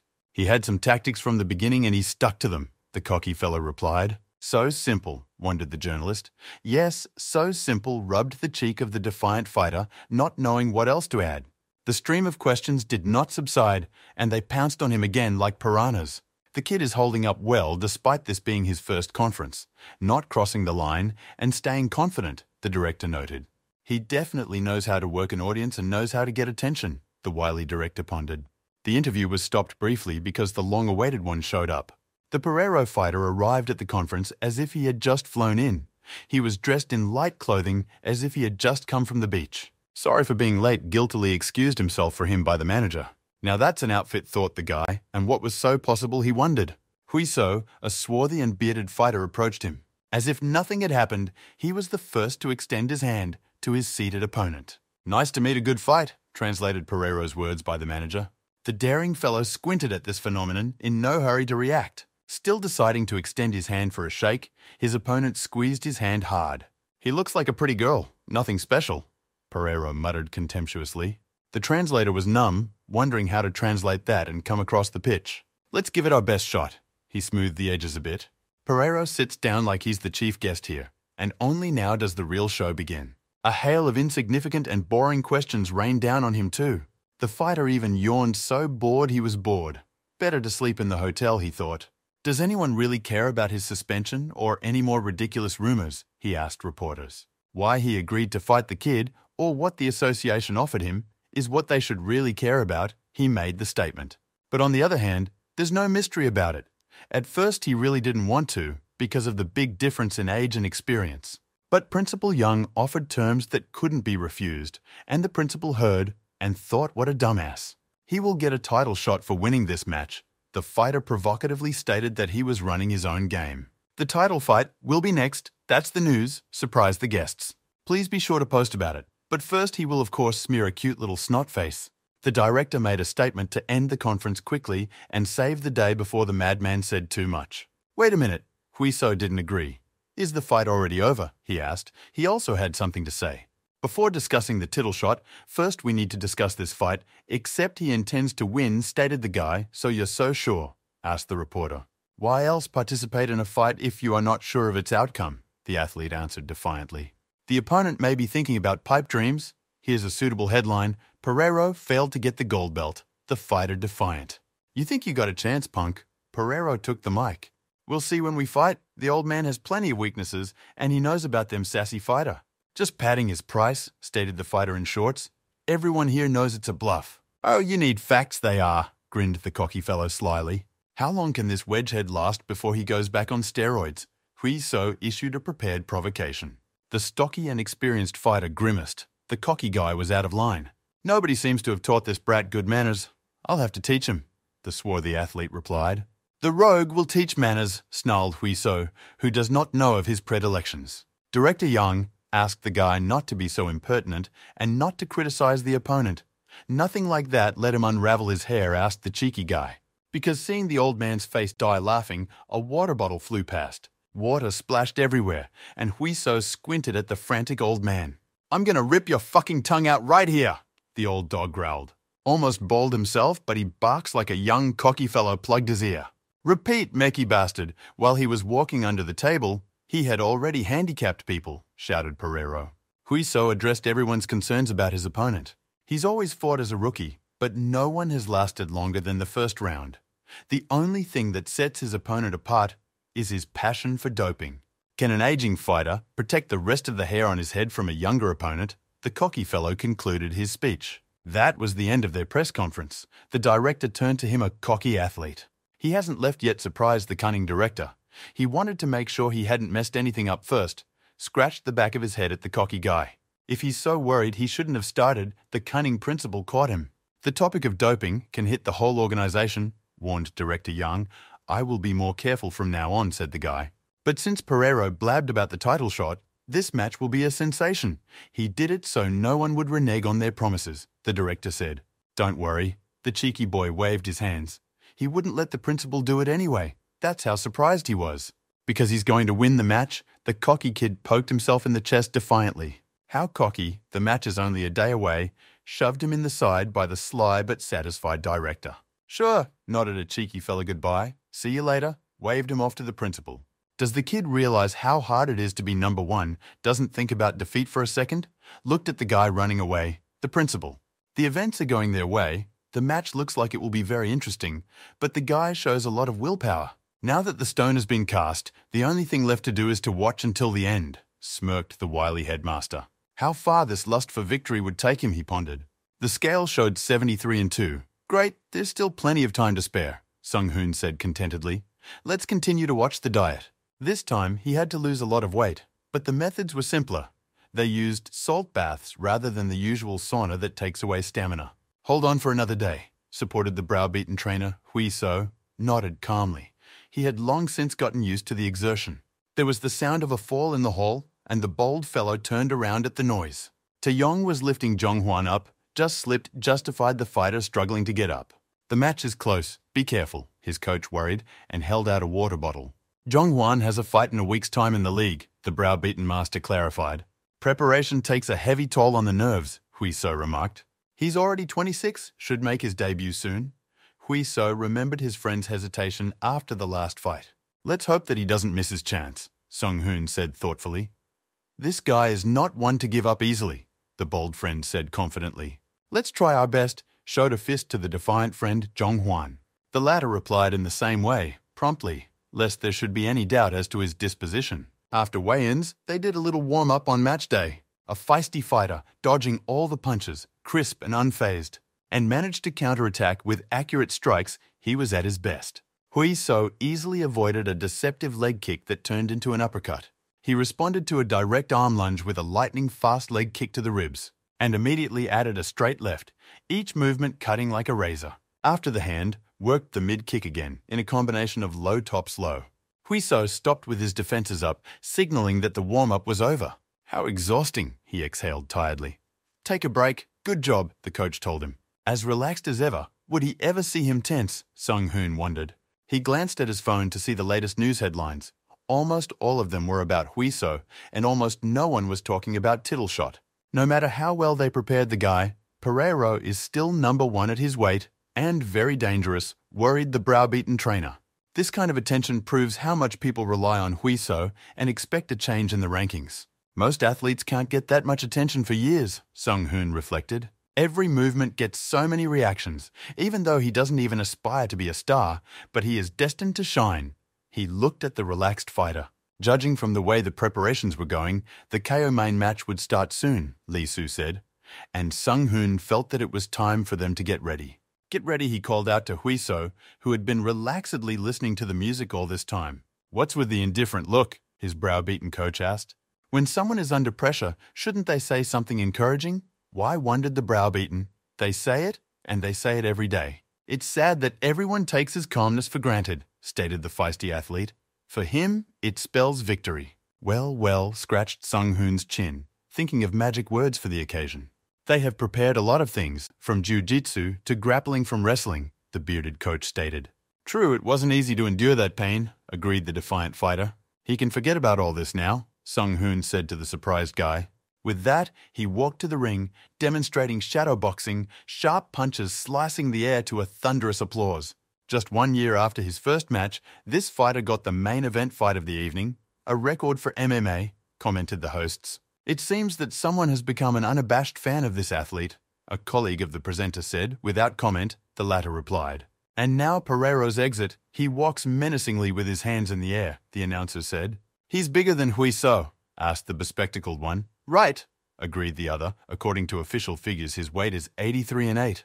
Whether the athlete Lee Huisoe can cope with a difference of almost 10 kilograms, Pereiro recovered perfectly. Now that they're facing off, you can see that both have strong stamina, and Pereiro is like a different weight class. It's a tough call for Huiso. A typical wrestler's body, assessed up close by opponent Huiso, short, thin waist and ankles, but stocky. And that wedge haircut never unraveled his hair, the cocky guy noticed. To the corners, the referee in the ring gave the command and they separated. Ready, checked by the referee, fighting, and with the sound of the gong, the fight began. Pereiro extended his fist. Let's start with a salute, thought the defiant fighter.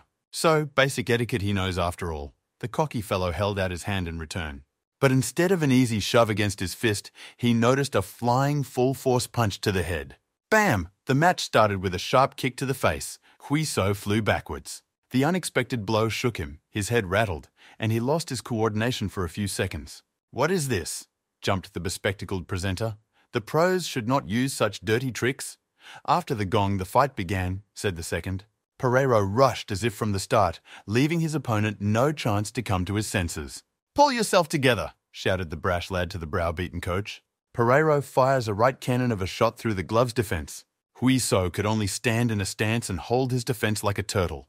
Punching punches bombarded him relentlessly. Why is only defending worried Lee Soo seems to have received a stun blow. Nervous browbeaten coach. With all his might, the daring boy held the block.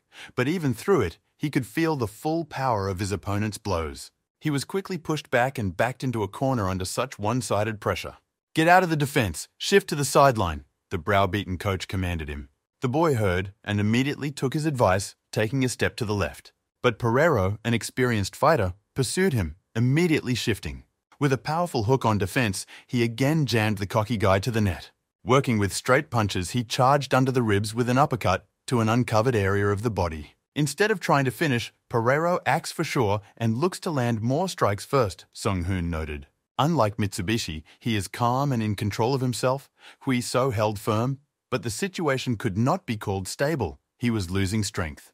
With a sharp move, Pereiro executed a takedown and grabbed the defiant guy's leg. Hui So immediately retaliated and stopped this attempt. He tilted his body, stepped on his leg with his left hand, and stopped his wedge-headed opponent with his right. After a long defense, Hui So opened the faces and the commentators gasped. He received a slight dissection, and his face was covered in abrasions. This was the first time this had happened to the feisty lad. "How tenacious," Pereiro remarked, realizing there was no way to throw the guy off. Then he let go of his leg and straddled the body for a throw. Pinned to the net, and again put a few into the side where there was no defense, the heavy Pereiro had the advantage in power. Hui So was able to move away from the net, but the boogeyman continued to press him with punches. "That's it, you stupid little brat. You liked pulling the tiger's whiskers," gloated Pereiro. After defeating this milksop, he would take the belt and become the champion. Blood splatter flew everywhere. He will make a colorful comeback, prove to this woman and to his son that he is the strongest man in the world. The daring lad was not feeling well at all. He could clearly see all the crushing blows coming. Jeb Pereiro cut through the arm guards and walked right into the cocky guy's face, head bobbing backwards. For the first time in his match, the young fighter was falling from a punch, Hui So sliding down. That's where it ends. Well held. Pereiro already has his arm up for the takedown. But Hui So had time to regroup and do a dive. Moving to the side of his opponent's head, he deftly slid right under the swarthy fighter's blow, avoiding it at the last moment. Despite missing punches, Guy got out and kept good footwork. He was now closing in on his opponent, who was open after the blow. Hui So clenched his fists tighter. The old insolent man had made him very angry. "What?" wondered Pereiro belatedly, noticing a flying counterpunch. The defiant fellow's back unclenched like a steel spring. An uppercut to the head reached its target, fitting tightly into Pereiro's face. This for the stupid hairstyle, knocked the burly man backwards by the defiant fighter. "The loon," Pereiro tisked, bloody goo dripping from his broken nose. The cocky kid took off with a knee strike. The injuries sustained didn't hold him back. The defense, Pereiro thought, reacting to the rushing offense. But he did it too late. A bone-on-bone impact was heard. Pereiro collapsed backwards against the net, unable to stay on his feet. The angry guy stood over him and took a breath. "Since he's been beaten so badly, it's his turn now," the guy said furiously. "Didn't he say the old wreck had too many weaknesses?" The defiant demon took a step towards his enemy. The daring demon went on the offensive, raising his defenses as he fearlessly approached his opponent. Hui So swung left as if he was preparing a broad hook. Hits Pereiro with a right straight right to the jaw. Clean punch gets through the defense. The old fighter tensed up. He had lost his sense of punching distance. First need to recover, thought he. "What an incredible reversal of the match," shrieked the delighted commentators. The bold fighter's blows cleaved the air. He struck accurately and quickly. Hui So made a quick move to grab Pereiro's block and pulled guard, tossing his opponent's arm aside. He immediately hit his old adversary's face with a sharp elbow. Pereiro also suffered a badly split eyebrow and bleeding. With a light and imperceptible movement, Hui So kicked out his supporting leg, which made the massive boogeyman lose his balance and slump forward, only to get hit again with heavy punches to the face. Pereiro climbed into the shell, lifting the block from his hands closer to his face. Hui So immediately took advantage to land an uppercut to the uncovered stomach. The swarthy old man cringed with inner pain, abruptly wanting to show everyone his breakfast. "3 punches to the body. Li Hui So is unstoppable," roared the commentators on the speakers. Pereiro's defense fell. He couldn't hold his hands up anymore. Immediately, he got a straight right to the face. The top-down combination worked again. Hui So seized the initiative. "The ego attacks are incredible, each reaching its target," the presenters enthused. "Don't get cocky, brat." The old man still had something to answer for. Pereiro went on the offensive. Hui So deftly dodged the wide hook as if he was just waiting for it. A right middle ground kick clanked against his exposed ribs instead of counterpunching. The old boogeyman groaned in pain again. He had been beaten on his most sensitive spots. But overcoming the pain, he struck again with a right hook to throw off the brat's attack. The daring mongoose saw all the movements as if in the palm of his hand. Over reflexes helped slip away at the last second with a slight movement of the hole. Left foot charged at his liver. No one is forever. Huiso counterattacked again. Another counter kick had him bent in half. The cocky fellow raised an open palm over his opponent, and he slapped the old man, his head spinning from the blow. Stunning in his ear, the commentator shouted with excitement. Huiso triumphantly raised his arms like a gladiator in an ancient arena. He was not at all afraid to show his opponent his back. The referee immediately issued a warning and demanded compliance with the rules. The old man became furious, his face turning purple with anger. "Fine, let her get mad and go crazy," smiled the cocky guy. "The kid's got the pace. We need to break him down," Pereiro thought. Now he lunged forward like a swimmer in a pool. His hands gathered into a lock around his leg before he even landed. "Thanks for opening up," smirked the cocky guy. He'd been waiting for that move. With a deft turn, he made the old fighter fly past, out of inertia. Waiting for a capture means, Pereiro realized, he immediately grouped up. The now defiant boy was reaching his hands toward his knee. "Great, he'll be able to get out quickly. His grappling technique is better than the brat's," the old fighter thought. He had hoped to take advantage of the hiccup to rest, but instead, he sniffed the insolent guy's feet. A high kick from the cocky kid nearly cut the old man's jaw off. His tackle was just a ploy. Angry Pereiro fell for it. He lost his sense of balance. The impact damaged his vestibular apparatus. Need a foothold, thought the old fighter, and noticed Huiso rapidly approaching. The daring fellow leapt like a gazelle, a flying knee strike landing on the old man's head. The ringing in his ears nearly made him pass out, his face looking like a chop. As he fell, the old man tried to climb on top of the defiant fellow, wrapping his arms around him. "How to hold on," smirked the defiant demon, "so the strength is still there." He's really glad about this, Huiso thought, tucking his legs back so he wouldn't get knocked over. Hands interlocked around the old man's thick neck, the guy didn't miss an opportunity. A knee strike tries Pereiro's defenses to the body. Biting like hell, the old fighter shrank back like a turtle, the blow reaching even through his defenses. Holding up well? That means he can be beaten even more, gloatingly smiled the defiant demon. The old man falls to the side, and Huiso rushes to help him. He threw Pereiro away from himself, straight to the net. The devil, thought the old sportsman, he had never been hit so hard in a fight before. Jeb saw the old man the faint flicker of his opponent's left hand, or a hook, and a strong one at that, guessed the experienced athlete, reacting to Huiso's movements. He covered his head expecting a powerful punch from the cocky guy. "I'll block and counterattack," he thought.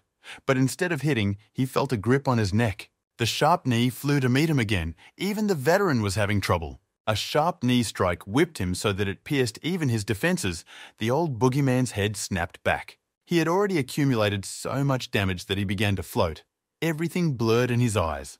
Huiso shot the old man from long range with powerful frontal kikakas with impunity. "He won't even let the bastard recover," the old veteran gritted his teeth. Pereiro took a front point stance. Commentators explained his actions, with knee strikes and kicking prohibited in that position. Is his kicking really that strong? The guy thought, since he hid. But unfortunately for Pereiro, the guy knew how to fist smash as well. Like a hunted animal, the old fighter drew back in search of a safe corner. A blow to the back delayed the fleeing man, and a loud slap sounded. Whatever he does, he still gets beaten up. Even defending himself is useless. Pereiro grimaced. Needing to get away from him, he took a step to the side, mirroring the beginning of their fight. "Where are you going?" The cocky fellow shook his finger at him. Pereiro is not being allowed to leave. The first time he himself has been trapped, the commentators got excited. Huiso pinned him to the net with side kicks on defense to pin him in place. Everyone makes mistakes sooner or later. Pereiro was patient and waited for the cocky kid to make a mistake. After waiting for the blow, he abruptly retracted his body, causing Huiso to fall forward slightly, losing his footing. Nice head open. Pereiro has his arm loaded up for a punch. A sharp overhand suddenly shot out at the cocky fellow. It was too late to dodge, the guy realized, and instead counterattacked with an elbow. The twirling loon clenched his teeth at the old fighter, missing the unexpected poke. "Elbow, successful elbow attack," yelled the bespectacled commentator. "Impossible." Who called this monster with the reaction of a mongoose a rookie? Horrified, Pereiro looked at his opponent. A clean uppercut cracked his exposed head again. He had long since lost sensation from the intense pain. That's how he would lose a match that should have brought him closer to the championship, ran through the veteran's mind. Huiso didn't stop and beat up his old rival. All the hard work had gone to waste. Pereiro realized the near end. He would surely make things right. The last of his hopes frayed in his soul. Arrogant jackass, his ex-wife whispered in his subconscious. O sighed disappointedly to the old fighter as the sentence was already whistling in his ears. Haikikui, so cut him down like a tall tree. Even the coaches' mouths dropped open at such a tumultuous and dramatic denouement of the fight. The back of his head snapped far back from the piercing blow. Pereiro went limp, and he collapsed like a man down in front of his opponent. His hefty body collapsed with a deafening thud into the ring. The referee closed in on the defeated fighter and called an end to the fight via knockout. The veteran who had won 6 years in a row was worn down and knocked out in the first round. "The stand's going crazy," the announcer shouted. He did it, beat off the old meat properly, boasted the daring fighter to Hun Sun. A good fight praised the latter. Today, he will do whatever he wants. Let them not even think of stopping him. The defiant winner, Sung Hoon, nodded and promised to cover in case of anything. "You promise exactly," rejoiced the daring athlete, and the browbeaten coach immediately regretted his decision. "He's got to clean up this mess tomorrow," the cocky guy smirked. The winner was immediately approached by reporters a couple minutes after the fight. "Congratulations on the win. It was an entertaining match," the journalist said. "Above all, everyone is interested in the brave counterpart who changed the course of the fight, how he dared to make such a strike. The situation wasn't critical. He needed time to recover. And while he was being beaten, he mapped out his opponent's vulnerabilities," Huiso replied. "And when the right moment came, he just hit it," the boastful athlete stated. "Unbelievable," said the reporter. The odds were 9-1 against Huiso. They bet so much against him surprised the guy. "All correct," confirmed the journalist, and the guy sighed disappointedly. "Doesn't anyone believe in him? What does he want to convey to the match spectators today?" asked him by a journalist, will be briefly answered by the bold guy. "I hope everyone who bet against him and lost a lot of money will make the right bet next time. Especially when it comes to his matches. Let the rascals think properly," shouted the defiant athlete. "Unbelievable. Let's all support the winner," the journalist replied. But Huiso raised his hand to say another word. "I want to say something to Director Young." He turned to the wily old man. Only quickly, sternly replied the cunning headmaster. What would he pull this time, he worried. "I apologize first. He robbed them of the opportunity to promote their next match with Pereiro." The guy brazenly apologized. "But everything can be fixed if you give it to him," he said. "Stretch a finger and he'll snatch his arm off his shoulders." The wily principal was horrified at the unbridled insolence. The headmaster pondered the answer while an excited clamor built up through the hall. "What the hell is he doing?" the meticulous coaches pissed. The excited crowd chanted his name and pressed the principal, but he was slow to respond. "He's so confident. Tittle shot. A whole other event. Can he handle it?" asked the wily principal. "Who knows?" the defiant lad replied evasively. But since the headmaster asked, he might as well answer the question himself. "He won all 4 of his matches in 1 round, the lad declared smugly. He switched 2 weight classes and passed all the tests with flying colors. And tonight, he cut the man everyone feared to death, the cocky fighter boasted as Pereiro came to his senses. "Please reconsider whether he deserves a tittle shotter," the brash athlete boasted in a blaze of glory. "Just look at him, let him frolic. It's not a bluff," squinted the cunning headmaster. "Mr. Director, everyone here is a busy man. Can he give an answer?" The fighter was already sassing non-stop. "He's too cocky," muttered the browstick shadow. "Let's see where this goes," thought Director Young. "He can't give a definite answer right now," said the wily director. "Even though he is in charge, the opinion of champions and veterans should also be taken into account. He should consult them first. Today was the first time he fought someone with a high rank. No shame in asking for a title shot right away." The headmaster asked a sly question. Wouldn't he lose his reputation? And what if everyone started asking for the same thing? The wily director continued. "However, fighter Li Huisoi has his reasons. He is worthy of this fight," the director said firmly. "He can't say anything else, but has promised to promote the title match." The crowd exploded upon hearing such amazing news for Huiso fans. Huiso was jubilant. He got what he wanted, proper audience attention and promotion of the match. The director also smiled slyly, anticipating future earnings. Taeyeon and the browbeaten coach clapped their hands together in joy, for the cheeky lad had gotten away with it. Huiso sat in the half-empty bleachers and watched the other athletes fight. He was looking forward to his best friend's fight tonight, and relaxed watching ringside. "Is it really #1 in X1? The manager wondered pictorially, as if he had come here completely by accident. "It's been a while," said the guy, saying hello to the manager who brought him into the world of MMA. "That's right, it was a long time ago," laughed manager Jong Young-kun. "How are the wounds?" he asked, waiting for Jung Hwan's match, clarified the manager. "Everything is fine," replied the cocky guy. "Amazing fight. To beat Pereira like that," congratulated the manager. The smug guy was outraged. Was he the only one who believed in his victory? "Someone chewed more than one cigarette out of envy for not taking the guy in," said the manager. "Should have done a better job of coaxing," said the cocky athlete. "So if they try hard enough, he will go to them." The manager was interested. "First see how much better they are," the guy answered evasively. "What a bastard." Now all the time will remember was, cracked the manager of the athlete. "How is Jong Hwan? Has he prepared well?" Of course, confidently replied the guy, not doubting his friend. "It's a shame he's not performing so much. He's not having much luck in the ring," the manager remarked, and Hui So was worried too. Jong Hwan had 4 opportunities in a year. He is a promising fighter. Even pity a little, thought Hui So. "Don't worry," he said firmly to the manager next to him. "Lee Jong Hwan is one of the few who will do anything to achieve his goal," the feisty fighter assured his manager. In the blue corner of the ring, Team Attack fighter Lee Jong Hwan, the announcer announced. In the red corner, Team Mountain fighter Park Chan-sik introduced their opponent. Taeyong watched his ward closely and felt strongly for him. He remembered their conversation in the locker room before the fight. Jong Hwan checked to make sure his gloves were fastened properly. "Slacker," the hardcore workout enthusiast called out to him. "Come over here for a moment. There's something we need to discuss," Taeyong told him sternly. "Does he know why he gets yelled at almost every game?" the coach asked him. "Apparently he's not good enough." Jong Hwan looked down. "Of course not, you fool, because they're worried about him," Taeyong said. "I'm sorry I brought him on the team and coached him until he was blue in the face," the big man said with difficulty. "He did it because he saw the kid's potential and wanted to see him make his debut. But in the ring, it's like he becomes a different person, constantly making mistakes and failing to prove himself." Jong Hwan squeezed even harder at those words. It was hurtful to hear such a thing before a fight, but the words were true. But that was Taeyong's own fault. He grabbed his ward by the shoulders. He yelled, pressured him, and worse yet, didn't believe in his victory, and the result showed itself. Taeyong admitted his guilt. He guessed he was ruining the guy's career. But the further he went, the angrier he got, and the harder it was to think about everything. "Sorry for acting like a child," Taeyong apologized. "He won't repeat his mistakes in this match. Now let him do what he thinks he needs to do, and he as a coach will back him up." "Give it your best shot," the big guy told him, and the guy responded decisively and cheered up. The two fighters collided immediately after the gong sounded, the commentator said.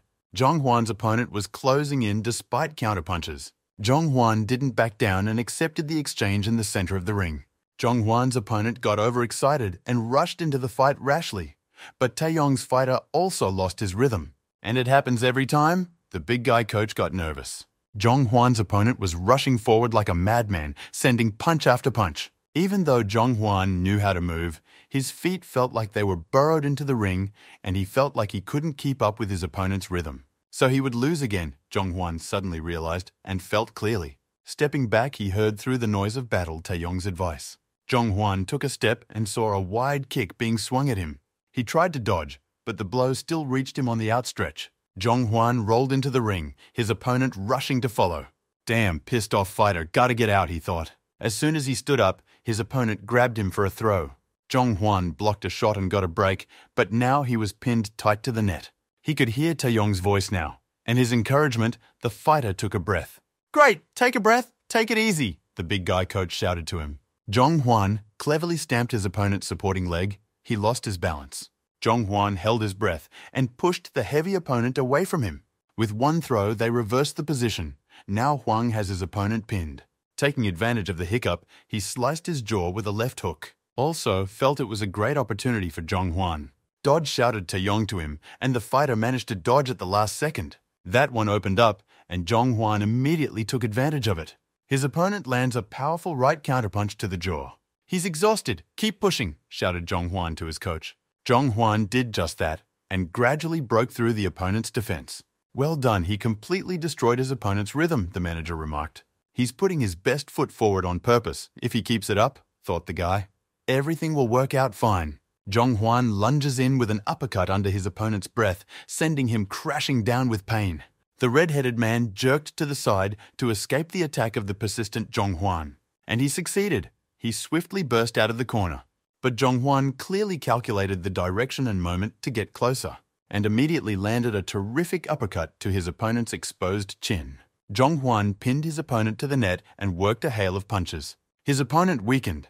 Zhonghwan smelled the flavor of imminent victory and sped up. To think he wanted to go and leave his younger friend behind, the athlete berated himself. But that's in the past, he's bound to win this match. Zhonghwan swung harder. His opponent cowered like a hunted rat and saw the knockout coming. Desperate, he instinctively moved to meet Zhonghwan with a punch. They both hit at the same moment, the fate of the entire match hanging in the air. But the opponent was a bit faster. Zhonghwan missed a powerful counterpunch that crumpled his face. They only separated for a few moments. If Zhonghwan hadn't hit so swingingly, he would have succeeded. His opponent threw him back, and now the fate of the match was once again uncertain. "Zhonghwan, pull yourself together," yelled the big guy coach at the top of his voice. But the fighter didn't hear him and fell on his back, stunned by the blow. At the cost of tremendous effort, Zhonghwan managed to stay on his feet, which made his opponent distraught, because he thought he had already won. He decided not to miss such an opportunity and immediately rushed into action. Would he lose this time too? No way. Zhonghwan gathered all his courage. He didn't back down and lunged at his opponent as well. "Way to go. Now's the time," the big guy coach shouted to him. Zhonghwan has prepared a jumping knee strike. The precise strike simply smeared his opponent with a deafening thud. The redhead's eyes rolled back and his head fell back. Zhonghwan executed a perfect knee kick and rushed in for the takedown. He got on top and swung to hit his opponent hard. Furious punches sealed the redhead to the ring. The opponent's defense shook, and he started missing a lot of face-offs. Zhonghwan was hammering away like an anvil until the ref told him to stop and stopped the fight. Zhonghwan was having a hard time catching his breath and couldn't believe it was over. He looked upward, gulping greedily for air, and came to his senses. He had finally won. The fighter threw up his hands in triumph. "Holy crap, you got me worried." The big guy climbed into the ring. "Taeyeon," shouted almost crying fighter, "won the devil. Spread his arms, coach." "Good battle," said Huiso, happy for his friend. The manager looked discouraged at the results. Two grown men were hugging in the middle of a huge hall and crying. In the evening, they went out for a walk and some fresh air. "This was the first time seeing Taeyeon so happy," Huiso remarked. "Now his dream of making his debut has become a reality," the defiant friend declared. "He only survived because of him," Zhonghwan replied. "But what did he do?" asked a surprised Huiso. "He was going to quit the team. Everyone knew it," Zhonghwan said, and the cocky friend pretended not to understand. Each loss distanced them from each other. He kept thinking how to live on and what to do, because fighting was all he knew how to do. But the thought of leaving his friend alone bothered him more than anything else, and so he didn't give up. And now he's a little calmer and can look his friend in the eye.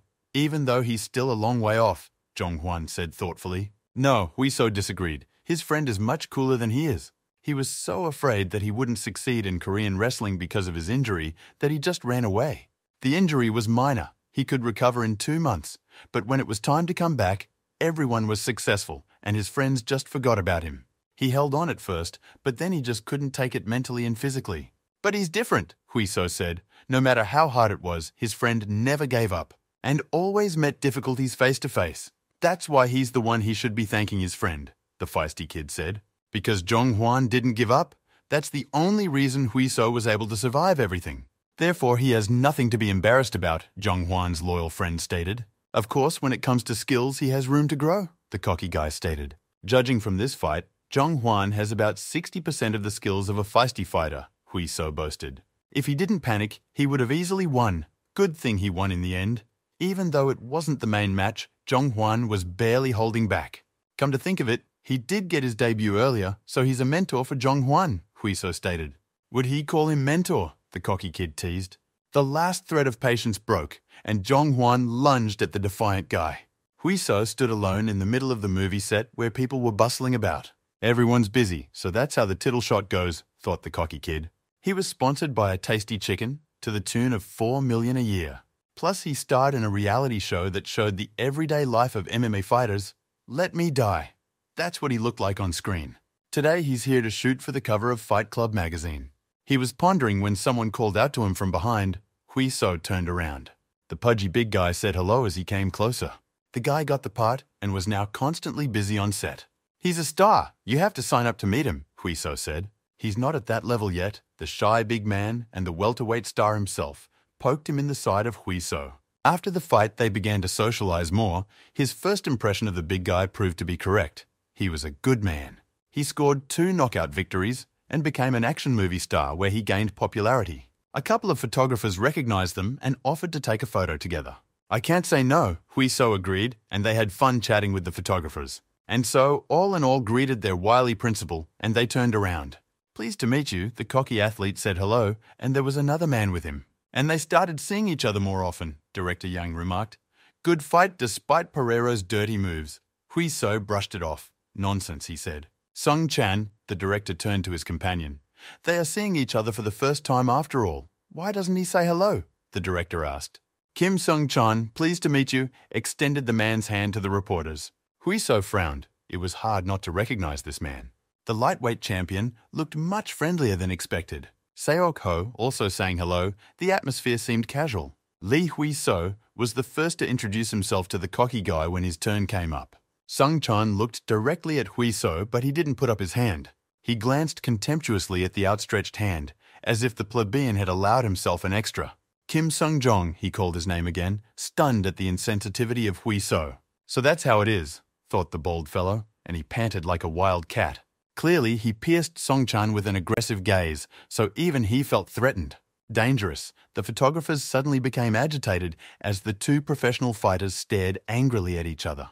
The cocky kid wasn't even going to smooth out the angles and openly challenged the champion. Thank you all for your work. Let them eat meat to the brim, issued the director toast at the corporate party after the shooting. Director, the clerk addressed him, and is steak included in that list, of course, assured the generous boss. With the exception of Mr. Kim, everyone can order their own steak, he replied to the clerk. Everyone present laughed at such a cruel joke. Huiso took the opportunity to eat a lot of fried meat. Would have eaten a little more. Sung-chan nudged the cocky guy, but he refused. He has a match in 3 weeks, he said. What a pity, sneered Huiso. When is he going to shut up already? Replied the champion irritably. Perhaps never, shaved his guy off defiantly. Does he really think anyone would believe it's such a coincidence that they're eating at the same table right now? I will, the defiant boy replied. If he would listen, Huiso stated. As he sits puffed up like a turkey with his arms crossed, it gives the impression that he's a bastard, said the cocky guy to Sung-chan. For what reason does he refuse to match him? Huiso asked, and put his chopsticks aside. He's just not worthy of it, and he's new to the fight, the champ said firmly. Worthy or unworthy, fed up with what it has to do with qualifications, grumbled the cocky lad. All ranked fighters are afraid of Pereiro, Huiso reminded. He was the only one who could come out against him and win the match.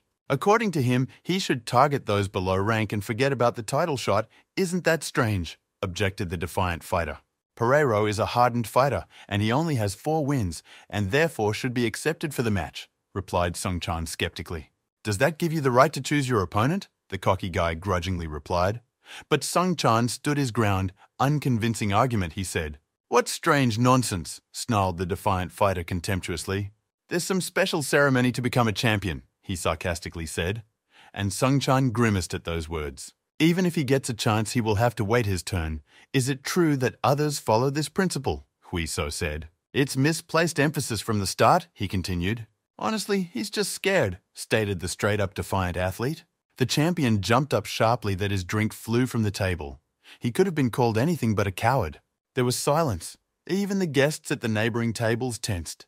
He was babysitting him like he was a junior, but that's going out of bounds, raged the champ. Big deal, no big deal, the cocky guy continued to provoke. Both of them stared at each other with angry looks, neither one wanting to back down. A worried whisper ran through the banquet hall. Everyone was now looking at the 2 fighters. Director Young calmly watched the scene as if it was part of his plan. Seoko jumped into the conversation, wanting to quiet the athletes. Still no need to swear in front of the principal, he said. Looks like he was wrong about him, Huiso. Spitting on all the big guy's attempts at reconciliation. First he didn't give him a hand, and now he's looking at him so arrogantly. Good thing he saw with his own eyes. The guy was cocky.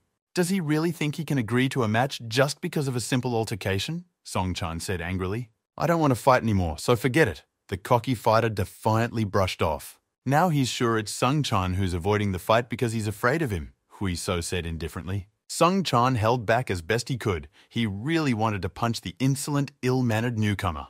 Excuse me, director, turned to him suddenly Sung-chan, having made up his mind. Even though he told them to eat to their heart's content, Sung Chun apologized for leaving before the director. Is everything all right? The wily director asked him. In full, Sung Chun replied and squinted at Hui So. He just doesn't see the point of staying here, he replied demurely, and the defiant boy defiantly spread his hands. Song Chun promised to come by personally later and apologize. The director nodded and let him go.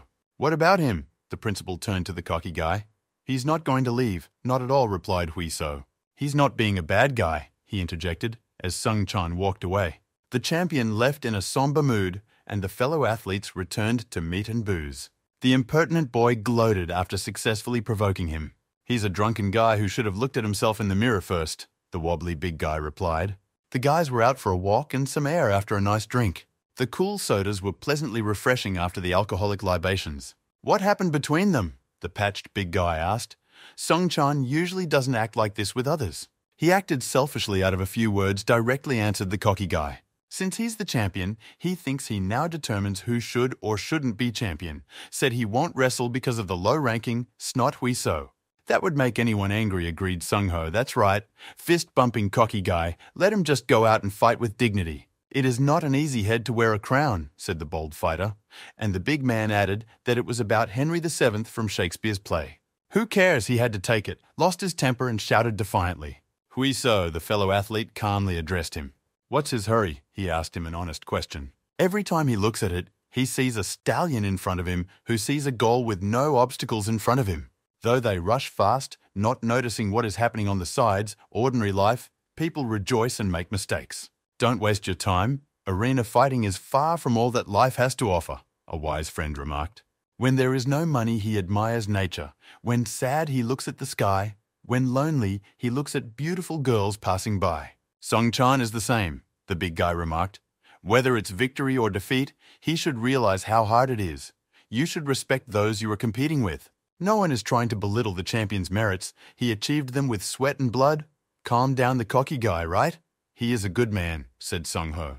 Although it's about the one who was beating him in the ring with a devilish smile on his face. Oh, sighed the fighter. Those words hurt to the heart. In any case, he's right. The harshness is unnecessary. Hui So agreed.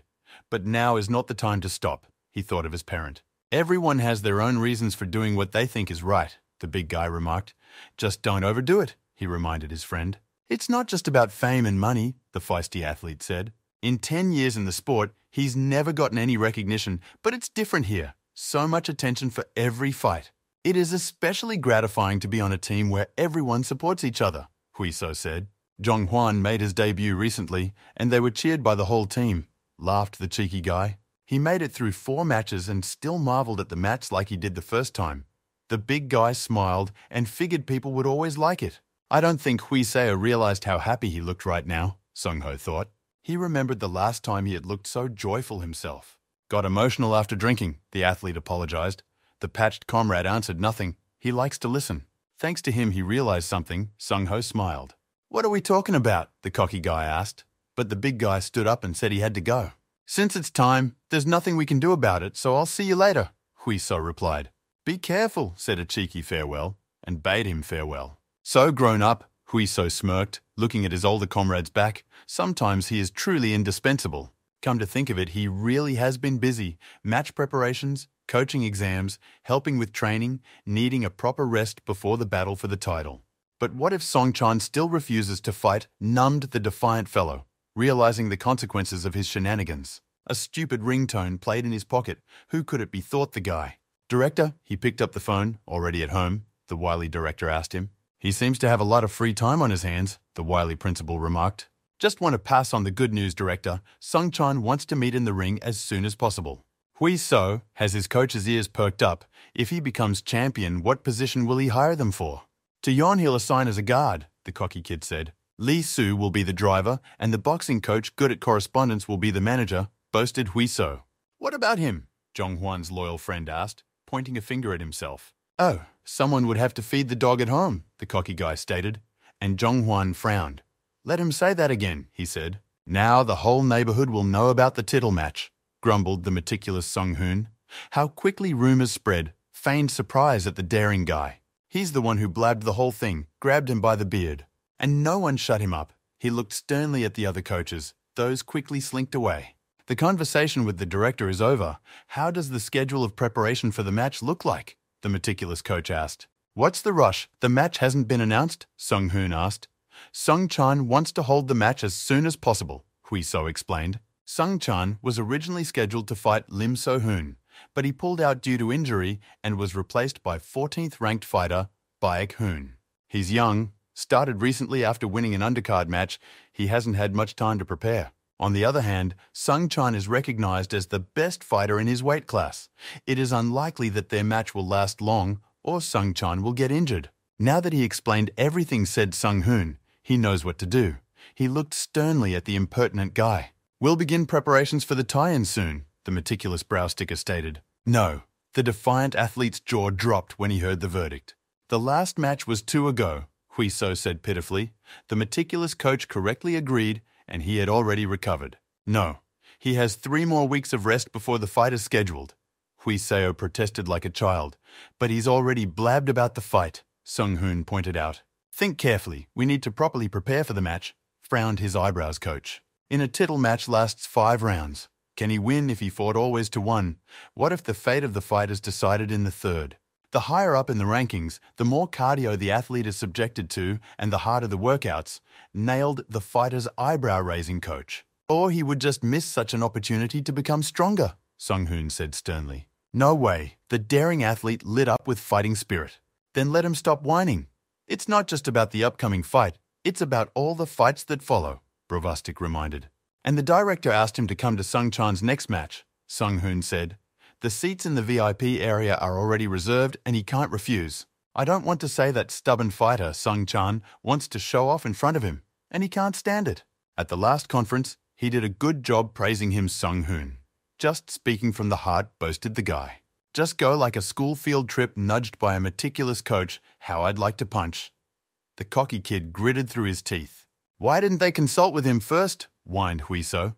It's a requirement of the association and everyone will benefit, said the browbeaten coach. Hui-so was not satisfied, and the brow-bearded master stubbornly turned away. He's coming, right? Asked Sung-hoon fighter. How do you know? Cardio in the summer, training. Now he will go to rest, remove the cocky guy. Make sure to call afterward, Sung-hoon droned on, and the cocky guy defiantly plugged his ears. What a kid, the brow-beaten coach looked at him. Director, said a polite hello to Sung-hoon when they arrived at the tittle match. Good of you to come, he said. Sorry for being late, apologizing to the burly browstick while the cocky guy didn't show a gram of regret. He was afraid they wouldn't come at all, said the director. How could they refuse him? Replied Sung-hoon politely. He was glad to see him too, Mr. Surliness, joked the old sly man, the lad spitting on all propriety as usual. It's hard on him, the director asked sympathetically. They fight every day, agreed the browbeaten coach. How about a drink after the match was suggested by the boss, but Sung-hoon had to decline. They had already started preparing for the match, and he was keeping an eye on the guy. Even on vacation, surprised the director, they are going to make the most of the time, explained the meticulous coach. We can't relax while the youth are suffering, the coach in charge declared his solidarity. So we'll put it off until next time with Sang-guk and Yoo-jin, shrugged the principal. They bowed out and hurried to their seats in the box. The match was about to begin. That's why he loves the attack team, the director told the aide. This team is good from management to training and coaching, so they produce good fighters, he said. Is this upstart so good? Questioned Young's assistant. They looked at the athlete and the coach who had just started teaching the kids some manners. Just take our seats, the wily principal evaded. The main event begins, roared the voice of the announcer on the podium. In the blue corner was Baek Hong, a 14th ranked fighter. In the red corner comes out the champion, Top Gan Sung-chan, number 1 in his weight. The crowd of fans exploded into the stands, those cheering fiercely for their champion. Sung-chan waved his hand to the loyal fans, looking calmer now than when he was talking to the cocky guy. So he came and noticed an insolent boy in the close seats. Doesn't recognize his leadership, but himself came to see his skills, scumbag, thought Sung-chan. In that case, he will show the difference between them. A wrestler fighting a boxer, interested to know what the outcome is, the commentator said, as the fighters glared at each other in the center of the ring. The referee gave the command to fight, the gong sounded, and the fight began. Sung-chan started with a confident 2 to the head and got the first points. A punch combo throws Baek-hoon off balance even as he gets into guard. Now Sung-chan was crowding in the ring, his opponent with pure power. They traded straight punches at long range, probing each other's defenses. Both watched intently, each watching the other and in no hurry to finish the fight. Sung Chan started with flickering jabs to confuse his opponent. Instead, he applied a low kick to the shin. The deception worked well. After the first, a second flew in, stabbing painfully into his leg. Baek-hoon is having trouble moving. His leg is numb from the impact. He froze in place and immediately got a 2 right left on defense. Following the hands, flew a high kick to the shoulder to score a muscle-up on Baek-hoon's arm. Baek-hong flew back to the net, the blows penetrating even the defense. Sung Chan cautiously stepped on, pinning his opponent down. He's not only strong but also very fast, analyzed Hui So's future opponent. From the beginning, the audience knew the outcome of the match, and few people bet on Baek-hoon to win. But the ring is such a place where the outcome of a fight can turn at any moment. Baek-hoon stood over his defeated opponent and smiled gloatingly. Working as number 2, Baek-hoon moved around the circle, avoiding Sung Chan. A few seconds passed, and Sung Chan calculated the distance and executed a jumping hook. The punch went perfectly, crushing Baek-hoon's defense and knocking him back. He staggered and began to slump against the octagon netting. Sung Chan didn't miss this opportunity and continued to attack. But he couldn't know that it was all a trap set by Baek-hoon. Their punches flashed crosswise, but the opponent was faster. Sung Chan got a straight right to the tip of his chin. The well-calculated blow immediately damaged his vestibular apparatus, and Sung Chan lost his balance. He collapsed in the ring, out of the blue, and suffered a massive shock. He tried to get up quickly, but still didn't make it. Out of the corner of his eye, he could already see a punch flying at his head from above. Baek-hong took him down with a powerful mid-kick, sending him flying again. One clever ploy turned the tide of the match, and Baek-hoon pulled it off. After that, Sung Chan came under a hail of punches and couldn't defend against them as he hadn't yet recovered from his past injuries. It was as if Baek-hoon had dropped his mask and showed his real abilities and complex techniques. If Sung Chan were an ordinary person, he would have collapsed long ago, but his hardened body was still holding on. He was even able to land a few light counterattacks. But he couldn't succeed in disrupting Baek-hoon's pace. He only smirked and continued to press on. Now that Sung Chan's defense was weakened, he found himself pinned to the net. The match ended when his trainer threw in the towel, thinking it best to avoid major damage. Sung Chan was never able to pull himself together for the rest of the match and looked completely defeated. After this match, the main event title goes to Baek-hoon, the announcer cheerfully announced. A few words about the match, the host asked Sung Chan. The latter regretted that he did not study his opponent better and poorly prepared. It was a shame to give up halfway through, but such a decision is not unreasonable, the defeated champion said. However, this is not the end. He promised all the fans that he would get stronger and get back in the ring and apologized to the fans again. That's how unexpectedly this match ended, the announcer stated. Now moving on to the interview with the new champion, the announcer stated. He gave him his word, Hui So seeing off the defeated champion with a glance. "Let's go," said the cocky fellow to the browbeaten coach. "Don't you want to finish listening?" the latter wondered. "The match is over. If we don't hurry, we'll be back late," said the guy. "Okay," agreed the coach. "Just talk to the director." "They will go." Sung-hoon said goodbye to the headmaster. But the headmaster just froze as he was too discouraged by the outcome of the fight. "Director," the browbeaten coach called out to him again, and he finally turned his attention to him. "Sorry they travelled all this way to see this loss," the old principal said. "We'll eat next time," he suggested. He had business to attend to now, and they bowed goodbye. "An unexpected result," Sung-hoon remarked. "That guy didn't expect this either," replied the cocky guy, referring to the champion. "Who would he like to fight in a defense match?" the host asked Baek-hoon.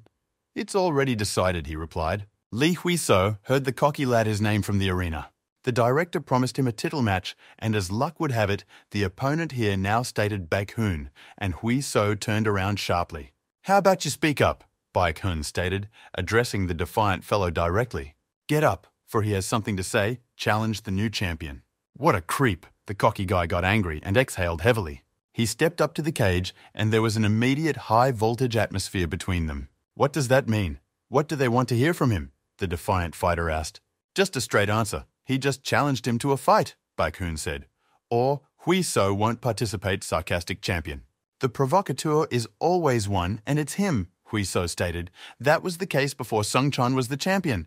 Now things have changed." "Why?" asked the champion bluntly by the cocky lad. "Just giving him a chance," the newly cunning champion stated. "Why doubt? You just have to say thank you, don't you?" He cheekily poked Hui-so.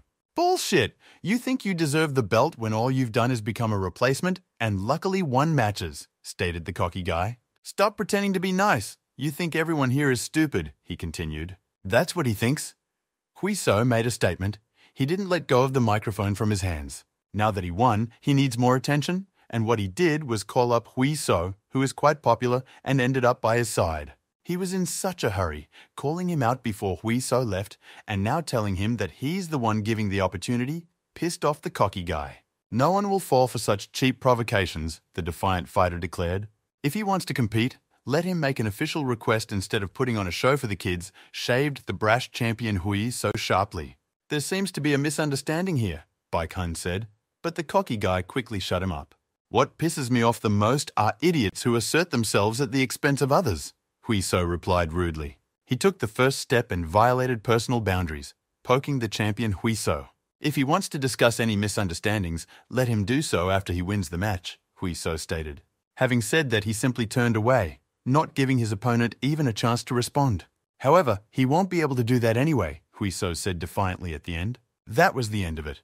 He tossed the microphone and walked away like the master of the situation. The crowd chanted his name. In an instant, he won the attention of all the spectators. Taking the attention away from the champion in a flash, the old headmaster remarked, "Excuse me, wait," heard the principal in a familiar voice. "They're together," he tried to explain himself to him. Yeah. In his dreams, the guards didn't believe him, mistaking him for a regular onlooker who wanted attention. "What a down-to-earth guy," the assistant principal said. "He's a boxer," the unshaven master stated confidently as they conferred. "Boxer, one fell out. Huiseo and browbeaten coach, right?" continued Sang-guk. "Such a counterpunch is used by pro outfighters." "Look carefully," said the unshaven master. "Long-range fighting style," said he. The video clearly showed the former champion being cleverly shot at from long range.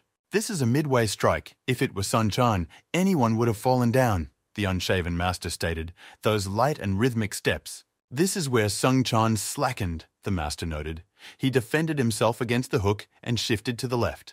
Baek Hong took advantage of this and counterpunched with a left. He has fast hands. The plus side of boxing fundamentals is that he's always focused, no matter how he changes position. Even if he knew about it, it wouldn't help him." Pondering aloud to the guy, Song Chan had a hard time answering that. "Of course it's difficult, but there was a moment when it opened up," Sang-guk said. "That was the moment when Baek Hong took an uppercut to the solar plexus." "Let's start from that moment," explained the master. After the punch, he froze in place and waited for Song Chan.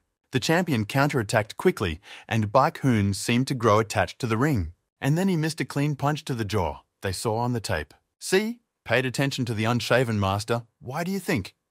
Baek-hun suddenly froze, and as if he had lost control, he asked. Sung Chan thought his opponent would go back to defense after missing. But in boxing, it's the perfect moment to counterstrike. "This guy won't be able to last long," said the old master, "so we need to finish quickly," smiled Sung-hoon. "Since he tasted everything, they will need a new coach," said the master. "Who is it?" quickly asked Huiso. "What do you say after watching the video?" asked the old master, as suddenly a patched coach appeared on the stage. "That's right, master. It was an outfighter's fight. All it takes is to bring down his theme, Hui." So heard it and resented it. Was he eavesdropping? "Can you imitate?" asked the unshaven master. "Let it be one of the many styles in boxing. There should be no problem," replied the trainer. "Okay, make a training schedule, then organize sparring twice a week based on the schedule. Start little by little," said Sang-guk. "Maybe we should test his boxing skills first," the Bangs coach suggested. And the unshaven master gave the okay. "As expected, things are going well," said Sung-hoon. "Always learning new things," he said. "Learn faster after 20 years, grumbled the foreman. "How much does Tai Chun earn?" the master asked. "With tax deducted 220,000, the browbeaten coach replied. "Add 500,000 as long as he trains Hui Sung for the harmfulness of the work," muttered the old master. "He's doing well, so it's the least they can do," Sang-guk added. "But why choose Tai Chun? Wouldn't wrestling be a better help in this case?" Sung-hoon asked. No, Sang-guk shook his head. "Wrestling did not help Sun Chan hold the title in any way," he stated. "From the video, it didn't seem like he was even trying to move to wrestling. Veterans like Song Chan don't act like this for no reason," grumbled the old master. "But then what's the reason?" the browbeaten man asked. "That's what they should find out first by studying Baek-hun's style," grumbled the unshaven master. "So let's go look for every possible option," he said. "He got together to spar, don't beat to death, asked Tai Chun. The same thing, said Hui So. They fought according to boxing rules. 3 rounds of 3 minutes, use light blows but not to spare, so that there is an effect, below the belt, do not hit, reminded the brow coach. All the athletes and other coaches became animated and gathered to watch the sparring, wondering who would win, the boxing champion or the tough guy. The gloves touched, and Sung Hoon began to give the command. Don't kill each other, asked the meticulous mentor. He gave the command, and the fighters got into a stance. Hui So fired a punch as soon as the command sounded. Tai Chun dodges a 1-2 punch from Hui So with a swinging hook to the body. The shots slid past within a couple of millimeters, Tai Chun making minimal movements. The speed of the punches corresponds to the weight class, he analyzed. Hui So. We need to shorten the distance and press on, the cocky kid realized. Bam! Sparks sprinkled from his eyes as he ran into a counterpunch. Following that, Tai Chun poured another handful over the helmet and misses a right punch to the side of the head from Tai Chung, even though it was sparring decent. Experienced trainer immediately stepped back with good springy footwork. Fast and light, the damage from the blows is very different, Hui So realized. Punches in MMA are heavy and penetrating, while in boxing they are whipping elephant blasts. That's how boxers punch, he realized. Something in him changed, and Tai Chun noticed it. Hui So concentrated and kept his watchful eyes on his sparring partner. Became calmer after a couple of blows. Not bad, Tai Chun noticed. Before he gets used to it, he needs to attack, he thought. Unfortunately for him, it will be difficult, thought the experienced boxer, and moved forward with a rhythmic swing of the body like a pendulum. The cocky guy tensed. He couldn't read his opponent's movement, not even with his keen eyesight. Forward, backward, left to right, Tai Chun swung, making it impossible to determine the distance of the strike. The blows seemed to be flying from all directions, and Hui So tracked each one of them. After a few of these moves, he himself could dodge with a body swing. Wow! Surprised Tai Chun when the cocky guy was able to quickly close in on him and counter-attacked with a left jab. Dodged and even attacked with a jab, surprised at this reversal by the audience. Sanguk also looked surprised. He thought that the kid wouldn't be able to dodge Tai Chun's punches, but he was even able to counter-attack. Tai Chun adjusted his helmet. He paused briefly while the cocky guy kneaded his slumped shoulders. Now a little warmed up, the cocky guy stated. If you don't try hard enough, it would be humiliating to lose, Tai Chun replied. Baek Hun was sweating jumping rope like boxers do. He stopped abruptly when the timer on his phone rang. Don't load yourself up in the morning, it'll be hard later, came the coach's voice. Why is he so early? He asked his bespectacled coach. He got a call from X1, he replied contentedly. The fight is at the end of January, his trainer told him. It's not even 3 months away. They want to do it fast, the trainer said. As expected, the team that brought the rookie to the top of the rankings was quick to react, Baek Hun worried. Except the match was recently, asked the coach. It does not matter, just need to prepare, the athlete replied. Plus, he remembered their conversation in the arena. The fight was becoming something personal. He's the first to challenge after all, and he can't back down, he told the coach. If that's the case, let's go to breakfast. The bespectacled coach patted him on the shoulder. The guy looked at the shelf of awards with deep regret. Winner Hakuna Matata, read the inscription in Japanese. The daring fighter lay in the ring breathing heavily from exhaustion. Is he okay? Asked Tai Chun. I didn't think there was such a difference between them, replied Hui. So disappointed. He is good, so he stopped giving in, replied the coach. Even though it's just words uplifting, the daring athlete jumped up. He really did well, praised Tai Chun. He just didn't understand the mechanism of counterpunches yet, the coach remarked, as Hui So marveled at this. Isn't it about weight transfer and reflexes, asked the fighter. Human reflexes won't allow it, Tai Chun explained.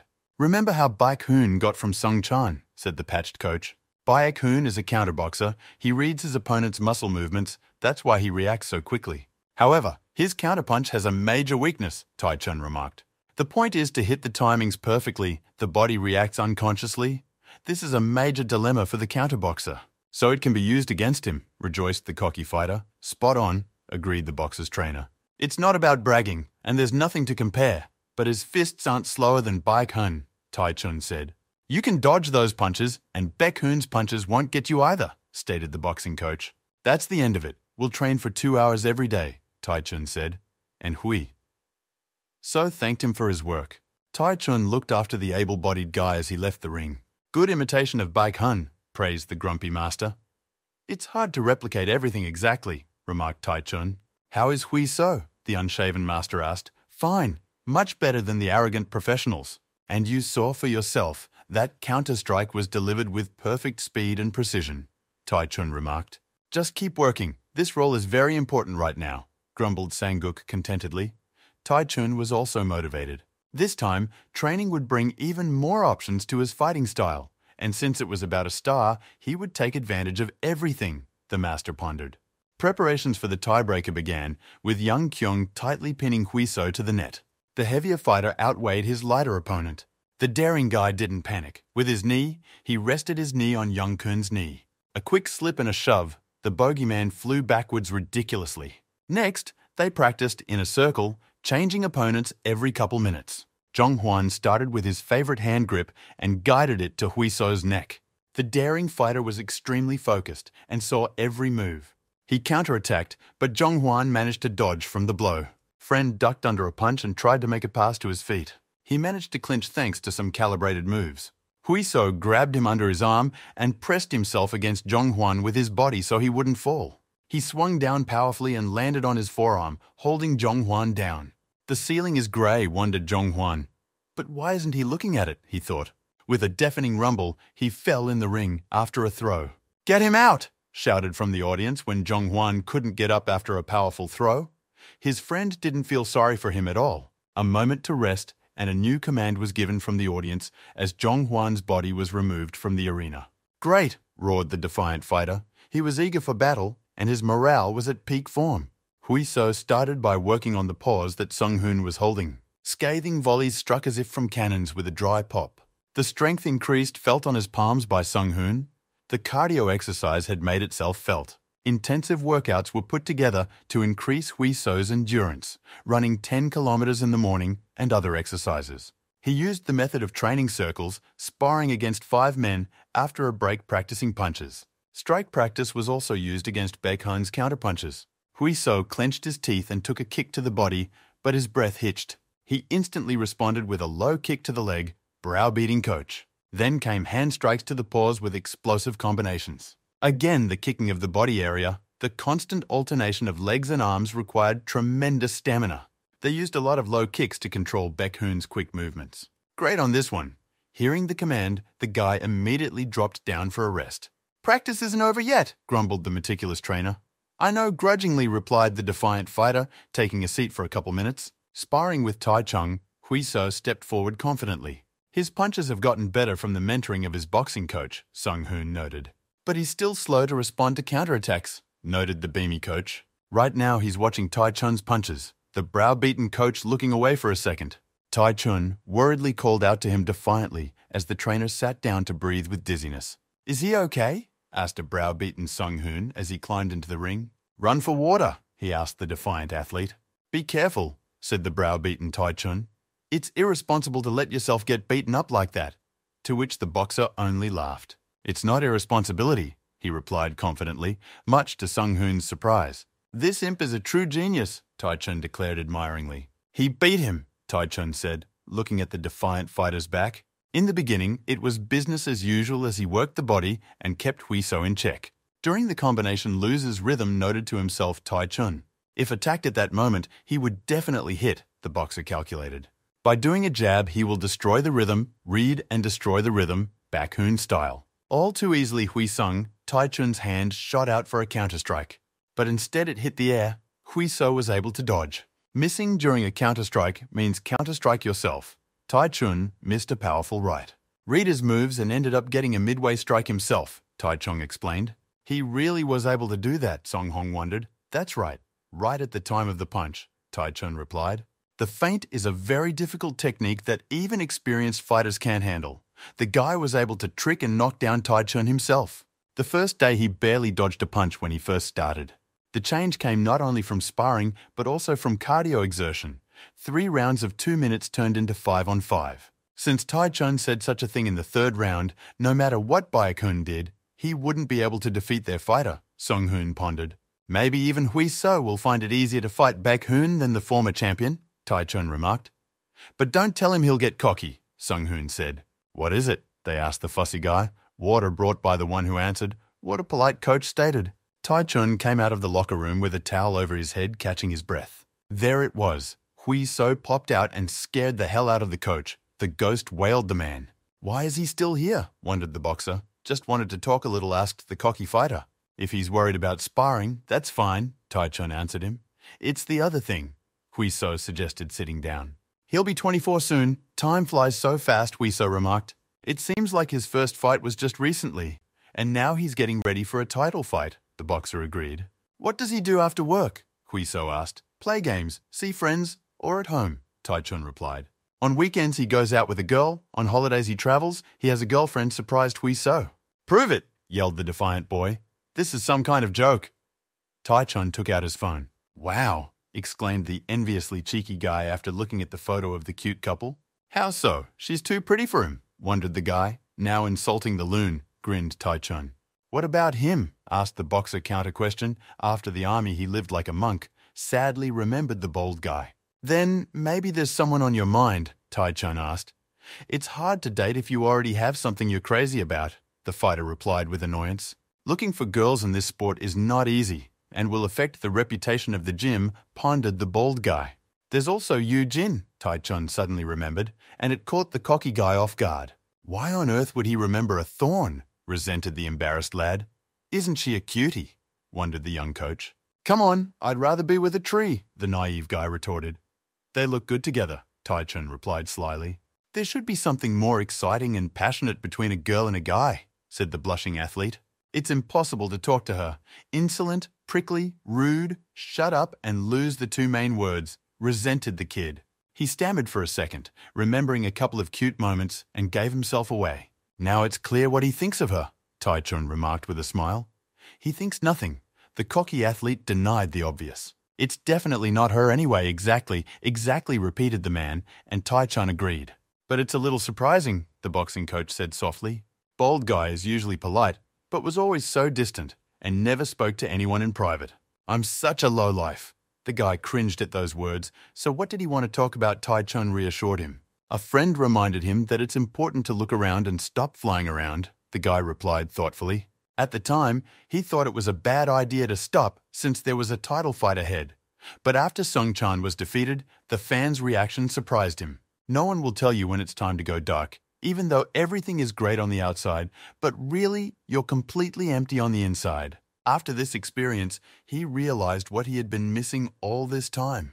Partners who are always willing to help you after hours of training and help each other even though they have no particular reason to. And he's not the only one involved in the fight. They're all in it. Come to think of it, he has a lot of people to thank, the cocky guy revealed. He never thought he would get support every day. At first, he didn't know how to respond to it. After this match, I will try to communicate with the team more openly and be the initiator myself this time, the feisty lad said. He is counting on his seniors in this match, Huiseo said. Just accept defeat, Taichung suddenly prodded him after such a sad speech. The end of January came quickly, and come weigh-in day, sports reporters were already waiting for him. Fighter Li Huiso has arrived with his dream team. The flashes of dozens of cameras blinded him for a few seconds. The level of attention is completely different for the title match, Sung Hoon said. That's right, look closely. Korea's most anticipated star, Li Huiso, the cocky guy, struck a spectacular pose. And he knows a thing or two about recklessness, Sung Hoon remarked. Wouldn't be himself without it, grumbled the old master. He's here too, the reporters exclaimed when they spotted the second fighter. Current champion Baek Hoon arrived at the weigh-in with his team. Both fighters are determined to win and stared each other down squarely. Fighter Li Huiso, the weight is counted, announced the judges when the scales showed 70 and 2/10 kilograms. Baek Hoon, weight read out, 70 and 4/10 kilograms. Sturdhan both got into a stance for the photo session and kept low-key. A couple of questions for the fighters before the match were asked by the announcer. The first question was addressed to Huiso, whether he is having trouble changing his opponent in the battle for the title. No problem at all, just have to consider different options as everyone prepares confidently, replied the cocky guy. Question for Baek Hoon, he's shone brightly in the title fight. But what about his past? Nothing is still known about him. Since the age of 18 he has performed for Japanese organizations like Gladiator. They don't know much about him because he hasn't gained popularity. He doesn't hide his past, Baek Hoon stated. If they wish he can tell. Very strangely scratching Song Hun's chin, what exactly did the master ask? He checked all of Gladiator's records. The fighter Baek Hoon wasn't mentioned there. How exactly he was looking for him made the old master guess. By name, of course, answered the browbeaten coach. He couldn't have lied to everyone in the open, Sung-hoon hesitated. An alarming hunch dawned on the old master. Could it be him? Thought Sang-guk. The unshaven foreman said he'd go back to the car to check something. Why would he do that when the interview isn't over? Sung-hoon wondered. The unshaven master took a long look at his phone and searched for the right data. Oh shit! He grabbed his head suddenly, realizing the reason for their ignorance. The day of the battle had arrived. 11,000 spectators had gathered to watch the arena. The applause is like an endless rain, said the bespectacled presenter. Keep going, finish with a kick. Huiso was warming up before the fight with Brovastic. This is the end of it, praised Sung-hoon, after a successful low kick. Excellent positioning, now we just have to sit back and wait for the fight, he said to the unshaven master. Glad to see they're doing well, grumbled the restless old master. Huiso sat down to catch his breath after warming up. He looked completely relaxed like he always did before a fight. Still, he was studying the walls thoughtfully, and Sang-guk noticed it. Aren't you nervous? Asked his old master, aka Lee Huiso. They know it, bragged the guy. He's grateful to have gotten such an easy win in a title fight, the cocky kid said. That's right, that's what he wanted to hear, the old master said. There's no one calmer than Hui, so on the mast. Just a few words, the old master put a trusting hand on his shoulder athlete. MMA is a sport for versatile fighters. There's no reason why Baek-hoon wouldn't use wrestling or grappling or kickboxing, if not all at once. Because once you get in the ring, forget about strategy and don't be surprised by what your opponent will do. Be yourself and fight properly. Stay calm and listen to the coach, admonished the boy in a serious voice. There's no need to worry, shouted the defiant athlete loudly. Huiso walked out to the arena, proudly raising his arm above him. The stands roared with excitement. The cheeky guy sent everyone his trademark smiley face. He put his palm to his ear, letting him know he still couldn't hear the roar of the bleachers. In the red corner, triumphantly raising both arms, the champion came out. Baek-hoon is a third-generation Korean from Japan. There he was known as Hakuna Matata. He has 19 match wins. Korean from overseas, 19 victories. Discouraged, Sung-hoon asked the old master. Sang-guk made inquiries. Baek-hoon is a variation fighter, knows jiu-jitsu, wrestling, other styles, should have told Hui. So about it, the browbeaten man got nervous. For 3 months they had been developing him exclusively in one direction. Give them something new would only confuse the guy, grumbled the old master. Then he wouldn't have been able to use our strategy and would have simply burned out. The unshaven master shook his head. Don't worry, this guy has trained hard and his ability to adapt during battle is incredible. They can have faith in him, the master confidently grunted.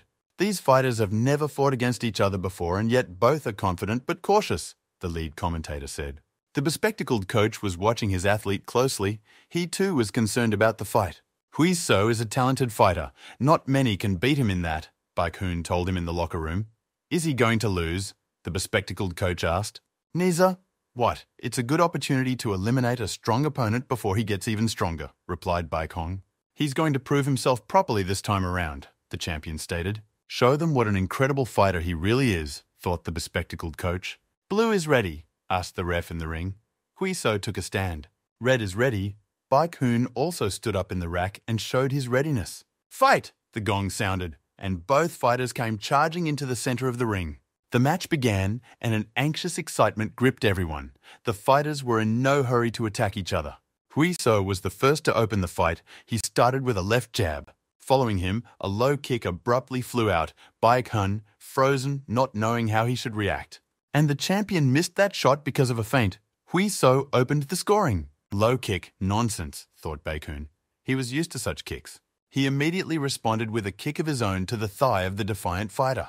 Abruptly shifting forward, he raised his knee for a high kick. But Huiso, with the reaction of a mongoose, he deftly dodged the sharp blow.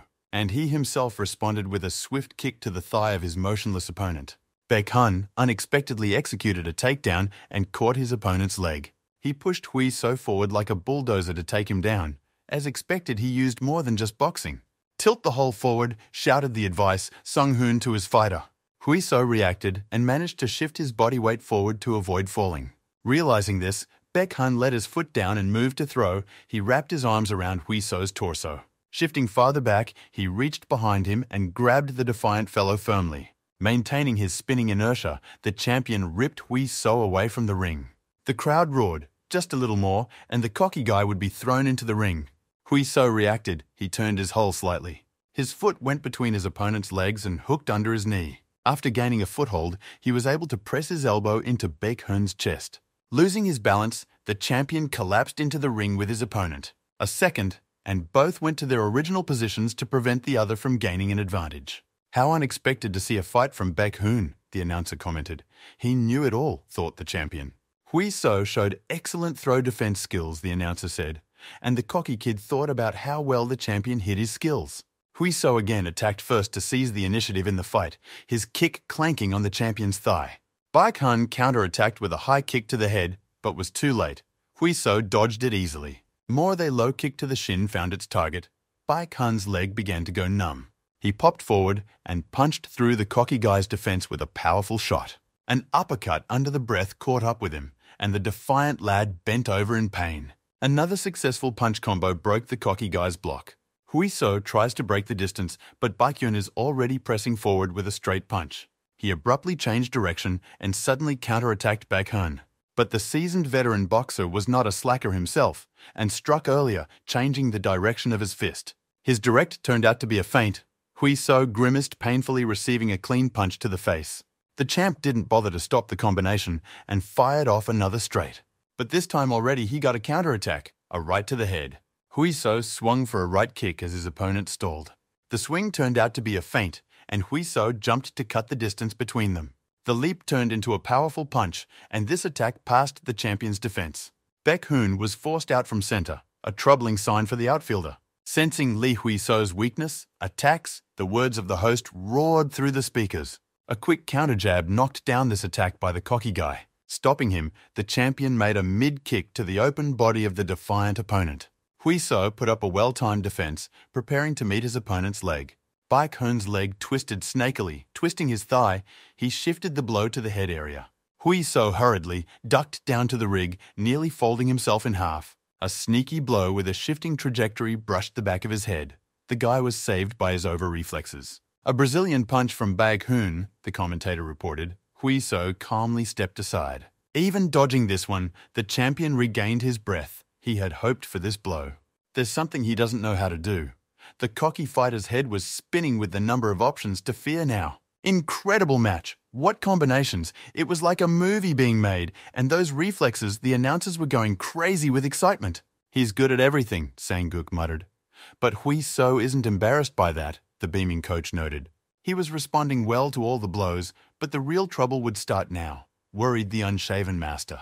Hui So had taken a lot of damage and was already tired. It would become more difficult to dodge all the blows. If he continued like this, he would waste all his strength. Hui So struggled to evade the champion's light, but very sharp shots. Cheeky lad misses the pace and misses a clean punch. Egos can be completely so shattered and exhausted, the defiant challenger suddenly realized. He responded with a long left. The champion dodged masterfully. Baek Hoon's left hook exploded on the cheekbones of the defiant fighter. A combination lands flush, and Hui So grabs a straight right. They stood in the center of the ring. No one wanted to back down. Punches flashed with lightning. At one point, both missed a powerful blow to the head from each other. Their counterattacks crossed, but for a split second, Hui So took damage earlier. As a result, he once again had to dodge furious attacks. How unnerving, clenched his fists Sang-guk. Although the guy was holding up well, he was slowly forced to the net. Baek Hoon switched from hands to leg kicks and brought his knee up. The challenger barely dodged a high kick to the head, Baek Hoon no longer holding back. He showed incredible skills, and the feisty guy had to survive in the ring. He should say something, the unshaven master said nervously, but the right ideas weren't coming to mind. What is the fighter Lee Hui So trying to do now? The announcers roared, and the unshaven master looked at the ring. Hui So lowered his arms wide and became frontal to his opponent. He completely removed the defense. Baek Hoon stepped back and analyzed Hui So's actions. Part of a strategy or extreme desperation, commentators guessed. Maybe a secret technique, they thought, while the defiant kid's bewildered coaches just slid down the wall in terror. Baek Hoon decided to check with a straight punch to see if it was a bluff or not. Without raising his hands, the defiant fellow ducked with a slight movement of his head. Still, it's not a bluff, the presenters noticed. Hui So read all of the champion's attacks and dodged them in advance. The match is getting unpredictable, the commentators said. And in that same instant, the cocky guy missed a kick. Hook from the fake jab, Sung Hoon remarked. What is this madman doing? Why isn't he defending himself? Bai Kong presses in for a takedown and quickly moves into range with a straight punch. He showed a jam, which he quickly converted into a hook and punched at Hui So's jaw. His neck stretched hard as if his head might fall off. Bai Kong was dominating the match, but suddenly stopped his progress. His face expressed grave concern, this kid. He pressed his lips together. At the same time, the battered Hui So smiled cheekily. Could it be the bespectacled coach realized the bad news for the champion? The lad was deliberately letting himself be beaten, said the unshaven master. How so? Wondered the browbeaten coach. He missed the first strike to calculate distance, the second to figure out his dodging tactics, and took almost no damage from them. Besides, the opponent's reading didn't end there, the unshaven master realized. Now the cocky guy was taunting in the center of the ring, inviting Baek-hoon to attack. But Baek-hoon showed the control and poise of an experienced fighter. Hui So was now moving easily and freely, swinging his body in the manner of Tai Chun. The champion responded in kind, trying to adjust to his opponent's rhythm and impose his own. The excitement in the stands was at its peak. No one could know how it would end. Bai Kong was the first to take a step and fired a lightning-fast straight punch to the head. He missed and immediately got a backlash from Hui So. Perfectly perfect counterstrike impossible to avoid, exulted the unshaven master. But the champion made an incredible body movement and dodged the blow. Impossible, whispered to himself to the old master. Even that didn't work against the champion. So he was expecting a counterstrike from the bold guy from the start, Sangok realized. What an experienced guy. He had time to calculate everything. The unshaven master admired their opponent involuntarily. Baek-hoon moved to the top hook. Hui So didn't keep his guard up and risked a knockdown. A fist swiftly flew towards Hui So's exposed head. With a sharp rotation of his body, he was able to avoid a dangerous counterattack. He ducked sideways from the blow, Baek-hoon's fist slashing his cheek. At the same time, the cocky fellow imprinted a straight overhand into his opponent's nose. The devilish counterattack knocked Baek-hoon down as if he had hit a barrier. Even experienced craftsmen were stunned by such an explosive denouement. Baek-hoon, that looked invulnerable, found himself in the ring. He was beaten at his own game. He didn't just calculate all the movement, but also the possibilities of Baek-hoon's attacks and rhythm as he framed his face, looking for a window to strike. Sang-guk marveled. The champion lay heavily knocked down and could not get to his feet. Like a true gladiator, Hui So performed a theatrical gesture, dedicating this victory to the audience in the stands. Who can stop this fighter? The stands exploded with applause. This is not the time, grumbled Sang-guk unhappily. Finish the match, he shouted to the cocky guy. Baek-hoon finally gets to his feet. He still hasn't recovered. The champion was breathing hard, but got into a defensive stance. He wasn't giving up. Hell, sure he expected difficulties, but he was confident in his counterpunch, assessed the cocky guy anew by the champion. He trained in grabs but got beaten. He was better at boxing and worked harder than others, but it all went to shit. Hit drop? It's been that way with every opponent before. With diligence and discipline, he went on to defeat his opponents. Gradually, it became hard to survive in the team. No one stood still. After moving to X1, Baek-hoon hoped that he had finally snagged a chance to be the first. But even after winning a title fight, people would quickly forget about him. You needed someone very popular. And that fighter was Lee Hui-sung, who everyone knew well from his past victories. If he won, people would definitely recognize it. Baek-hoon was sure of it. As expected, the opponent accepted the challenge and the fight was scheduled very quickly. He has more experience, more skill, breathed heavily on the champion. But it was worth making one big mistake, and that's how he felt now. This is what it means to stand opposite a star fighter, the champion thought. From the very beginning, he brought this misfortune upon himself, realized Baek-hoon. Hui So raised his defenses, preparing for the final act of the battle. Both moved on their opponent with the best they had. There was a rumble of a blow. The bold fellow was quicker, his fist embedded in his opponent's skull. He instantly lost consciousness, accepting a dignified defeat in battle. The defeated champion collapsed in the ring like his predecessor. The fight is over, and the referee has stopped the fight by standing between the fighters. Hui So was overcome with a wave of joy, along with everyone in the stands. He bowed to them in respect. The crowd roared with delight. New record, winning the first round in the 4th minute and 2 seconds, Hui So sat confidently on the champion's throne and raised his arms in triumph. Hui So allowed himself to rejoice with everyone else. Coach, he looked at the unshaven master and browbeaten. It's victory. Victory ran the new champion up to the old master. Now he's number 1. The old master hugged the cocky kid tightly. He did a good job. The hug went on for a bit. and Huiso turned to the unshaven master with embarrassment. "Great match," the man said, and patted the feisty champion on the shoulder. Even the grouchy master was taken aback, the feisty fighter noted. Bravastic embarrassedly rubbed his face with his finger. He, too, was incredibly happy to have won. "What antics!" exclaimed the unshaven master as the lad made a pass at his feet. "That unshaven man made him a champion. His name is Sang-guk," shouted the cheeky boy. "He's in his 40s and looking very much in his prime today. Sang-guk has been in the crosshairs of many TV cameras. Just a master at blowing up any attitude," Sung-hoon remarked. The new champion, Huiso, put on the belt and stood in the arena for an interview. A few words after the fight, the bespectacled announcer asked. "Throughout the fight," said host, "he knew that one day he would take it from the champion. Let them get used to interviewing only him," said the guy. In this match, he was hanging by a thread of defeat. How he himself felt at that moment asked the reporter. Baek-hun used skills he had not shown before. It took time to study him, but eventually he recognized his fighting style, Huiso said. Every move he made was astounding. Baek-hun was indeed proving to be a difficult opponent. Of course he wasn't stronger than him, the defiant lad declared. "Then what will he say now as a champion?" a reporter asked him. "Just a year ago, he was just a regular clerk at a convenience store," Huiso said. "He's wasting his precious time without even thinking he's going to make it."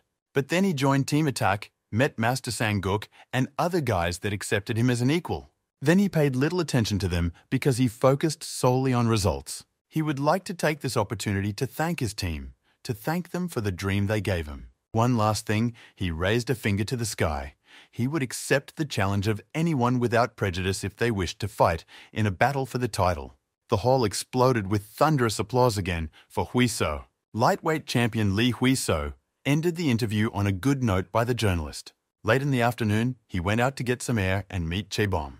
Drinking alone, a bad sign, he greeted his friend. "Life is like that, it's not his fault," the classmate weakly excused himself. He wrote to Huiso right after the battle, when they had barely reached their neighborhood. "One drink," suggested the usually meticulous Sung-hoon to the champion. "What, more drinking with old people?" the cocky guy stated boringly. "He had plans for today." "He has a bad tolerance, he's already drunk," Huiso said to a friend. "One can of beer? He said it won't be a disaster." "So what's up?" Huiso asked, opening a drink for himself as well. It was still worth celebrating the match. "He quit his job," Chaebom sadly stated. That news surprised the feisty friend. "How long ago?" Huiso asked. "It's been a month," since the unemployed comrade answered. "I mean, he's only been on the job for 7 months. What's the big deal?" the guy wondered. Painful to listen to, asked to stop Chaebom and lit a cigarette. He took a deep drag, the words coming hard, his throat churning. Chaebom exhaled. The cocky guy waited patiently as he promised himself he had more of an eye on the others now.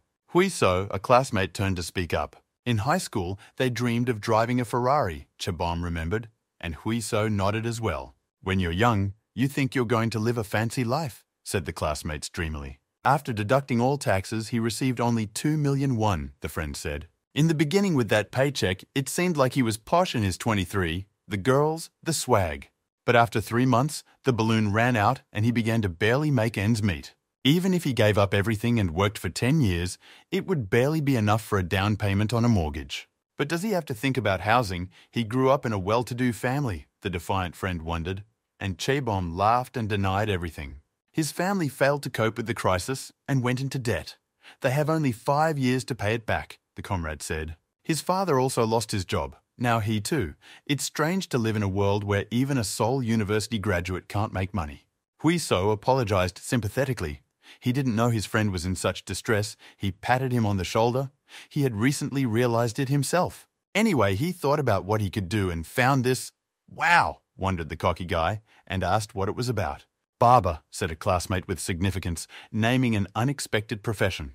"How unexpected," said the daring fellow, who would say he himself had recently become a fighter, Chaebom stated. "It will be fine. Not that he has no other options at all," the classmate said. Recently, he wandered aimlessly through the streets of Seoul. Through the window of one of the establishments, he noticed a girl his own age working as a hairdresser. It was obvious she was new, nervous, and so was her client. Watching her, he involuntarily fell into his own thoughts about how he would do the job and stood like that for several hours. So after doing a little digging on the net, he suddenly became very interested in this profession. "Maybe this is his last chance," sighed Chaebom. "Come on," said cheeky friend. "They are only 23, and what to do at 33, thought Huiso. If he were older, he would hardly even try it, because while he is young, he wants to try himself in what he is passionate about, the friend said. Doesn't it make the grey everyday life brighter? Said a classmate. You're already drunk enough to enter the philosophy, said Huiso. You'll have to work hard, except to listen he can't help, said the feisty friend. And that's all it takes, said Chebom, and they clinked cans.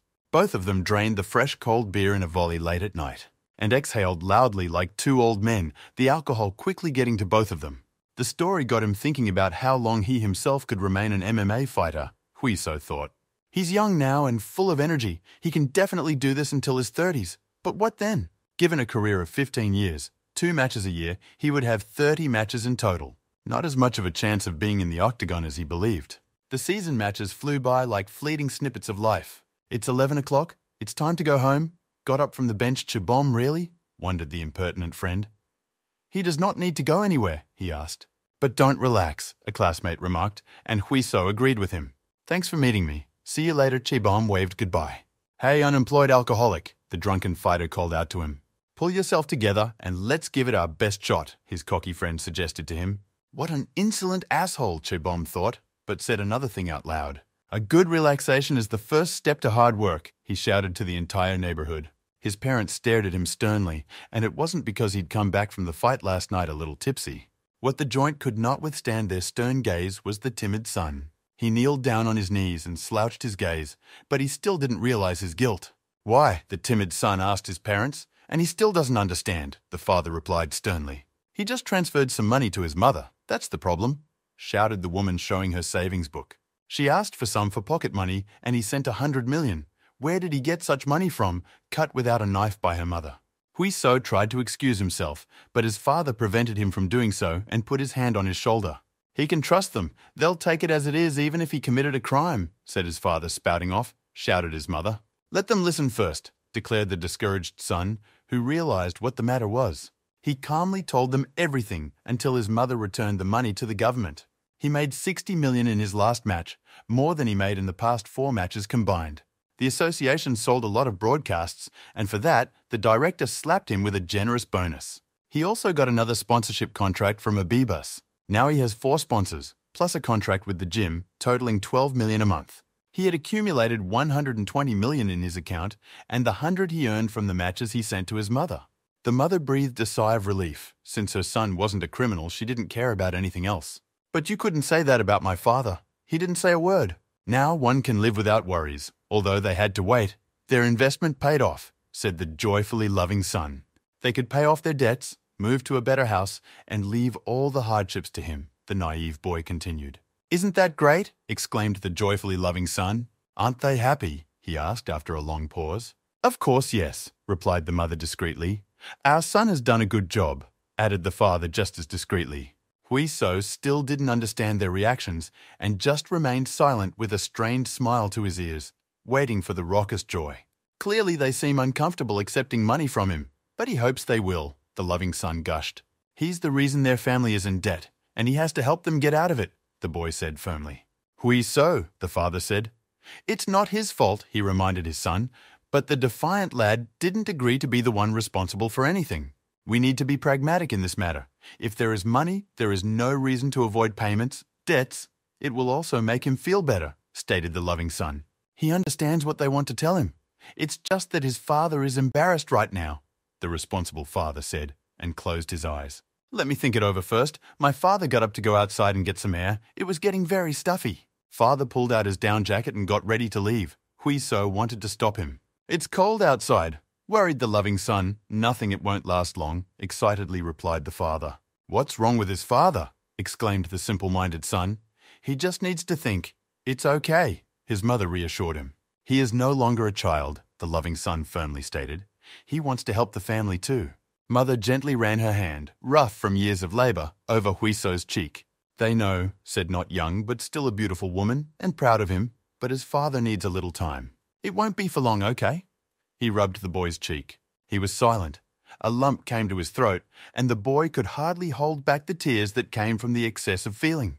The tired father put his face to the cold wind and chewed a cigarette with his lips. Old man is crazy. It's so cold here. You want to catch cold? Grumbled the faithful wife. If it's cold, why did you go out yourself? Her husband asked. She just wanted to air her head too. She wrapped herself deeper in the plaid. And should have started smoking after he quit. He was a bad actor nagged by his wife. And it's so clear what he's thinking. After they've turned a quarter century, she can tell by looking at the back of his head. He's his son. Sooner or later that day would have come anyway, she remarked, but not as quick to resent the responsible husband. Now he can't do anything else, the distraught father added. The old fool found something to worry about, thought the loving wife. Father Huiso, he addressed him confidently. Stop fooling around. She took him tighter under her arm. He would always be his father, and only he could bring the defiant boy down to earth if anything. And this beauty will always be with him, soothed the loving wife's wounded pride of a responsible husband. He should be overjoyed by this, he added, and Huiso's father smiled. He laughed out loud. Indeed, what was there to worry about with such a wise wife by his side? She really is the real miracle in his life, thought the old husband. Since the mood is so good, maybe they should have a second child, suggested the feisty husband. No way. His grumpy wife was quick to tell him off what the old geezer was up to. Huiso sat quietly on the steps leading up to the roof and listened to their bickering. Now he understood why his father reacted that way, thought the defiant boy. Again he's only thinking of himself, sighed the boy heavily. They do need time for him to understand his father better and for his father to be able to recognize him, smiled the defiant son. On this one can go down, he left his two parents on the roof. Let's start the meeting, said SFC Los Angeles branch manager Douglas Mack. How many matches do they have? He asked his subordinates. They will prepare in the first half of the year. 4 in all, 3 already assigned, 1 in preparation, the officer reported. The composition of the teams, the general manager asked, is missing the main card, another staff member noted. Found someone, McDouglas continued. Most of the big-name fighters have already gotten contracts. The staffer excused himself. Enough, shouted the general manager. What a pathetic excuse. If they know the nature of the problem, they should already have a solution. SFC is the largest association in the US. Attracting on average, they play 60 matches a year. The most popular squad is awarded from HQ. The City of Angels branch has been severely reprimanded. After a series of setbacks, they are having a tough time. One employee had an idea and raised his hand. He made a complete list of everyone they could hire, the blonde man stated. New faces have emerged in small and medium-sized organizations around the world, he reported. McDouglas decided to take a closer look and demanded a list. The young assistant laid out his laptop in front of his boss. The first fighter from Japanese Gladiator, and linked to Underwood, he turned on the presentation. But this champion did not arouse much interest in the head of the branch. Ho, he exclaimed. Asia has such a fighter. His eyes rounded. That's right. He's only become a champion in X1, but there's one problem with him. They had already turned down the offer from HQ. It was about money, the aide said, as McDouglas always stated. He got $60,000 for the fight. If they want to bring him in, the bid has to be at least $50,000, and that's at the start. And he's well informed, the general manager pronounced contentedly. Thought the boss might be interested, the blonde man said. That's the way to work always, nodded McDouglas contentedly. Let him contact the first 2 on the list. Let him send the details of the second one to him separately, asked the general manager. It's good to have someone who does the work for everyone. The boss looked sternly at the lazy people in the office. Just like when he wasn't there, he was scolding the negligent employees. The blonde man walked over to the scanner to make a quick copy of the report. A photo of the fighter and the Korean Association appeared on the report. Today is the Lunar New Year, Sung-hoon announced solemnly. From tomorrow the hall is closed. You want to rest? You want to train, said the meticulous coach, and the hall shouted with glee, rejoicing in the vacation. Those with matches still need to show up. The coaches will be watching them. A few poor souls sighed heavily. No need to force yourself. It's okay if they don't show up. The gym will just break their contract with them, the browbeaten coach gently warned. Do you have anything to say? He asked, and the hall responded in chorus. No, not at all. 2v0 Duram Envy. Everyone except Huiso ran towards the cafe. The cocky boy sighed. He had no one to spend this evening with. What's he doing here? Sewing to relax? The loyal Jong-hwan offered him. Reluctant now, apologized the impertinent friend. Another time, Jong-hwan wondered what was the matter. I'm going home, it's no big deal, said the cocky friend. Sorry, said Jong-hwan. Nothing to worry about. Let him catch up with his elders and entertain them. Let's relax next time. Jong-hwan tossed him a farewell. The daring fellow looked after his faithful friend. He deserved a rest. Huiso came to his station to drive home. On the way he pondered in all sorts of ways. Where is it? He felt around in his pockets and couldn't find his wallet. His wallet wasn't there. His phone wasn't there either, and confusion overwhelmed him. It's good to be young and in love, the bus driver teased him. He ended up having to stay at the bus stop, and the cocky guy was frustrated. What a nasty thing to do, thought the defiant lad after a few minutes. Closed, he read on the hall door when he decided to go back in there and look for his wallet and phone. Shit again, he thought. Now he couldn't even call or leave or wait in the hall with no money and no connection. "Oh, you idiot!" he shouted across the street, exasperated. Too loud, totally freaked out, he heard the familiar voice of a thorn. "What else is the phenomenon?" She followed him, surprised the cocky guy, looking for him, directly answered the cute girl. Picked up earlier on the floor in the hall, and the impertinent guy immediately changed from anger to mercy, wagged his puppy tail. "Thank you, noble maiden," he said, and reached for his things, but the prickly Yujin took his hand away. "Just thank you," questioned the damsel in the usefulness of such an exchange. He was just about to treat her to a meal at the restaurant, agreed the guy. "It's not necessary," the prickle replied sharply, as the impertinent lad was so surprised. "I want a drink," offered the cute prickle, lifting the phone to her face. Huiso froze like a statue, not knowing what to do when a girl asks him out. They came in for tea and were silent for a while, not knowing what to talk about. Huiso was the first to start. What was the sudden urge for tea, he asked. "I just felt like it," the girl replied calmly, pouring a flavored drink into her cup. "Then she should have gone with Zhonghuan," said the cocky guy. "Too noisy," she simply replied. Here he held out the teapot to a goofy monk who'd never had a girlfriend. "Just relaxing so he can leave the formalities behind," stated the swaggeringly cute girl. "Wait," the cocky guy took the cup from her. "If that's what she wants, you have to do the right thing. A girl shouldn't pour her own drink," he remembered an ancient superstition. "Now we'll drink properly." He held out the tea bowl to her. The prickle smiled slightly. They drank the strong green tea in a volley. The first drink went down well. They both exhaled noisily, the drink immediately spreading warmth through their bodies. "So, what happened after all?" the brash lad asked the usually unsociable prickle straightforwardly. "Nothing," she denied, but the defiant fighter still stood her ground.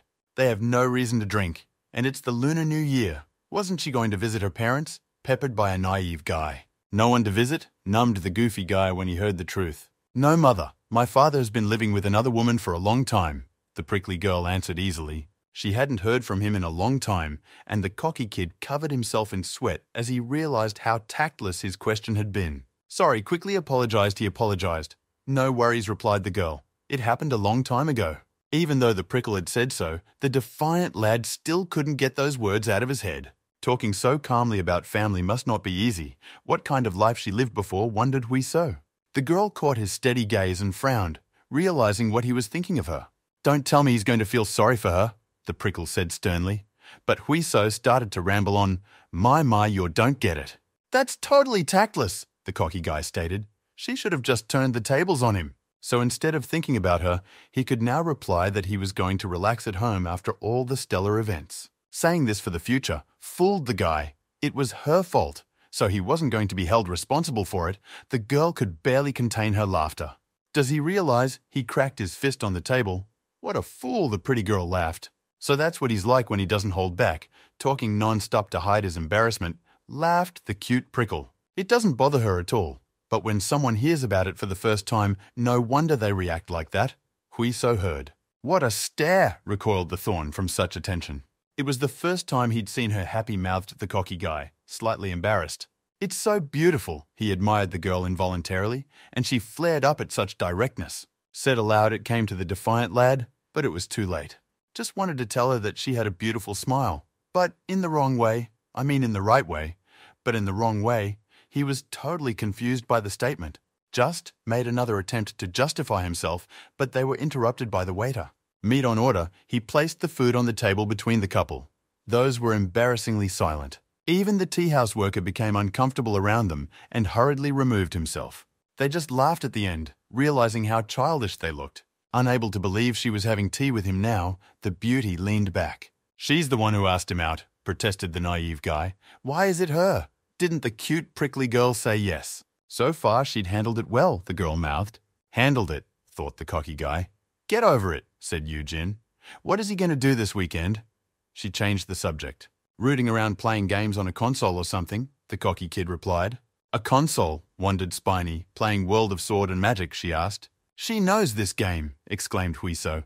"It's a very difficult game after all, yet she passed it. Crazy," said the guy. Then they started chatting about different games, and the conversation took an easy direction. Spike was always smiling. They talked carefree about all sorts of trinkets. Yujin was so tired from the tea party that they had to carry her on their backs. Whether from the tea or not, the Night City looked particularly attractive, thought the daring athlete. Huiso, the prickle, sleepily called him in a gentle voice. It smelled of chocolate and cherries. "Thanks for today," said the languid beauty in her soft voice. "What's she?" waved the guy away. She scrambled to her feet. You'll fall, he shouted to her. Huiso, after tea, the lovely prickle was drawn to conversation. What was he thinking when he got to her house? The blushing cutie asked him. Just wanted to take care of her, because there was no one else to answer the guy, and all demanding asked her what else she would want, he wondered. How about her? She cared for him too. Though they didn't really get along, the guy remembered the nuts and chocolate. I just wanted to, the cute prickle replied and laughed. Time flew by as they walked home and chatted further about various little things. But what is he doing right now? Breathed heavily on the defiant fighter. Why she was so nice. Why she was so close swarmed questions in his mind. Here we are, exhaled the cocky guy heavily. Though the girl didn't weigh much and he was a trained athlete, it wasn't a long way to go either. Sleep, he threw the luggage down on the bed and took a breath. He was slightly intoxicated by the smell. And it looked so small, he wiped the sweat from his forehead, catching his breath. What a mess! The guy looked around the athlete's room full of scattered things. Apparently the single life had relaxed her. Spike rolled over on her side and sniffled quietly. Lying in her clothes was not comfortable. She sweetly opened her mouth like cats do in their deeper sleep. A good opportunity to shoot some dirt. An interesting idea dawned on the daring lad. But first we must undress, and he pulled off the girl's coat and socks. That's better. Huiso laid the prickle on the pillow, her silky hair sprawled around her in a circle. Something felt hot, whether from the tea I drank or from the aroma of cherries and chocolate. Taking care of a sleeping girl is not easy, Huiso exhaled. She should thank him later. But why put off the reward until later? Suddenly the devil inside woke up. Sleeping so peacefully you can hardly hear her breathing, the boy thought, and moved closer. Completely open and defenseless, and so relaxed he watched her face. Might actually take a picture, the devil child wouldn't relent and demanded a prank. Spike suddenly turned to face him, so close he could feel her breath on his cheek. And she has long eyelashes, beautiful, the cocky guy remarked.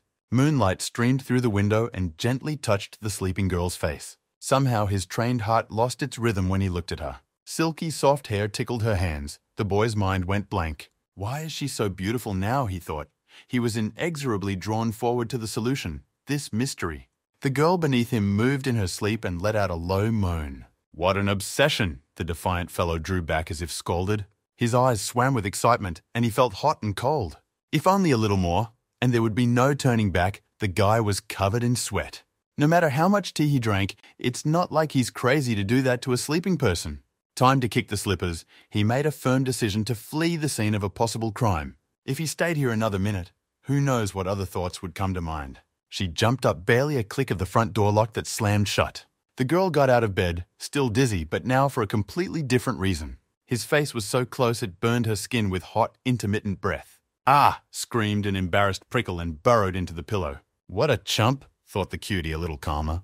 After that day, they didn't connect until the very end of the weekend, a puzzled guy back at the gym. They bumped into each other barely as he entered. Her eyes also rounded when she noticed him. Thanks for seeing me off that day, the prickle said in a casual tone. About this, the bold fellow wanted to talk, but Yujin instantly retorted. Is this running away? Wondered Huiso. It can't be, he thought. Or she remembers everything, which means she wasn't asleep then. It dawned on the defiant fighter. He shouted after the fleeing spiky-haired girl. Congratulations, interrupted the guy at once 3 coaches and shattered the morning silence of the hall. She'd already told everyone. A cold sweat broke out on the guy as he misinterpreted their appearance. Offering he SFC on equal terms stunned the feisty fighter when he heard the startling news. That's right, said Brovastic. If he wins a title defense, can go straight to SFC, super shouted the athlete. Oh, he wanted to talk to Yujin. He almost forgot about the important thing, impertinent guy. What a great time for these two, the coaches spoke strangely. What was it about Hui? So asked restlessly. They both have matches in the main card, Sung-hoon stated. He will defend his title. She will fight for the belt, Lee Soo explained. They are both participating in the same event, also the same age. I can't believe it, Lee Soo said enthusiastically. Support each other, Sung-hoon said. and the bold fighter looked at Yu-jin, who had reappeared in sight. Instead of looking at him as usual contemptuously, the prickle looked away. "So that's how they reunite?" The guy rubbed his cheek, wondering if everything was going to be okay. Director Young leafed through the papers reporting on the affairs of the association. The biggest sales come from fighters who didn't even become champions. He looked at the reports. The number of new fans has quadrupled since Huiso joined last year. If this trend continues, they will be able to form a new profit model, the wily director pondered. "Got a minute?" His chief assistant entered the office. "There's a report on Pereiro. Apparently he didn't inject anything into his veins," he said, suddenly surprised by the director. "Instead, he uses drugs that increase blood cell production, an enhancer," the director realized. Gaseous xenon, the assistant named the active ingredient. Excess blood cells oxygenate the body, as a consequence increasing stamina. The introduction of an artificial hormone is detected by tests, but xenon is not noticeable to them because it affects the endocrine system indirectly. "This illegitimate will be doping until the day he dies," sighed the principal heavily. "Just find out if there are any legal problems with it. If not, just ignore it," he ordered. "Already getting a headache from it," the old director complained. "And something about Huiso," the assistant said, and the principal immediately perked up his ears. "The team says that after the next match they will leave the association," reported the manager. "This is expected," replied the director. "Are they just going to let the chicken with the golden eggs go?" the aide wondered. "If they don't, it will only get worse," the principal pointed out. "Too many variables that if he doesn't come back," worried the aide. "Such is the investment, high risk, high reward," replied the wily director. "Even without the talented Huiso, they won't die. Just take care of the other matches," he ordered his assistant. "There's something else that needs checking." The aide stepped closer and handed over the paperwork. "Huiso has chosen his opponent for the next matchup defense." The cocky guy sighed and still couldn't get himself together for work. "Don't overwork yourself," Sung-hoon warned him. "It's rest time. I'm doing what I can," replied the athlete. Chief Song called. The brow stick reported, "Can I ask the fighter?" "Of course he can. As champion, all the matches are already scheduled for May. Let him pick a date later." "Mid-July is best," Sung-hoon suggested. "Less than 4 months is harmful. More will reduce his motivation." "All right, let's do it," agreed the feisty athlete with his reasoning. "Don't regret the choice?" the browbeaten coach inquired. "There are many light fighters," remarked Sung-hoon. "Then everyone will think he just ran away," replied the daring fighter. "That's right," agreed Sung-hoon. "But the risk is high. He can't leave if he loses the fight." "I know," replied Huiso, "but you have to keep your promise." "Okay, but don't relax too much," the browbeaten trainer said, and a familiar silhouette flashed to his right. Stretched out the pretty prickle, not knowing where to start the conversation. Since that night, he himself hadn't been comfortable talking to her, but it was necessary to set the record straight, the straightforward guy decided. But how to do it, he tensely thought, and an awkward silence hung. "First you need to say hello," realized the guy, but the prickle stopped him. "She will ask first," seized the girl's initiative. It's not like he did anything, directly attacked by a nice prickle. Of course she was asleep. How could he take advantage of that? The feisty fellow assured her, though he pretended not to remember anything. "She doesn't remember anything," the naive guy asked her. "Would she?" the girl replied. "So what he meant to say?" She rolled off the subject that their matches are at the same time. "She's fine with that." The naive guy thought of the question. 4 months, she has free time, the girl reflected. That's all he wanted to say, she asked, and caught him off guard with that question. "Oui." So hesitated for a second. "I'll see you then," the Thorn said goodbye to him in his usual tone of voice. Good thing she doesn't remember anything after such a tea party, and only he knows about that mistake, thought the cocky guy. Thank heavens, he sighed in relief. Thank heavens he was so naive, relaxed, sweet girl. Sung-chan swung the bat properly. They agreed to meet on the court. And missed. The ball bounced defiantly off the net behind him. Mozilla, even baseball doesn't suit him, snarled the defiant champion. Or maybe he's not good for one sport, Huiso smirked. Then show me what you can do, dummy, the former champion replied sharply. Let's have a look, said the cocky fighter. 10 out of 10, said he when he kicked all the balls. Why is he so good? Asked a discouraged Sung-chan. Just that he's a genius, bragging cocky guy and still doing elementary school. Are you going to SFC? Sung-chan asked, changing the subject. Only if I win the defense match, nothing can be said for sure, the champion replied. But why did he choose him for the match? Sung-chan asked in surprise. Because the oldest is the one most suited to be beaten. Baek-hoon was already skip. The third rank was sick. Skip, the fourth lost to Baek-hoon. Moreover, Pereira is suspended. He listed all the contenders. You could go even lower, Sung-chan suggested. And then everyone would think he was a coward, laughed the bold champion. But if it's a senior, they have a legitimate reason to fight, smirked the cocky guy. Looks like it, the adult athlete modestly agreed. How their circumstances have changed, the former champion reflected.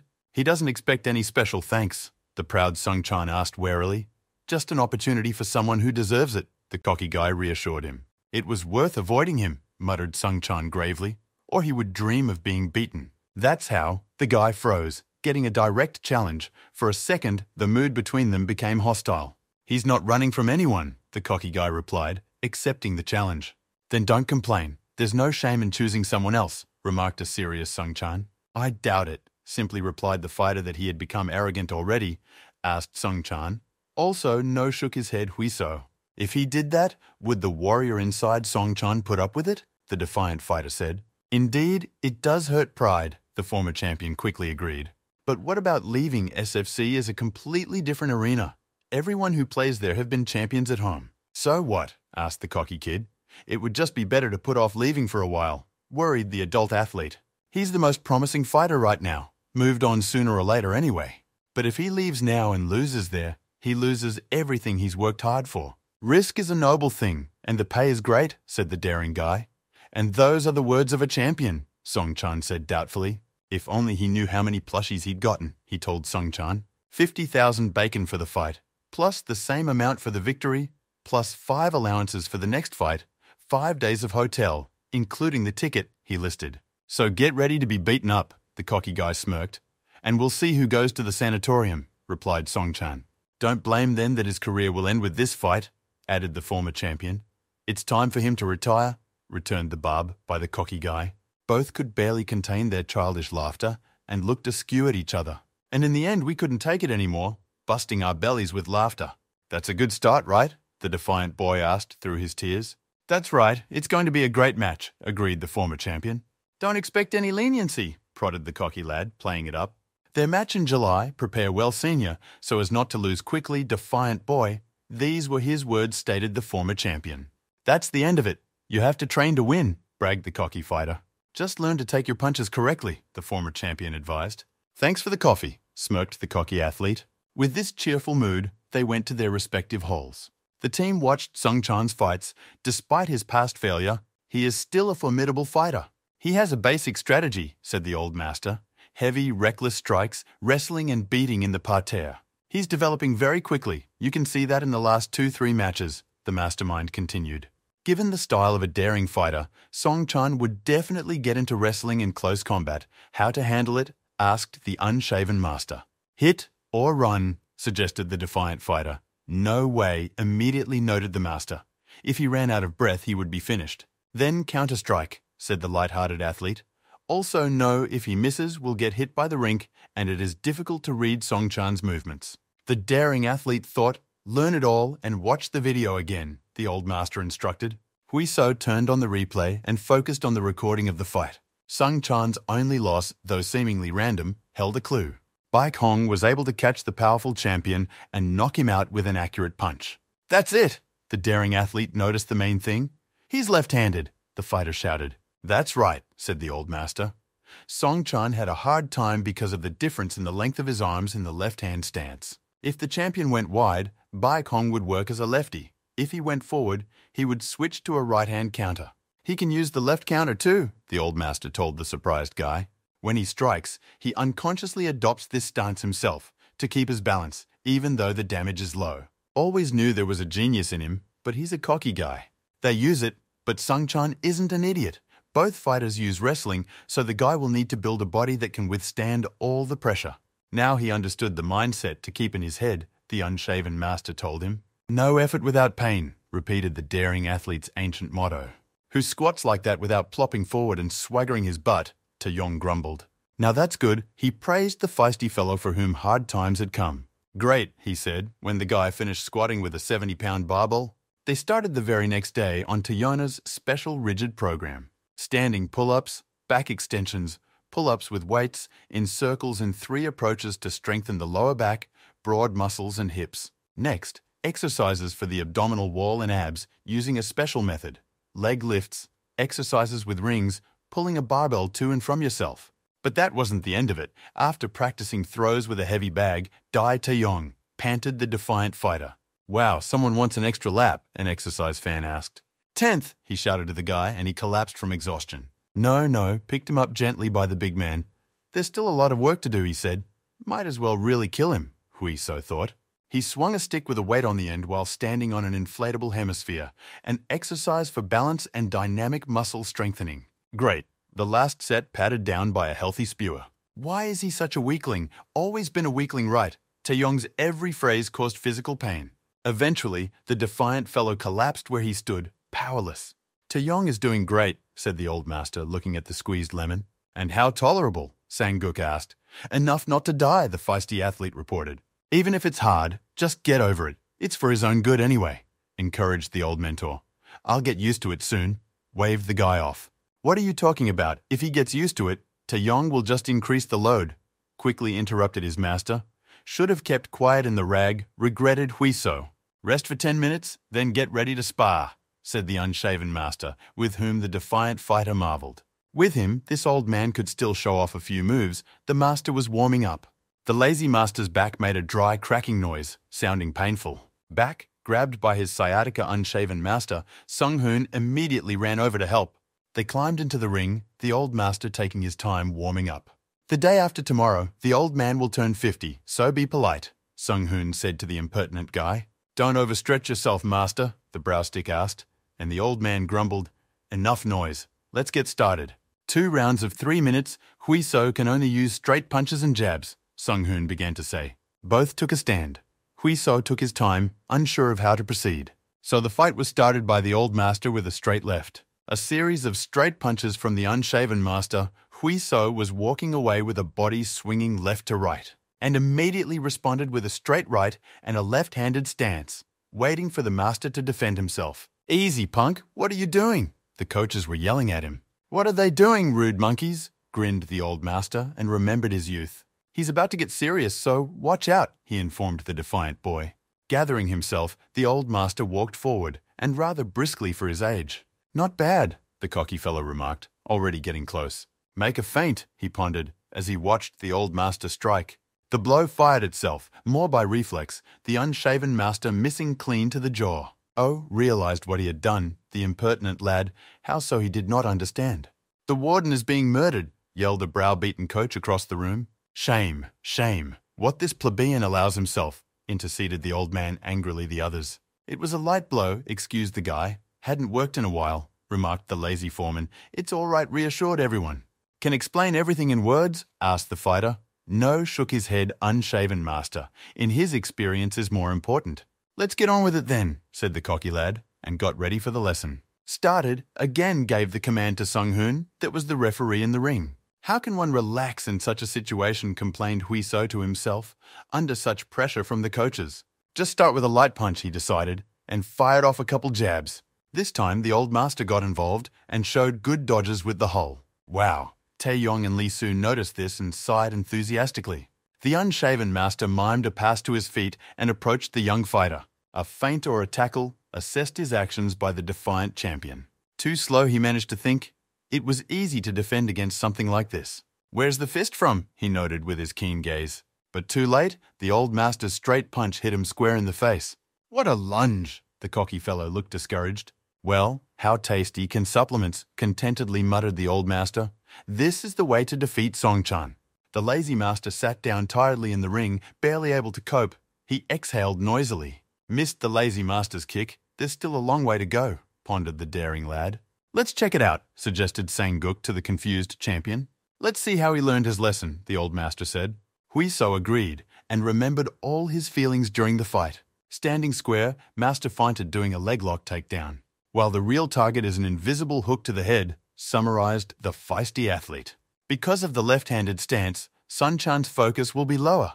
If the number of takedowns increases, it will limit his movements. Would he be able to fulfill it? The old master asked the lad. "Forget it if you can't," his mentor interrupted his musings. "The more options there are, the harder it is for the opponent, which means it's a better strategy to forget about this option. But when that happens, the opponent will have nothing else to worry about, confusing him completely with the master." "Really pondered this nonsense," the old master remarked. The cocky guy was fiddling with his meanderings, modeling all the actions. "Take a break. Practice that punch. All free time," he told the youngster one last time. "Thank you very much, mentor," bowed low to the feisty athlete. He had a thirst for overcoming hardship. Huiso focused on shadow fighting and modeled actual combinations. He made quick movements copying his mentor's style. His back curved like a drawn bow and looked powerful. A right hook cut the air dryly as the guy lowered the bowstring. He exhaled quietly. What was needed, he felt that very feeling. There's room to grow. It's still volatile. No one is going to set themselves up for a hit and wait for it. You can't do everything in one moment. You need to put in more effort. Hui. So hurriedly dressed. Oh, what people! He saw the back of a petite girl. Yu-jin habitually called out to the prickly man with boldness. "Finished?" he asked her, and she nodded quickly in response. "Well done until tomorrow," she told him, and hurried off before anything unnecessary happened. "Wait," the cocky guy said to her, and scratched the back of his head. "Well, that's what happened," thought the girl. "How about we walk together?" he suggested suddenly.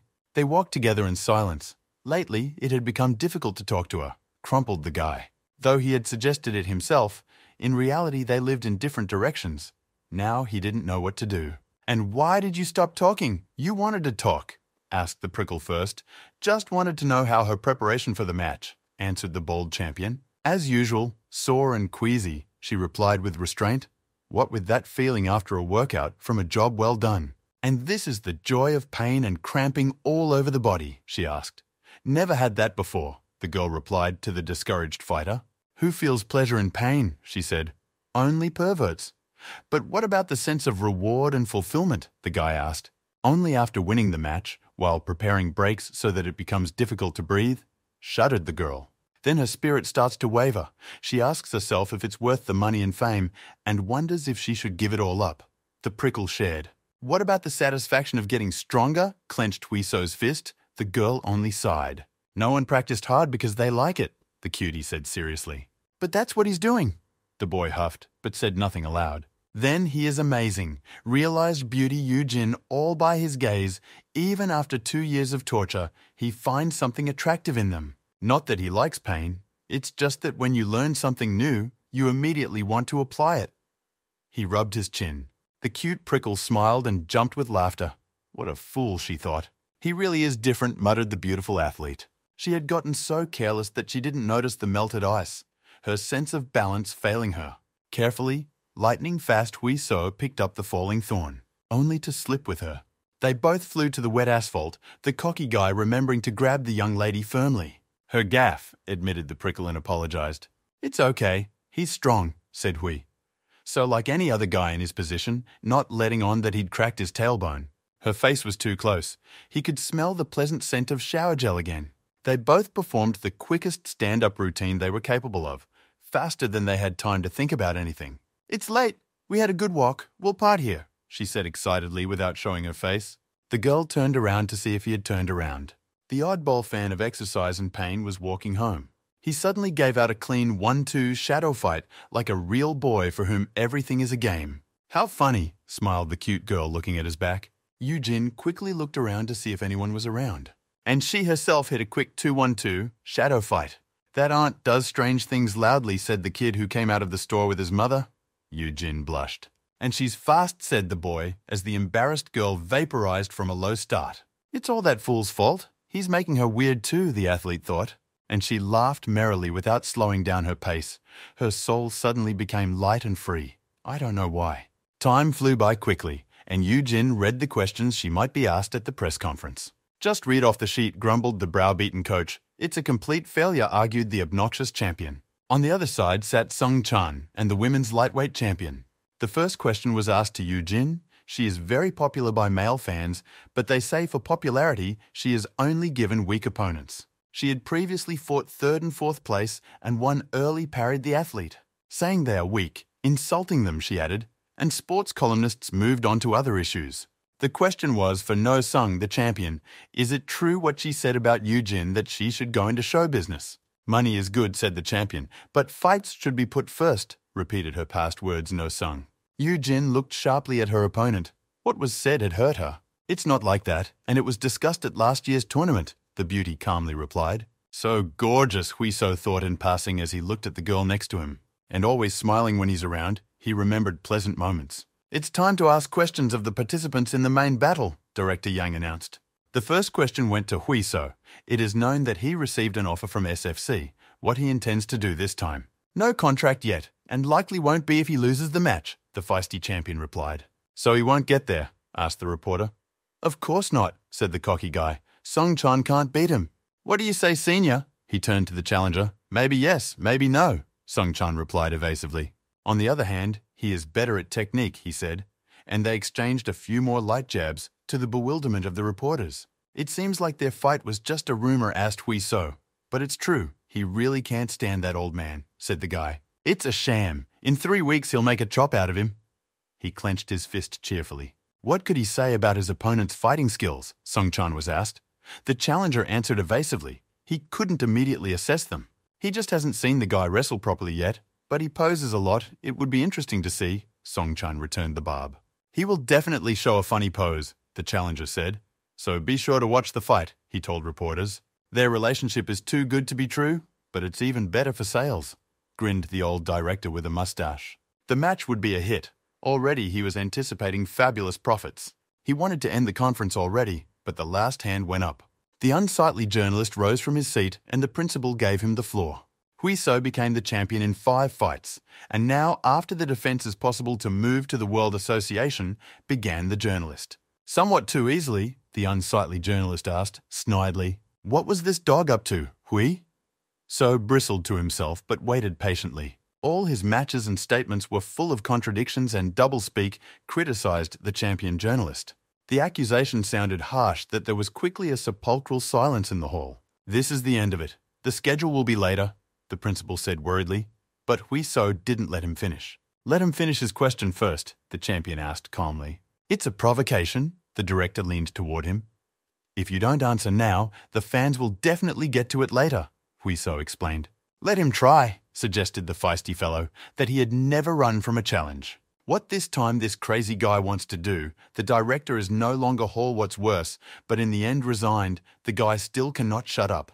"Carry on," he allowed the unsightly journalist. After Baek-hoon became the champion, Huiso seized the moment to claim the title, the reporter said. "Isn't there too much favoritism? Because others can't do that," snarked the unsightly journalist.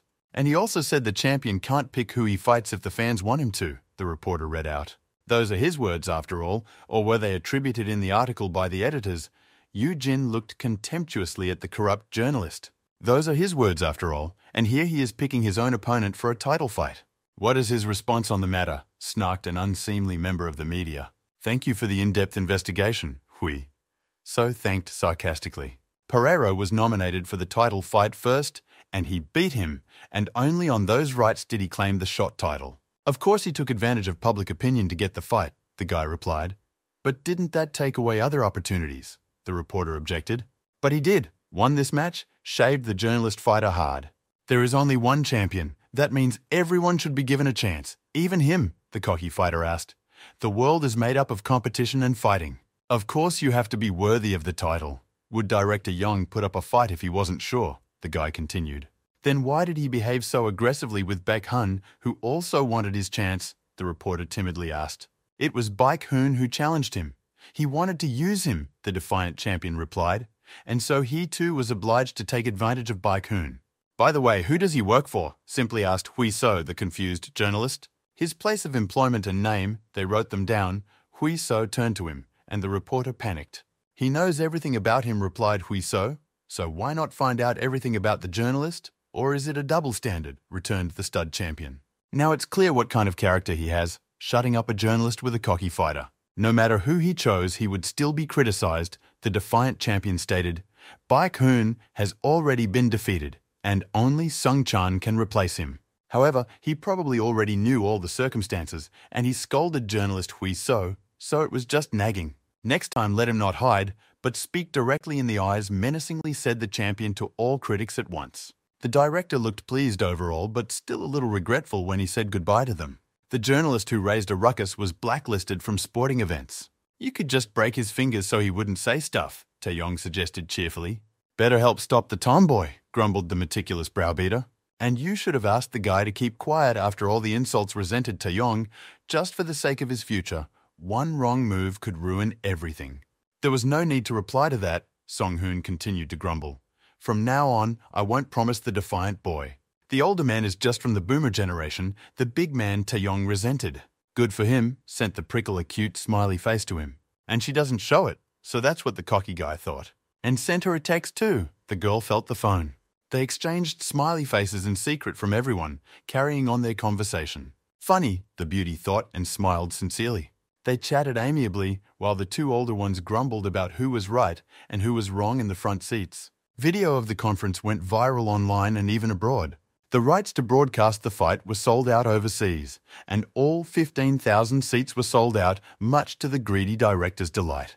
The crowd shook the arena as if a terrible rain with a thunderstorm had broken out. Huiso practiced 2x2 on the lamps to warm up.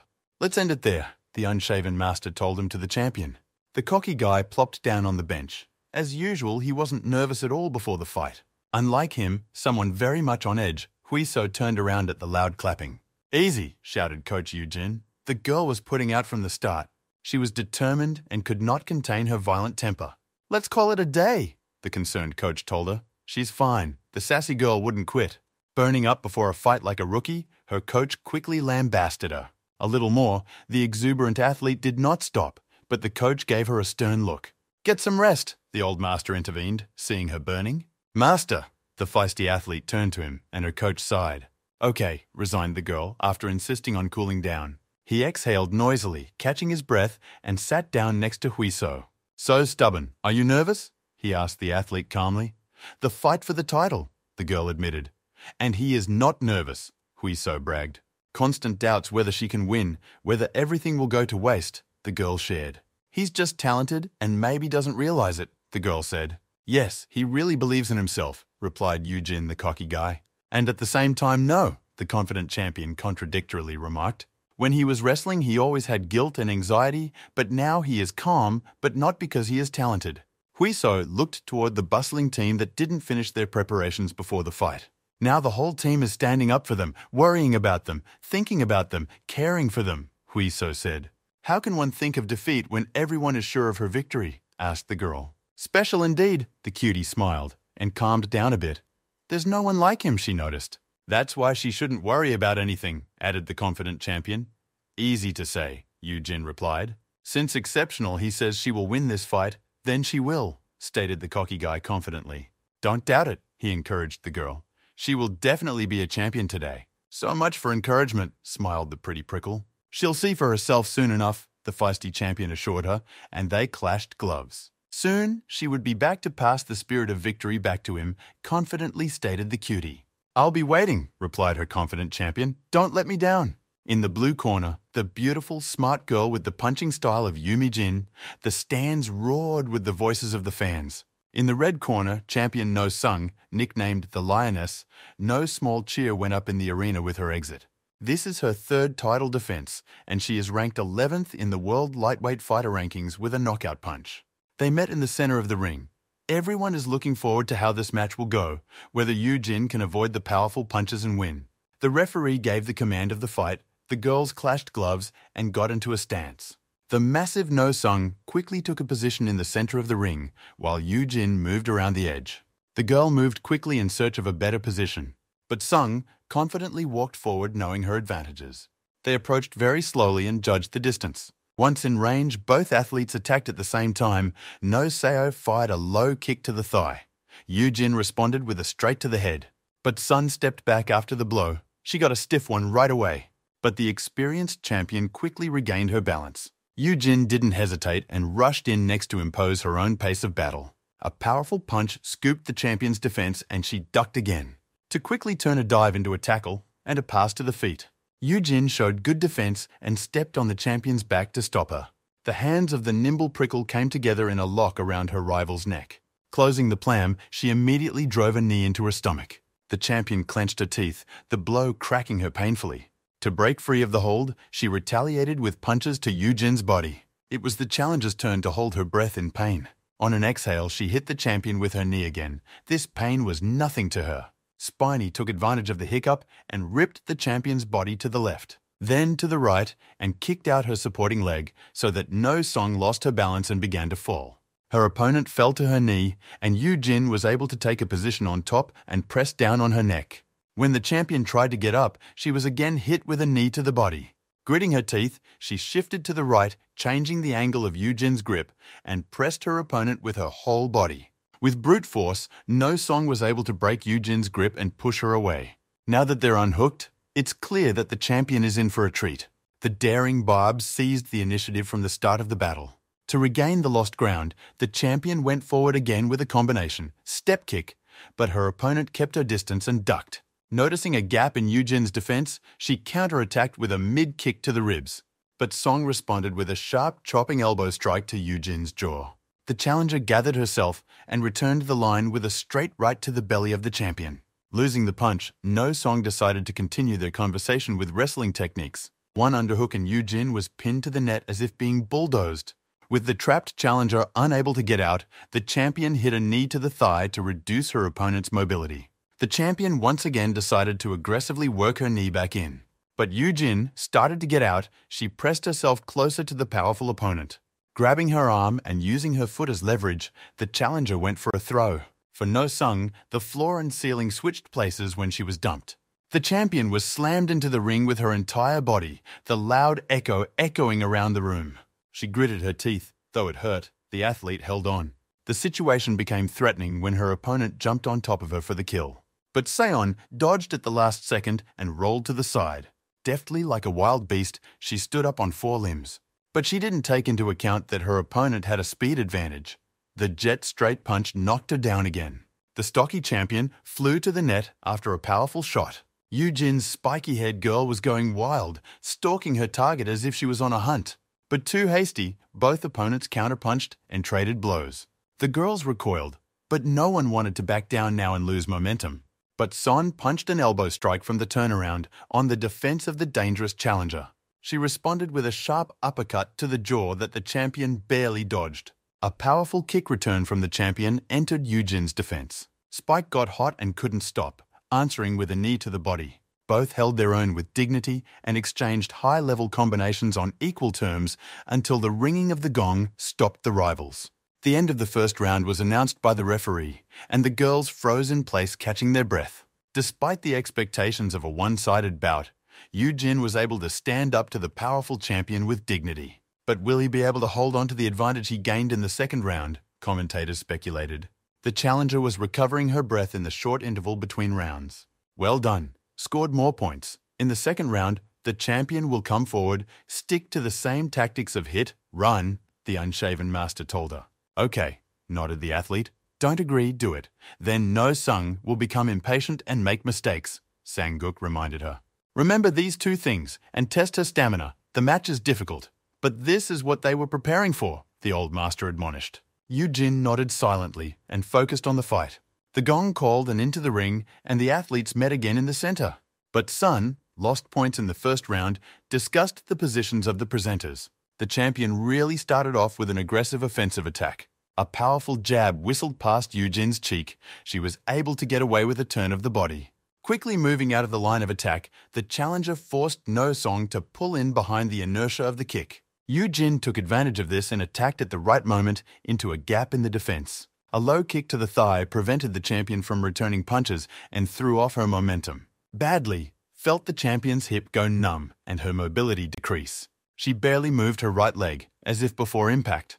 Kicking, Yu Jin noticed, and quickly recoiled back. The kick proved to be a deception. The champion jumped forward quickly, shortening the distance. A Superman punch moved the challenger hard in the face. Yu Jin couldn't defend against it and missed a clean punch. She was now caught under a shaft of blows from the champion and could only put up a stiff defense, taking the blows with her body. Even so, Yu Jin didn't lose her composure and peeked out a gap. After a false takedown, the champion rushed in for the takedown. She wrapped her opponent around her waist and applied full body pressure to bring her down in the ring. Spiny responded with a lightning-fast knee to the champion's exposed stomach. But her huge masculine hands closed around Yu Jin's front leg. The challenger lost her balance and began to fall backwards. The bulldozer pinned her against the netting and pressed her tightly into it, the stiff rabica yanking at her skin. The champion hoped to settle things by pure force. Nimble hands went behind her neck. Hands gathered in a lock, Jin completed the hold, showing that she was good at more than just striking. She pushed herself away from the ring and jumped towards the champion. With the challenger hanging on top, she went for a chokehold and her legs came together in a triangle. Dangerous, the champion realized. She was losing strength fast. Slipping her hand under the hold, the champion released the pressure, not her neck, and once again pinned Jin against the net. The choke didn't reach the right angle, but Jin's position was still better, the champion having to keep her weight on her. Spikes slowly wore down her opponent, not letting her unlock her grip. Time and options were running out, even for a very strong champion. The fight lasted until the 5th round. Both contenders were never able to break each other down in this tough matchup. Everything will be decided in this round, the host said. Jin leads by a point, but the gap with No Sung is minimal. The champion charged forward as if they were still fighting in the 1st round. No sign of slowing down, even though she was already exhausted. Even dozens of missed punches didn't help. Is there such a difference in their stamina? Thought Jin. But Sun went for the takedown. Even in the 5th round, she stubbornly pursued her goal of taking down the nimble striker. A pass to the legs proved to be a feint. The champion changed it to a left hook. This scheme she had seen before, just waiting for the right moment to counterattack, thought Jin. But her stamina was already exhausted, which affected the speed of movements. The athlete missed a blow. Is that all? Worried the old master. Pull yourself together, he shouted to the girl. The champion approached with a reaching kick to Jin, who lost her balance. And again, a miss to the head, the position became critical in the blink of an eye.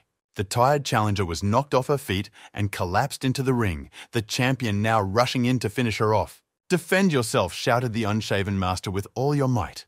Jin lifted her legs to stop herself from jumping on, but the formidable champion simply knocked them out of her way and attacked from above. But Sun broke through the challenger's defense, yelled the announcer. The match could be over soon. Jin was lying down thinking about how to get out of this situation. The hammer slammed with a deafening rumble from above, right into the challenger's head. In microseconds, she pulled her faces away from a blow that shook even the ring. The champion sat on top and was now able to hammer non-stop. A hail of punches rained down on Jin as if her opponent wasn't tired at all. Guessing the moment, Jin tightly pressed herself against the massive champion. The woman used her hand on her head to pull the tenacious challenger away from her. Very little space was formed, and it was enough to strike at Jin. But Song is really good, Jin admitted. That's what the world ranking means. Normally, she would have accepted her fate by now, but not this time. How to then look into the eyes of that goon? After such words, the girl remembered. Jin slid her hand to the champion's face, and with her foot, she rested her foot on her opponent's pelvis. With a strong push of her legs, she threw the champion off her back. But Song was too focused on attacking and lost her position, but that didn't stop her from attacking again. The time and space gained between them was enough for Jin to turn around. The champion's knee was squeezed into a lock and pulled toward her. With the agility of a cat, Jin swept over the champion's leg and was able to flip her over in one strong motion while keeping her foot on the ground. The agile and flexible challenger went for the leverage of her knee, the champion's ligaments aching with sharp pain. Jin hooked her leg over the foot and ran her hand over the back of her head to engage her neck muscles and give harder on her knee joint. But Sung wasn't going to give up her leg for nothing. She pushed against her opponent's knee, loosening her grip, and was able to twist her leg. Wants to get out? I won't let her, Jin thought, and intercepted under her opponent's knee joint with her forearm. Clamping her ankle and putting her foot on top, Jin came out in pain again. All the champion could do was twist to change the angle of pressure and save her joints. It hurt like hell. No matter how strong one was or enduring, you can't train your joints. The champion continued to spin like a frying pan, but Jin caught her opponent's shin with her foot. Unable to twist, the champion experienced the devil's agony. Like a hunted beast, No Song kicked the challenger sharply with her foot and was finally able to break her grip. The champion lashed out and gained distance between them to avoid a second takedown. They returned to their starting positions, the champion breathing heavily. This was the last chance to nail her, Jin thought. Is this really it? She pondered as she wasted precious seconds of the final round. Act, the unshaven foreman quipped to her through the noise of the hall. Her leg is injured, the experienced master noticed, and shouted to Jin. The grapples damaged the champion's ligaments. She could not move, only stand, and thus became an easy target. To find some support, the champion crawled to the net. Standing on her injured knee was painful, and her leg was shaking. Come on, time to give it your best shot, yelled the unshaven master through the howling stands. Yu-jin understood this and began to break the champion's defense with straight punches. A hail of jabs did a lot of damage to the champion, but she held on, and even counterattacked to throw the pesky challenger off her back. But Yu-jin could clearly see those faint movements that lacked sharpness. Her counterpunch hit the target. Upper body punches forced the champion to put her hands in the air. Barely No-sung opened up the challenger, prescribing her an uppercut to the jaw. The champion's head snapped back like a soccer ball. Unable to escape, No-sung simply relied on her colossal stamina when she was caught in the grasp again. A knee strike from Yu-jin sliced through the weakened champion's head. The inertia of the blow threw the massive champion back to the net. Wu Yu-jin was furiously kicking her chance at the championship belt. Hui-so was getting ready to fight. The noise of the stands brought a foreboding feeling of the match ending soon. "Ready," the browbeaten coach addressed him. No one else fussed. "Let's go," twisted the cocky fellow's shoulders, all unnecessary thoughts leaving his head. Yu-jin thrashed her opponent breathlessly until she heard the sound of the gong. Round 5 is over. The referee in the ring stands between them. The champion was breathing heavily. Both girls were caught up in the heat of battle and didn't immediately realize it was over. Yu-jin was also having a hard time catching her breath. The judges were counting the points. She felt empty, the hum of the arena coming through her in waves. The fight is over, the girl realized, and let out a victory cry. "Yu-jin!" shouted the old master to her, climbing into the cage. "No strength at all," she answered him. "I know," he told her. "Give it your best shot," he encouraged the athlete. "Very proud of you," he heard him say, in a warm, fatherly way. It made a lump come to the girl's throat, and it became hard to speak. "You should have tried harder," the girl nearly cried. "It was more than enough," the master gently consoled her. The referee brought them forward to announce the results. Her hand flew up, and Yu-jin was dumbfounded for a second, not knowing what to do. The champion's belt buckled around her waist, the noise from the stands drowned out only by the beating of her own heart. "Victory!" The new champion threw up her hands in triumph. A long-awaited victory that she had been working towards for so many years and months of hard training. Well done. She did it. The whole team congratulated her. Now they have 2 champions in the gym. Celebrations later, now masked Hui-so, cooled the solemn fervor of the old master. Speaking of which, the girl thought as the master helped her stand. "Told you could do it," declared the cocky guy in front of her. Spike smiled genuinely, not even bothering to argue. She held out her fist to him as promised, returning with a spirit of victory. "Why does he slow down so much?" she asked after a short pause. Due to what the impertinent fellow was pictorially surprised. "The spirit of the victor is dubious," the feisty girl reminded him. "That's it," laughed the champion. "Memorized," he said.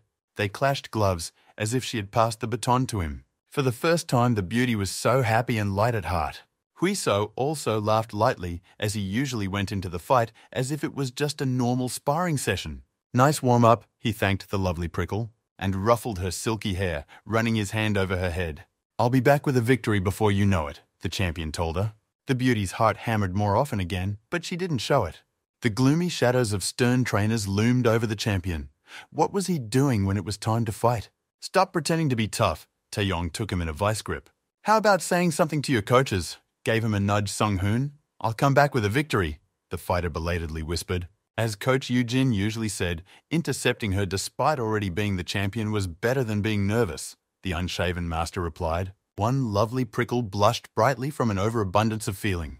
"The long-awaited main event fight in the blue corner goes to the challenger," the announcers announced. Top Gun, Sung-chan, would he be able to get his belt back? The roar of the crowd exploded all around. Hui-so, the reigning champion, was flaunting in the red corner with just as many fans shouting in his support. Both stood in the center of the octagon, with Sung-chan looking slightly taller and stronger than Hui-so. "Hey, old man," turned to him quietly. "Hui-so, what else dandy?" replied Sung-chan. "What does he think is better, Genius or Destroyer as a nickname?" asked the defiant champion. "I think the nickname P-Jester would fit perfectly," said the challenger. He is aware that the match is about to start, but Hui-so kept teasing. They touched gloves before the fight, and each went to their corner. The referee checked their readiness, and the opponents nodded. "Fight!" gave the ref's command, and the two got into a stance. The fighters moved leisurely, studying each other and judging the distance. The long-awaited match has begun. All of Hui-so's matches are bright and rousing, the commentators noted. Hui-so opened the fight first like a daring guy should. He stepped confidently with straight punches and got his opponent moving. Sung-chan defending well as he looks for a window to counterattack. Taking a moment to think of it, he countered with an uppercut and turned it into a series of punches. Already Huiso was dodging the attacks. Sung Chan is working much more accurately than in the last match. He has become noticeably better, the announcer said. But that doesn't stop the champion. He gets close quickly. Noticing the attack, Song Chan raised his hands for defense, putting up a block. But the punch was a feint. Huiso loaded up on an uppercut to the exposed body. After taking the leg in for a mid-kick, the fight immediately began to pick up momentum. But this time, Song Chan put up a shoulder block and took the hit. Huiso sprawled out and did a knee bump. The challenger fell backwards. A monstrous knee strike and a jump kick penetrated the tight defense, but it still hurt. The champion's pressure didn't falter after one successful attack, he continued. Huiso processed the champion's dumb defense, slowly taking the initiative. Another hard kick to the body caused Sung Chan to crouch down. The challenger ducked under the next hook and found himself next to Huiso's open body. A shot to the liver, and no one is forever, charged into the champion's side. The champion's string of attacks broke, the fight no longer one-sided. Sung Chan himself went on the offensive with quick jabs to probe his opponent. After a deceptive jab, the challenger made a pass to his feet. Huiso moved his body forward to defend against the throw. As expected, the fight would be crazy from the start. But the pass to his feet was also a feint.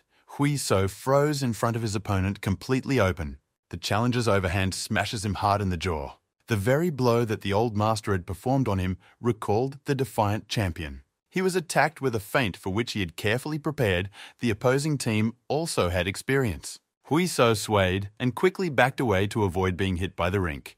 The challenger didn't let go and moved in, following with his defenses pressed against his body. A strong left hook shattered the defenses of the feisty champion. A wide swing was fired after him, but the champion saw everything with keen eyesight. He ducked under a punch and passed Sung Chan in one slick motion, after which he delivered a chopping elbow strike from a U-turn to Sung Chan's exposed head. The challenger whirled from the powerful and hard attack, his defenses wavering. Huiso took advantage of this and planted a spinning kick, heel kick to the challenger's liver. Sung Chan was thrown back to the net. The stands roared from such a heated match. Barking like a horse with a hoof, the challenger gritted his teeth in pain. He barely dodged Huiso's jumping knee strike, which slammed into the net. For a second, they froze in front of each other, assessing their next moves. The defiant champion pulled his neck in a martial manner, as if the entire fight up to this point had been a light warm-up. "And he has weak punches," Huiso said to the challenger, scratching the back of his head. "At least he knows how to punch," Song Chan replied in the same way, and grinned. They started in the center of the ring again, as if two knights were fighting. They exchanged blows, but Huiso's lunge was half a second faster and reached the target earlier. Huiso swung wildly with a follow-up right foot for a kick. Sung Chan was just as quick to react and prepared to defend himself. The champion's mid-kick changed trajectory and flew into his head. A Brazilian jab lands to the side of the challenger's head, forcing him to crouch. "What a twist! What a technique!" yelled the bespectacled presenter. This is the same punch that Baek-hoon used against the current champion. And now he combines with a back kick, Hui. So once again struck like a horse with his hoof. This came as an unpleasant surprise to Sung Chan. In the past, the daring fellow had not shown such strikes. How far this could go was wondered by excited commentators. Huiso executed a quick jab while his opponent was pinned in the ring with a passed punch. The daring champion did not relent in his onslaught and drummed on Sung Chan's defense. But the cage veteran was not to be broken so easily. He successfully led the defense. The challenger ducked under a swinging hook from Huiso and counterattacked with his own hook into the champion's gloved defense. They punched and ducked at the same time with inhuman speed in the center of the ring. Catching the moment, Sung Chan planted a mid-kick into the champion's thigh with a resounding clang. Huiso quickly regrouped and caught up with the challenger with his back kick on the return. Trace looked to finish with a straight leg kick, but the Octagon veteran intercepted it. He quickly brought his forearm under his knee and pinned Huiso's leg against his own so the champion wouldn't break free. Afterward, Sung Chan pressed his whole body forward to bring the defiant fighter down. Huiso was caught in a predicament. Losing his footing, he quickly lost his balance. The cocky guy jumped into the ring, he spun around in a fall and landed on his hands. Sung Chan immediately prepared to attack his opponent's open back. He was at his side and punished carelessness with powerful punches to the head, top to bottom. Stunning the defiant fighter, he took him in a chokehold with an elbow.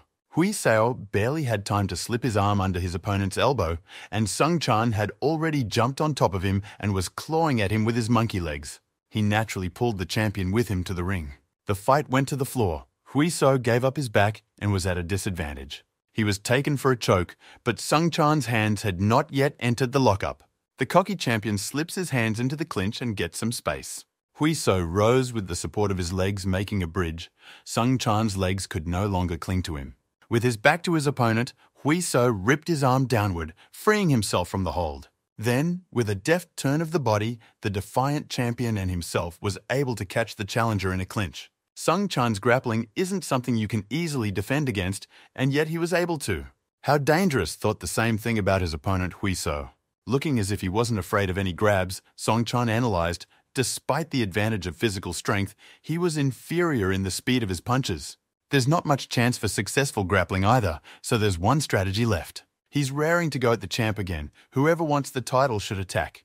Hui So prepared for defense. The challenger moved boldly but not recklessly. Sung Chan fired a left barely approaching the right distance. The defiant champion dodged. Hui So's wide right punch also missed by bending his flexible back. The champion's right cleaved the air near Sung Chan's head, but he had already shifted to the side. He planned to duck to get into a good position for a tackle. It was worth knocking the cocky guy down, and his stamina would end. But the plan didn't work. A sharp jab to the head interrupted the whole combination. From where, Song Chan wondered, the blow came when he wasn't expected. The distance is too great for the right. How could he hit it quickly? The challenger asked himself. Just going to do it again? Wrote it off to chance and Sung Chan's bad luck. Why is the fist so close? He noticed his opponent's flying right jab to the head. Another right one hit his head, so it wasn't an accident, Sung Chan realized. His sense of distance was failing him, and in the heat of battle, he was unable to see what was clearly visible from the outside. "That's it," shouted the bespectacled presenter, having figured out the champion's strategy. It's hard for non-professionals to notice. Hui So was punching from a left-handed stance. His right foot was now in front, and his right arm moved closer to his opponent. He had never used it before. What a mockery to master such a thing in 4 months, resented Sung Chan. No, that's a bluff. Even experienced world-ranked fighters. It takes a long time to get used to something like that. We need to keep going, and then he'll make a mistake. Sung Chan went on the attack again. Lowering his defenses, Hui So flexibly dodged the challenger's heavy shots. Sung Chan unloads a barrage of full punches, but none land. But he got 2 right jabs when he froze for a second.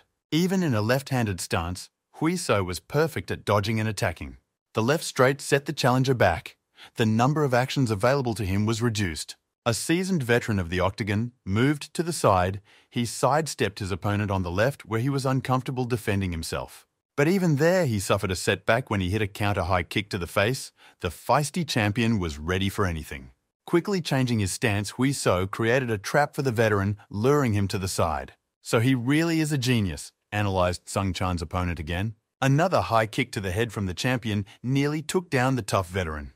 But he stood his ground and clung tightly to his opponent's supporting leg.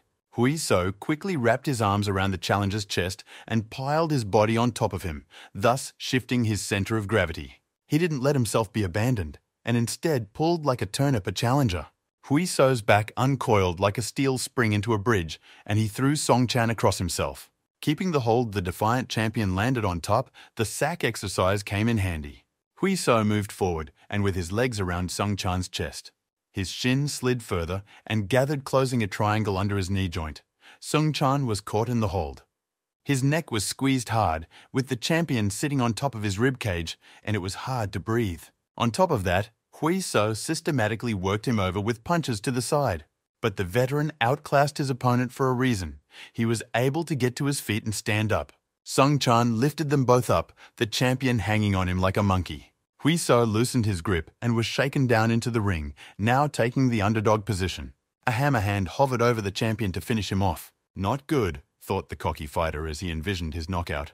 The sledgehammer cracked the ring so that shockwaves went through it. Missed, wondered the challenger how he could have missed from that distance. Hui So ducked, shifting his head in the last fraction of a second before the blow. He then threw his leg over the challenger's back and slipped his hand between his legs. He wants to do an omoplata, the presenter realized as Hui So wrapped his leg around the challenger's shoulder. To avoid the pain, Song Chan quickly did a powerful somersault forward. That was how he was able to break free of the champion's grasp, the scale constantly oscillating between them. Both lay in the ring, but the champion jumped up a little earlier and attacked earlier. An explosive uppercut threw the challenger's body back to the net. He almost broke through the fence so hard he was pinned down. Huiso performed a plam and brought his hands together in a lock on the back of the veteran's head. Trailing off, his knee shot through the challenger's turtle defense, but the punch still got through even through Sung Chan's block. Gathering all his strength, Song Chan rushed to grab his opponent. There was nothing else he could do in the standoff. But the challenger's hands gripped the air. By inertia, he continued to fly forward. As if jumping over a gymnastic horse, Huiso let the challenger pass underneath him. The veteran was once again pinned in the ring. Even in wrestling, he was losing to the champion. He tried to get up, but the tenacious champion caught him in a triangle elbow. Holding the hold, Huiso twisted to the side as if using wrestling techniques. "What is it doing?" the announcers yelled. An anaconda appeared in the ring. Huiso caught his opponent in an anaconda chokehold. He'll strangle him, the seasoned veteran thought. He tried to twist around to get out, but Huiso hung like a boa constrictor, dead weight and squeezed harder.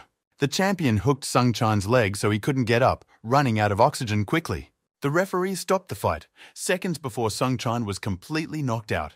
Win breathed deeply, a slight euphoria of accomplishment overtaking him. First title defense, victory via chokehold. Lee Huisoe raised his arms triumphantly. "Fidgety as a mongoose," Song Chan told him while breathing heavily. The challenger grinned. Though he had lost, he was satisfied with the fight. "It's all speculation. I never heard a fly in my life. Justified the champion, a creepy brat," said Song Chan. "Great fight," extended a hand to the loser by the cocky guy. "I won't argue. The fight is great." Song Chan grabbed his glove. To a roar of applause, the worthy competitors shook hands. "It's embarrassing to show your face now," said Song Chan as he stood up. And who was the cocky guy surprised? He missed a blow from where he wasn't expecting it at all. A small fist jabbed painfully into his leg. The tall champion looked down and saw the brave girl with not a weak punch. The little girl nearly cried with resentment. What a little girl, thought the champion. "Sai-young, come here," her mother called out to her, and the girl hurriedly retreated. "Who is it?" mumbled the young champion, asking Sung Chan. "Wife and daughter," the octagon veteran introduced them. "He's married," the naive guy wondered. He'd just made a cutlet of their hero, horrified the defiant lad. "I'm sorry I tried my best and lost," Sung Chan excused himself to his beautiful wife. He was gorgeous. She rubbed him gently on his battered cheek. "Congratulations." He conveyed his congratulations to the defiant champion with a genuine smile. "It worked out," she said. "I'm sorry." Huiso bowed low, not knowing how else to express his feelings. "Why is this bead inflated?" asked the mother to her daughter. "Daddy and Uncle were just playing," she said. Who had upset the princess so much, the veteran patted his daughter on the head. "Because of Uncle Huiso? So he must be punished," said the veteran in a high-pitched voice, as one speaks to children. Hiya! He quickly shoved the champion, and he started to fall down in a picturesque manner. "Victory!" shouted Sung Chan, raising his hand. Huiso played along. "See? Daddy got his revenge, but he didn't finish." The little girl ran to finish off her fallen opponent. The former champion's daughter jumped on top of the mount and swung mercilessly for the finishing blow. What an overwhelming aura horrified the reigning champion. A small fist palpably smacked the cheekbone of the defiant boy.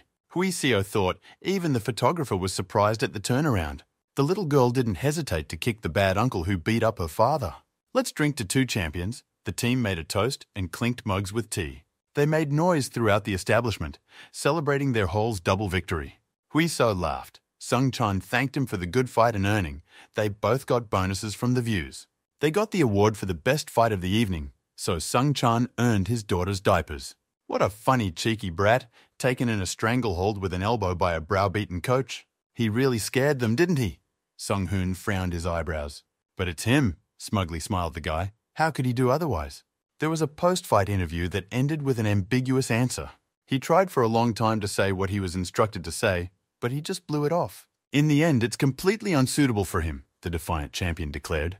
"He's going to make even more money," shouted he to the cheering crowd. "It's fine as long as the results are good," laughed the impertinent fellow. "He will definitely finish them off," grumbled Sung Hoon. "We'll drink a punishing shot of tea for insolence," said a beaming coach. A tired prickle stared nervously into the screen of her phone. She was sitting alone and not celebrating at all. The team was having fun till the fall. After hard work, everyone wanted to rest. Sung Hoon had even gone blind where he sat after drinking strong tea. "Time to go home?" The tired guy stretched. The adrenaline had long since worn off, and he was feeling very sleepy. What is she doing alone, he wondered, glancing at the distraught Prickle. She reached for a glass of juice and drank in a gulp, and so several times until the girl's hands trembled. She stood up abruptly to go out for a breath. As if she had returned to her previous state, the girl kept completely closed off. Hui So only caught a glimpse of her loose, silky hair. He what saw the tears, glimpsed the eyed champion. You can't leave something like that behind. He traced where the frustrated Prickle went. Putting on his coat, the daring guy jumped out after Eugene. As an athlete, she was also a fast walker. 5 minutes later, he did find the girl. She was sitting quietly on a bench. The daring guy quietly approached without even saying anything in the process. The lovely Prickle quickly turned around at the sound of footsteps, and tears glistened in the lamplight. Don't mind if I sit down, the champion said calmly. They sat in silence for a few minutes, the cocky guy waiting patiently. Why don't you ask? The champion looked at him with eyes red from tears. If you want to talk, talk. No, so no, Hui So replied softly to her. Remember talking about your parents, began Spiny, gathering her thoughts. That man contacted me today, heard the cocky guy. Wrote congratulations, well done, babe, the girl shared. How dare he, after 5 years of silence and silence, suddenly write such a thing, the thorn said sadly. I hate him, she shouted bitterly, in the middle of the empty public garden. He made her life miserable. The scandals, the pain of loneliness, she told me. The girl endured the beatings until he eventually left her. It's like she's just unnecessary baggage to be left behind. How can someone who knows about her miserable life suddenly write such a thing? Prickled angrily.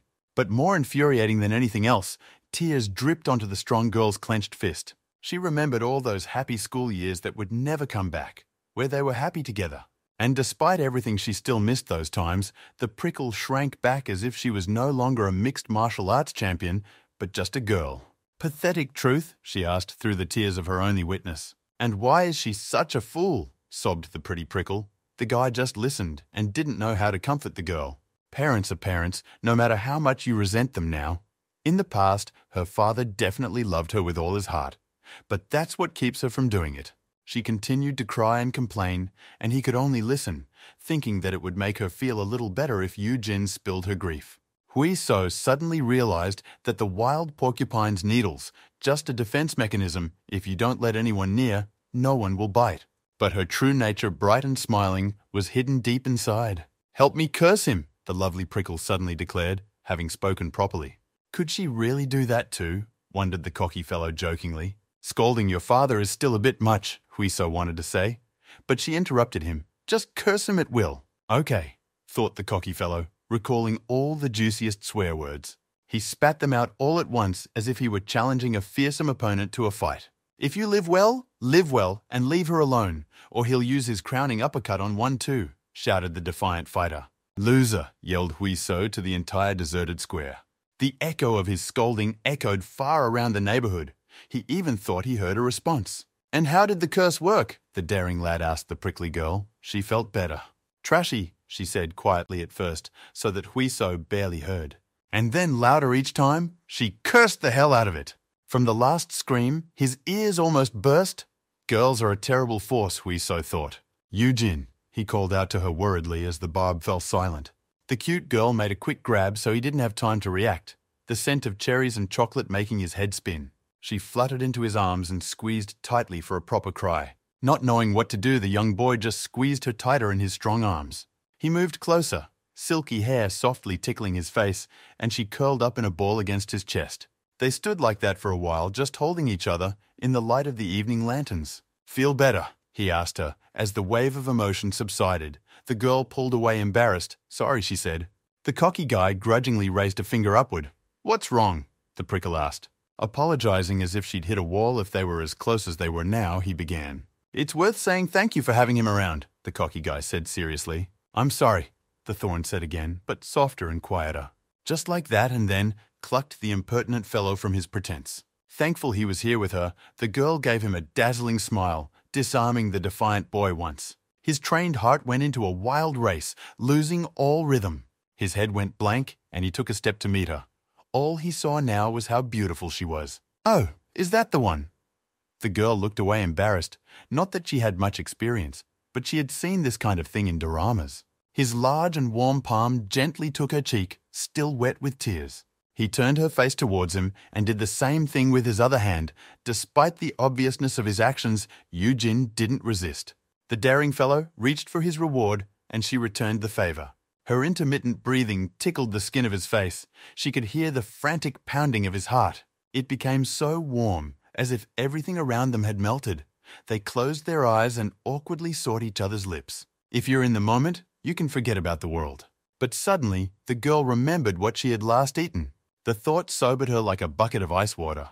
"What's the matter? Why did you stop?" asked a worriedly defiant boy. "Sausage and onions. That's what happened less than an hour ago," resented the girl. "Nonsense. Smoked chicken ham can handle them," replied the same defiant guy. But the moment was already gone. "Pull yourself together. It's all tea and fresh air," resisted the girl.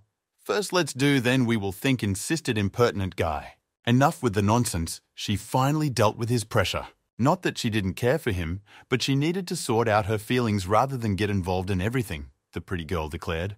"I'm not sure, and he thought she had the same feelings," the naive boy replied reproachfully. "It turns out those were hasty conclusions," he whined in a disappointed voice, like an abandoned puppy. "What a fool, doesn't understand a thing," embarrassed the pretty prickle. "Haste not," squeezed the thorn in his shoulder and leaned in. The athlete's strong arm knocked the defiant fellow to the ground. And who is the champion here told him her beautiful eyes that glittered with stars. Her lips, dry with excitement, pressed gently against his cheek, making him intoxicated again. What's she doing? The cocky boy was more excited than ever when the girl put her arms around his neck. She rubbed herself against him like a contented cat and snuggled in tight. In that instant, the monk's soul left his body in its entirety. "She's serious about him too, because she wouldn't kiss just anyone," the cute cat declared. "And since it's so serious, I don't want to do it in a hurry," she said in her thin voice. "He can wait a little while after all," said the prickle, which easily defeated the champion. The daring boy took a long time to gather his thoughts, becoming timid like a puppy. He had the most beautiful girl in the world sitting on him in his mont, so he capitulated unconditionally. Well shone a sincere smile at the cheeky fellow and wagged his tail obediently. "What a simpleton! It's written all over his face," the girl thought. "But that's exactly why you can't be afraid of him," the lovely prickle realized. "He'll be calmer if she kisses the other side as well," the cheeky boy stated. The cat wondered whether to give the rascal an affectionate bite now. She moved closer to claw his ear while he was so naive. "Ahem," coughed the passerby who had appeared at such a bad time. "They get drunk on tea and make a mess," the old man grumbled. He didn't actually say a word, but it was clear enough. Caught off guard, the couple quickly disengaged. "The world has ended," the old man grumbled incoherently and walked away.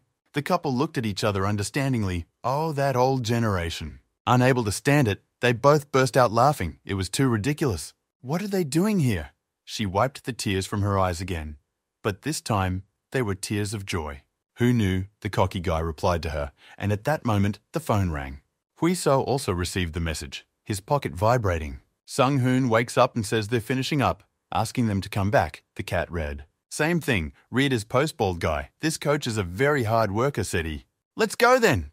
The girl stood up and shook herself off. As much as she didn't want to, she had to go. "No, wait, there's still a second side," the brash guy said demandingly like a child. "If we don't hurry, they'll suspect something," the thorn stated. Then no sooner did the defiant champion back down. "Now my back will cease to stand in a bend capriciously," he agreed. "Okay," agreed Prickle. Open-mouthed fool, she looked at his pure and naive face. "Puppy," she cracked the cocky mixed martial arts champion lightly. "What the hell is that?" the guy shouted. But it was too late. The defiant cat had run away. Pest shouted after her, and the prickle stopped for a second, of course, and she was fine with that. "He knows it's not that easy with her." The cheeky girl smiled slyly. "We have to hurry," he told the naive guy. What a beast, Huiso sighed in relief. He was willing to forgive anything right now. It can wait, thought he. Let him sort out his feelings. He could still feel them knot his cheek, and his hand involuntarily reached for his face. An exciting memory of her soft, slightly roughened lips. Still, he got his reward right, thought the cheerfully defiant lad. The memory made his spirits high. How beautiful this night is. It's worth getting some more fresh air, and only then to go, he realized. "Look here," said the commentator of the video of Huiso and Sung-chan's match. "Look, he's got it all figured out," said the funny man in the bandana. And in just a few months, the blogger spoke from his phone screen. He easily switches from right-handed to left-handed, issued the blogger's accurate analysis. But even in wrestling, he gets better with every fight. What a talented fighter. This is a talent that is sure to reach the top, stated the bandana-wearing blogger. Sir, a secretary walked into the boss's office after knocking. The schedule for the LA match has come in, he reported to the bold boss. Let's take another look, asked SFC President Dave White. While the champions were chilling out, other athletes were preparing for their fights. Practicing kicks on paws and hanging bags shook the hall. There was a buzz of activity, sparring, wrestling, throwing, grappling. Yujin made her way into the break room. Preparations for the next match had not started, and she could relax. Why are you crouching like a pig? The prickle said sweetly as usual. The chief browbeaten grunt of this hall is waiting for him in his study, the girl called out to him. Money. She rubbed her fingers together contentedly. The girl had already received her paycheck. What a great cocky guy putting on the face of a ladies' man seducer. It's okay because he's a star, Hui. So thought to himself, what a scary thing to do, thought the prickle. How much tea would you have to drink to make out with someone like that? The prickle remembered. I'll go, said the feisty fellow. Be sure to get some rest. He stroked her head. The cat fluffed its fur, but the cocky guy didn't notice it. How good is he? Hui So thought. Tut, said the ladies' man as he arrived in the coach room. Sit down, Sung Hoon invited him into the conversation in his usual discreet manner. It seems these days some people use excuses to justify inappropriate behavior, hinted Sung Hoon, who said warily to the fighter. Absolutely everything, Song Hong sternly stated, and the bold fighter was embarrassed as he scratched the back of his head. So why was he called here? He quickly changed the topic. Reward for the last match, check the full amount, gave him the paperwork brow stick. Hui So's eyes rounded like the zeros he had counted. No mistake, asked the athlete. At first I didn't believe it was possible to get that much for a home match either, agreed Sung Hoon. 124 million in words was the amount of the winnings. The biggest contribution came from the pay-per-view broadcasts their match achieved in popularity, SFC's lowest ratings, but it was also a shocking success. If money is the yardstick, no one has made that much, then Hui So is the most valuable fighter in Korea. Sung Hoon spread out before him 4 stacks of sheets of papers, proposals from other organizations. Vale Tudo appears to be a promising option, highlighted by Bravastic 1 contract. Bonus for joining, 10,065 per fight, double the rate for winning, and plus 5 for every win to the bet, all in dollars. The terms sounded very palatable to a guy who was just recently punching out merchandise at the checkout counter. But wouldn't it be better to choose SFC? Those don't have home broadcasting, asked Champion Vale in negotiating. They will have it soon too. What's that about him? Asked the cocky champion. Really? The browbeaten coach looked at him sternly. The MMA market is growing, so they thought to enter it at the right time, Bravastic explained. It won't be easy to gain popularity in the new format, but he will do it quickly, reassured Sung Hoon. If he continues there, he'll make money and get the best medical insurance in Korea. They have potential, Hui So remarked. SFC is still better, as Sung Hoon said earlier. That's the way it used to be. Now SFC has a lot of disadvantageous terms, the bearded coach recalled. Under the terms of the Med, expenses under $1,500 are paid by the fighter. The problem is that a large amount can be broken down into small payments, and then they will be less than the paid limit. It also applies to injuries during a match, and they don't cover expenses during training. Next, they get rights to his face. He will no longer be able to run his own social media and record videos. Also, for sponsorship, you need the association's approval. During the main matches, you have to dress Rita, their main sponsor. Anything else? Asked the frustrated champion. 3 more conditions, remarked Sung Hoon. Vale respects his personal rights, has flexible sponsorship and good insurance. Sung Hoon listed their benefits again. So, what will he choose? Asked the browbeaten man, tired of waiting for the impertinent accountant to make up his mind. Can't decide between the two? Fidgeted the out-of-place defiant champion. Why not try and continue negotiations with both of them? Hui So asked. Under what conditions? Sung Hoon inquired. How about 80,000 for the fight? The cocky financier stated. He wants to impose those conditions on both organizations, the browbeaten coach asked in surprise. In X1, you can only get that kind of money if you win. Is there any point in transitioning then? Hui So reasoned. Does he really think it's that easy to win and clinch it? Fretted the meticulous trainer. If it's a stalemate, both options are bad, stated the fighter. But on the other hand, Sung Hoon wondered, it could work, scratching his chin. Bravastic decided to contact the people at the agency right away and work things out. Okay, I'll give it a try, said the voice on the phone when he realized what he was being asked to do. 85, read the sum to Douglas Mack, and figured the gain the loss. Just now claimed, he asked the aide, and asked to keep the 100% win bonus, he added. And what do you say to that? The head of the branch asked for advice. Such investments make sense, the blonde man replied. Half of the pay-per-views for the Li Hui-So fight came from the United States. The aide confirmed his beliefs. Almost $200,000, he said, and the amount made McDouglas's eyes round. The lowest SFC events had sales at $250,000, the blonde guy said for reference. They have made the same offer to Vale, and there is a high probability they will choose it, he added. What should we do? The assistant asked, and the boss hesitated. Keep negotiating, try to make the best offer and win, the boss ordered. And don't forget to show them where their seats are so they don't act cocky from the start, he stated. To summarize, said James Khan, who was working as their agent when they met at the coffee shop. Coach and champion listened to him intently, all the hooking complexities making his head spin. Vale drop out, SFC accept revised terms. Nothing changed significantly, but they agreed to raise the prize for the fight to $75,000. If Hui-So loses the first match, the bet will drop to $55,000. Less money, resented the fighter, a common tactic, pretend to agree, but on their own terms, explained the agent. What tricksters, thought the daring lad, and pressed himself against the table. But it gives them the opportunity to set their own terms as well, Agent Khan said. If Hui-So wins, the bet will increase to $100,000 and retain a bonus plus 5 for each subsequent win. Also extending Ababis's sponsorship that he inherited from X1 if he wins the first fight will get more bonuses from sponsors. And SFC accepted the offer, the athletes asked doubtfully. Agent Khan nodded contentedly. The almighty god of negotiation admired his skills as a trainer and fighter. There are also unspoken additional conditions not directly stated in the contract. The fight in mid-October. Want to get Hui-So into the game faster while he is popular, said the agent. Too early figured meticulous Sung-Hoon. No date is spelled out in the contract, so it could be moved to the end of October, Khan added.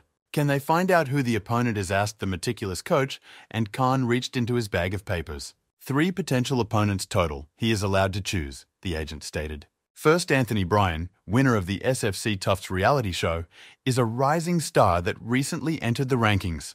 The second, Drake, had a 7-game winning streak in the small organization before coming to SFC, quickly rising to 14th place in the association after 3 wins. And finally, Henry Schultz, nicknamed the Stubborn King, 9th place, a tough nut to crack, listed all the challenges to can. Before he'd only heard about them on TV or online, and now he can fight them, he's a cocky guy. SFC seems to be the way to go, he smirked, looking forward to some interesting battles. Although the coach knows best, he would recommend Drake. No obvious weaknesses but lacks determination, Agent Khan suggested. First of all, a fight with him could potentially give a spot in the rankings. The agent added, the decision should be made now, Sung-Hoon asked him. First, you have to decide on the contract. Do you want to sign it? Replied the agent. What do you think? Asked the browstick guy. If there is no objection from the senior, he wants to sign the contract, replied the resolutely defiant lad. Then it's settled. The meticulous Sung-Hoon waved his hands. There are still some things to clarify before signing the contract, Agent Khan said. Are they aware of the unfavorable provisions of SFC, advertising rights, med insurance, clarified the agent, and received an affirmative answer. Then you can put X's in the contract against the name. All other details can be dealt with later, they finished, and the athletes thanked the skillful agent. They will have a copy for safekeeping. A second one will be sent to SFC, Agent Khan warned. It is also undesirable to procrastinate. The opposing team should also prepare, the agent reminded. They are already ready to make a choice, Hui-So said. He had long wanted to face this opponent, said the daring fighter, if Senior didn't mind. He glanced at Sung-Hoon and nodded. Can a trainer go against a fighter who wants to fight and choose his own opponent? Agreed Sung-Hoon. Then, who is it? Agent Kang asked. That's the guy he wants to whack. Poked at the document rather defiantly. One of the gyms in Los Angeles was very noisy. A crowd of sweaty athletes panted, practicing kicks, combinations, wrestling. Finally a rest, declared the athlete, and collapsed on the floor. His partner had tired him out a lot. What a relief, he wondered, glancing at Brian, who was staring at his phone. Wow, he was glad there were free ears to use. Tony, said blonde Brian, he's got to see this. That critic and that fighter, the athlete began, and his partner urgently excused himself to take a leak. Just look, he shouted after his fleeing comrade, but he didn't listen. No one understands him. Brian sighed heavily. He looked around the hall for a new victim, and everyone hid their eyes anxiously. How much can you torture people with this? His coach asked him, and immediately regretted it. He should definitely watch that flyaway video, the blonde insisted. He has a fight coming up, the trainer stated, but he wasn't being listened to. Watch this video first, then everything else, Brian insisted. He's the only coma like that. What a weirdo, said the bearded coach. What do you think? Anthony asked him. Amazing, really, he added when the video ended. The creepy guy in the bandana was wiggling and twitching funny while talking about the new fighter. A real beast has emerged in Asia, still in the same weight class, Brian enthused. I'd love to meet him once, stated the dreamily blonde fighter. Sure you want to, asked his bearded trainer. He definitely wants to fight him, repeated the coach's question. Is he going to be brought to SFC? Wondered Anthony. It's just that he's in Asia, Brian muttered, and the bearded trainer shoved a proposal document up his nose. Wah, he recognized his opponent. It's Li Huiso, Anthony said. They just signed SFC and are considering him as a contender, the bearded trainer stated. The fighter shuddered. Put a bold X where it counts, encouraged by Anthony's upcoming fight. As Huiso lay on the mat reading the news, Anthony Bryan confirmed his challenge. Most reactions to this news sounded skeptical, but that's what the cocky kid always thought. On the other hand, he was the underdog the whole time, excluding the title defense match. He just needs to show everyone who he is, as usual. With each match, his fight sense has sharpened. Watching video, he can clearly visualize his opponent. Huiso started the shadow fight trying to visualize his opponent as clearly as possible. As if his opponent was standing right in front of him, the cocky guy saw the blonde man's face. He could feel his distance, his speed, the trajectory of the blow. Huiso moved as if they were in a real fight, dodging the combinations of a large opponent. He's open! He's got a hit! The daring fighter's instincts told him. Zhong Huan made a gurgling sound after his neck vertebrae were nearly broken. Oops, thought the daring fighter, stepping out of the matrix into the real world.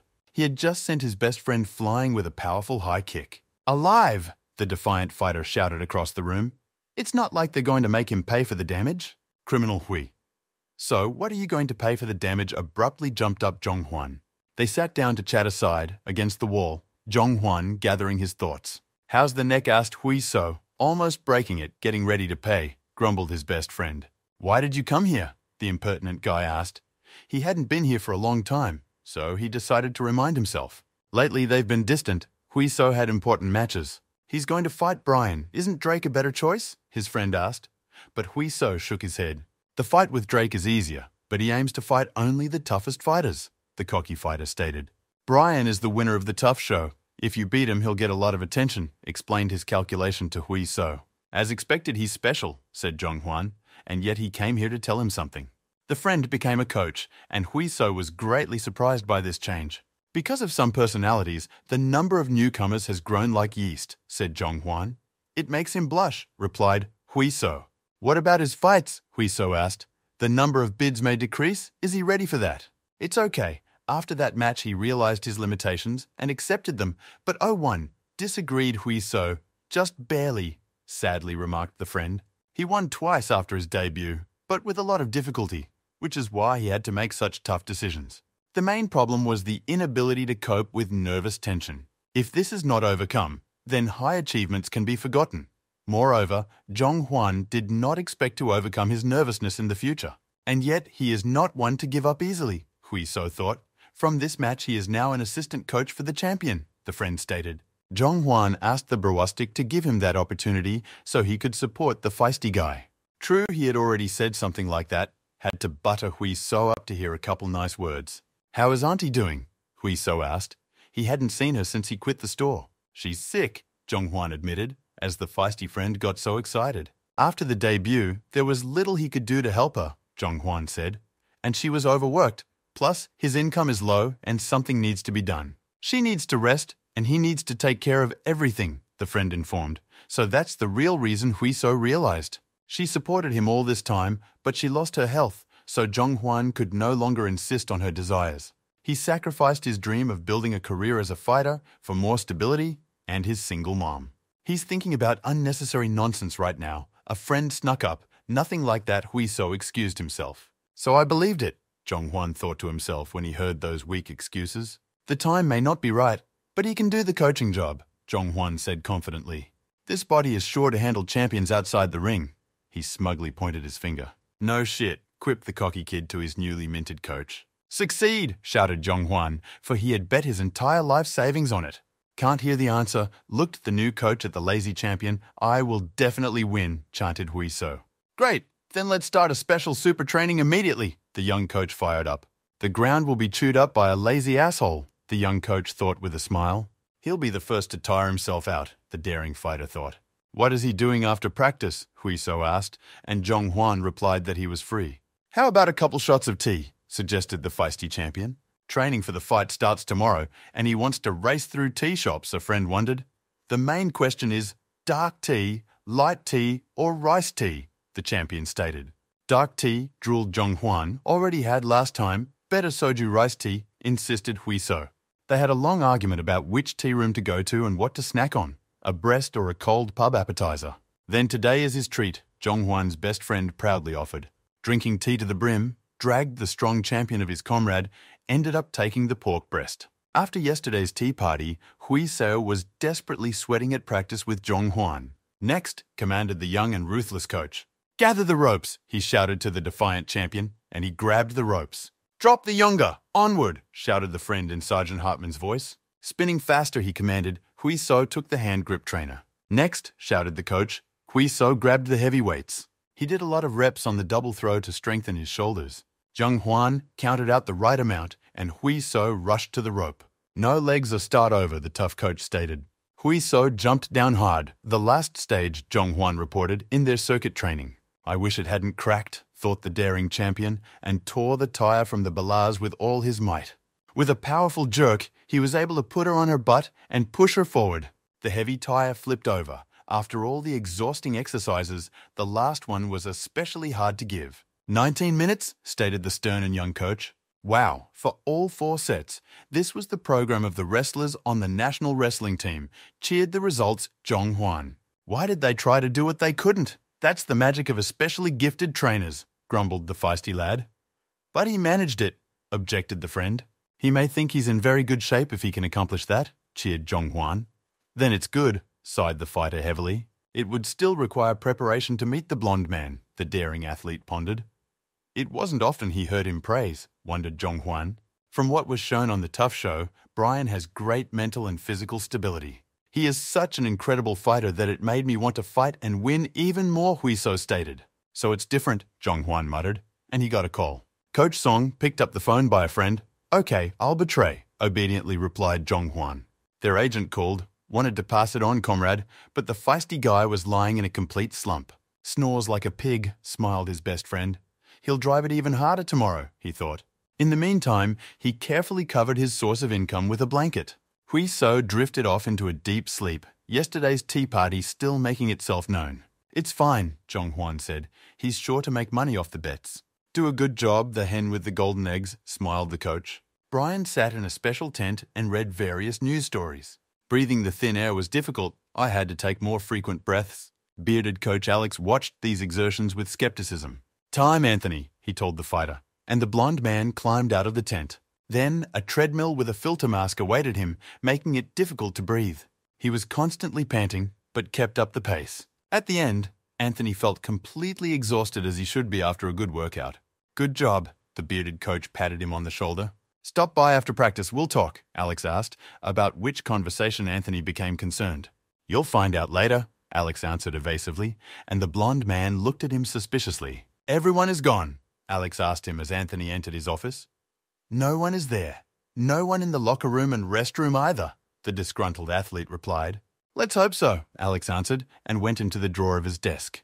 He pulled out a small inhaler, the kind they give asthmatics. It's really necessary. The fighter was angry. As if it was the first time we were doing it, Alex dismissed his objections. I mean, he trained regularly in a hypoxic tent. Why would he go to such extremes, the athlete denied? The effect of the tent lasts a couple hours. It's 2 weeks before the fight. He sits in the tent twice a week, but it won't affect the match much, Alex explained.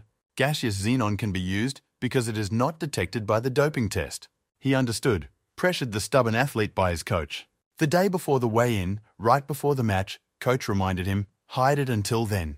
Anthony clenched his fists. Never use it before, Alex said, and the athlete snapped back. And it's so clear, he yelled. Anthony, the sneaky trainer shouted after the quickly departing fighter. Acting like a fairy of innocence, the sneaky trainer mocked the fighter. As Anthony left the room, the shutter of an old camera clicked several times in a dark corner. The shadow in the corner of the house chuckled softly. The pictures came out great. The day of their departure for America arrived, the grumpy master was giving everyone instructions. "Lee Su, don't you dare be chilly," grumbled the unshaven master. "What can happen in a week?" replied the man. "There will be more work than he thinks," said the lazy master. "Since Taeyong and Taejun are on the spot, there will be no problem," Lee Su denied. "And where are High Bomb and Yu Jin?" the cocky fighter asked unhappily.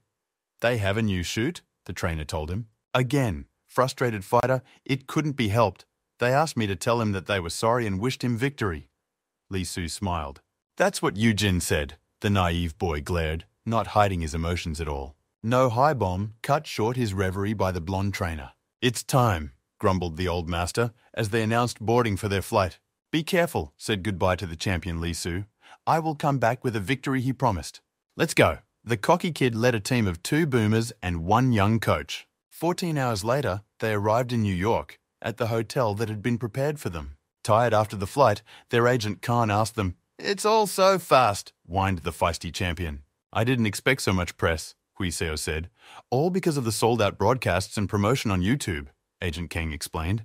"There were about 10 reporters, the rest fans and sports photographers. He's got the car ready, so as long as no one sees it, you can use it. A guide will visit them soon. No other activities are scheduled. Just a medical checkup," Agent Khan informed them. "The main events are the open practice and press conferences," he added. "It's also best to avoid unnecessary interviews other than those certified by SFC. There is one pesky investigator of SFC corruption and scandals. It's always full of people before matches," Agent Khan said. "They do know what that means?" asked the agent. "Just cooperate with the SFC," thought the cocky guy. Then that's where their helpful Agent Kong left things. The old master went with him as well. "See you tomorrow," left the lazy master fighter to the junior coach. Guys when left completely unsupervised by grumpy coaches.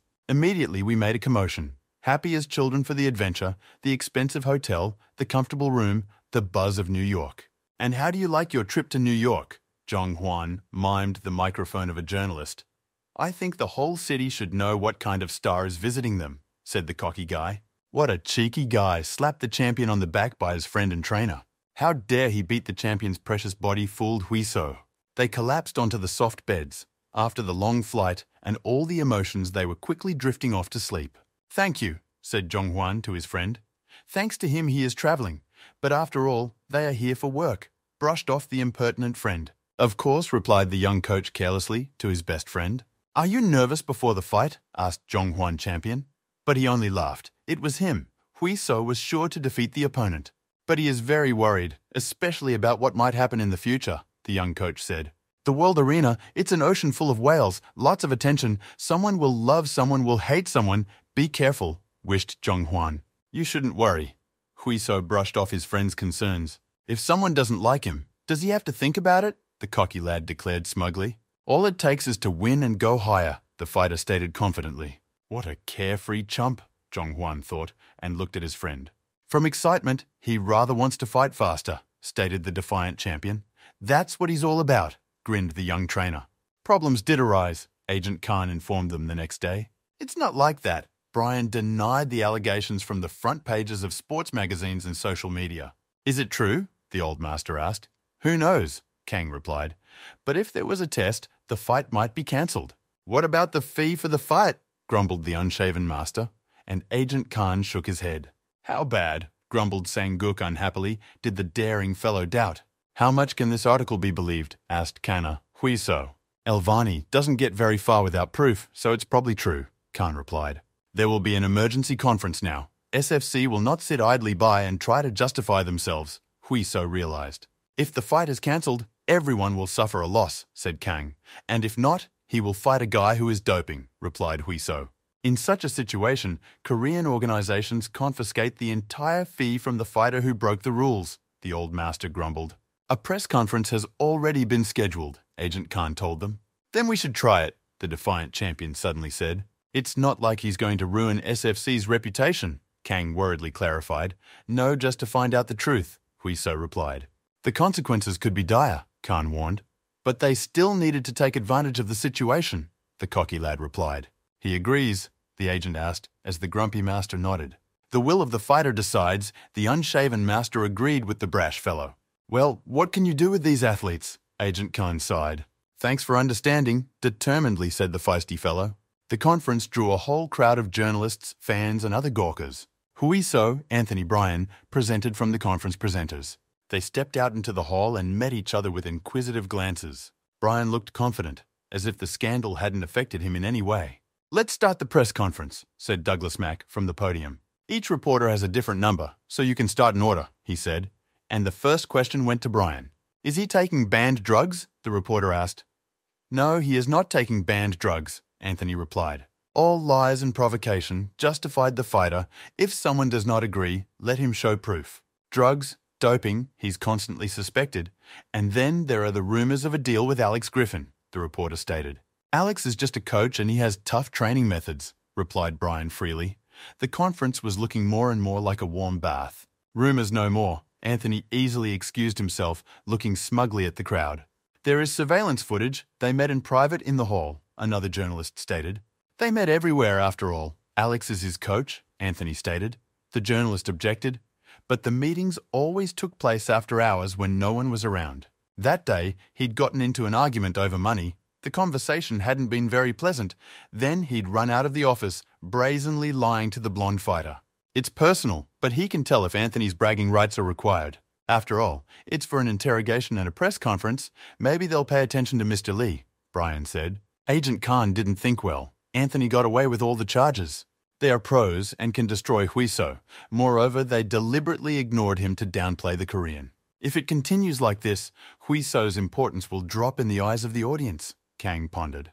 "Then he wouldn't mind taking a doping test," the reporter asked the blonde athlete. Even now, Bryan grinned smugly. Since he agreed so readily, a murmur went through the room. So the whole story is really fiction. "Any more questions?" Douglas Mack asked, but the reporters were silent. He wanted to end the conference, but one cocky guy prevented him from doing so by raising his hand. "Aside from questions, he has the right to voice his opinion," the feisty fellow declared. "Let's give him the floor then," McDouglas agreed. "Thank you," Huiso replied. "First of all, great performance. It was fun," the fighter stated, and the reporters tensed up. "Great game." He even believed it, Huiso yelled, and even Anthony tensed at his words. "But it's all a sham," So slammed the table and got up from his seat. "Let me tell you what a despicable bastard this guy is," he declared. "Objection!" shouted from the audience, as if they were in court for a hearing. "Is he accusing them of whitewashing Bryan?" the reporter asked, thus giving himself a head-scratcher. "If the answer is obvious, why ask?" wondered the defiant lad. "Too stupid a question for a reporter," Huiso said. "Then what were they supposed to ask?" the bearded journalist brazenly said. "Bryan has a bunch of coaches. What's the point of asking about them?" Poked at the opposing team Huiso. "Why would he be candid?" Bryan asked. "Just because of the rumors," he yelled back. "It's so sensitive information. Does a guy who is about to lose have secrets?" "Or maybe he brought doping here right now," Huiso said, and the opponent trembled. Just like that, the usually reserved Sung-hoon chuckled softly. "It's an unfounded slander," the opponent took umbrage, but Huiso paved. "It won't be unfounded," he said. Clearly, he was going to use the stimulant hormone EPO. The effect lasts 72 hours, began the cocky fellow. "Those who have any brains realize that today is 3 days before the fight," continued Huiso. "He has not yet doped, and it is possible to do a test. Anthony posts a lot about his workouts, but that's just for diversion," nailed the cocky guy to his opponent. "The naturally secreted hormone is short-lived, but has a good effect on athletes. But how will they then notice the difference?" asked from the audience. "It is safer to take doping before the fight," Huiso said. "EPO levels can only be confirmed by a blood test, but needles can injure the athlete. It would be difficult to distinguish artificial levels of EPO by modern tests, but it is possible to examine the body for injections." "It's true, Bryan?" asked the cocky athlete. "He's not a drug addict after all." "This is over the top." Anthony was indignant and walked over to Huiso. "What is he trying to accomplish?" the blonde asked. "If he is wrong, he will publicly apologize," the defiant fighter declared, raving Anthony. Huiso cut short his objections. He had seen his fights in Tough, said the cocky guy. "It looked really cool from the outside," Huiso stated. "I thought I'd finally meet a tough fighter," the cocky fighter said disappointedly. He remained silent to give Bryan a chance to say everything honestly. With his mouth the whole truth, the fighters standing close together. "Now he doesn't see him as an opponent and doesn't care if he comes in doped or not," Huiso stated. And McDouglas loved it. "As soon as the fight starts, I'll bury you alive in the ring," growled the defiant lad. The headlines blasted Bryan, Agent Khan, jubilant at how well everything had worked out. That was cool, he stated to the fighter, but Hui So responded reservedly and thoughtfully. He will be the star of this match, his agent Khan assured him. And Mac Douglas liked it. Here he is, right, agreed the feisty fighter. I didn't know he was good at doping drugs, Kang said, and he's not, Hui So said. He was helped by the old master after all, Hui So pointed out to the coach. Not that, but how did he manage to make such a fuss over such information? Asked the old master, Agent Kana. Stop talking nonsense, slapped the impertinent boy on the back, the old master. Brian is now mentally shaken by what's going on. Khan smiled contentedly. Gadgetry, he kicked the empty bucket so that it skidded across the room. Told you it was unnecessary, Anthony yelled across the room. All the time spent, all the effort, now tainted with the stigma of being a cheat, the athlete was angry. Lee was right. He did come to the conference with a can of gasoline to burn it all down. Needing to admit his mistake, Brian was beating the wall with his fists, and the coach hurried to calm him down before he got hurt. How can he calm down now? The blonde man resented. Everything has already happened, the coach cut off. He's so calm because he has nothing to lose, Anthony said in response. Some of it is his fault as he is the head coach and missed everything, but now you have to make the right decisions with a cool head, the coach said. After all, no one knows anything now except that Brian didn't dope, the coach said. But Anthony wouldn't budge. It's okay, his trainer stated confidently, and the fighter fell silent. He's upset now, but there's no need to do something he'll regret. But then what to do? Asked the frustrated boy. Take out all the anger and resentment in a fight with Lee Hui So, his coach told him. After all, he is the culprit of all that happened, and he needs to take revenge properly. The coach turned his attention to the impertinent opponent. If it wasn't for Lee Hui So, the conference would have gone quietly. He was the one to blame for everything, repeated the coach.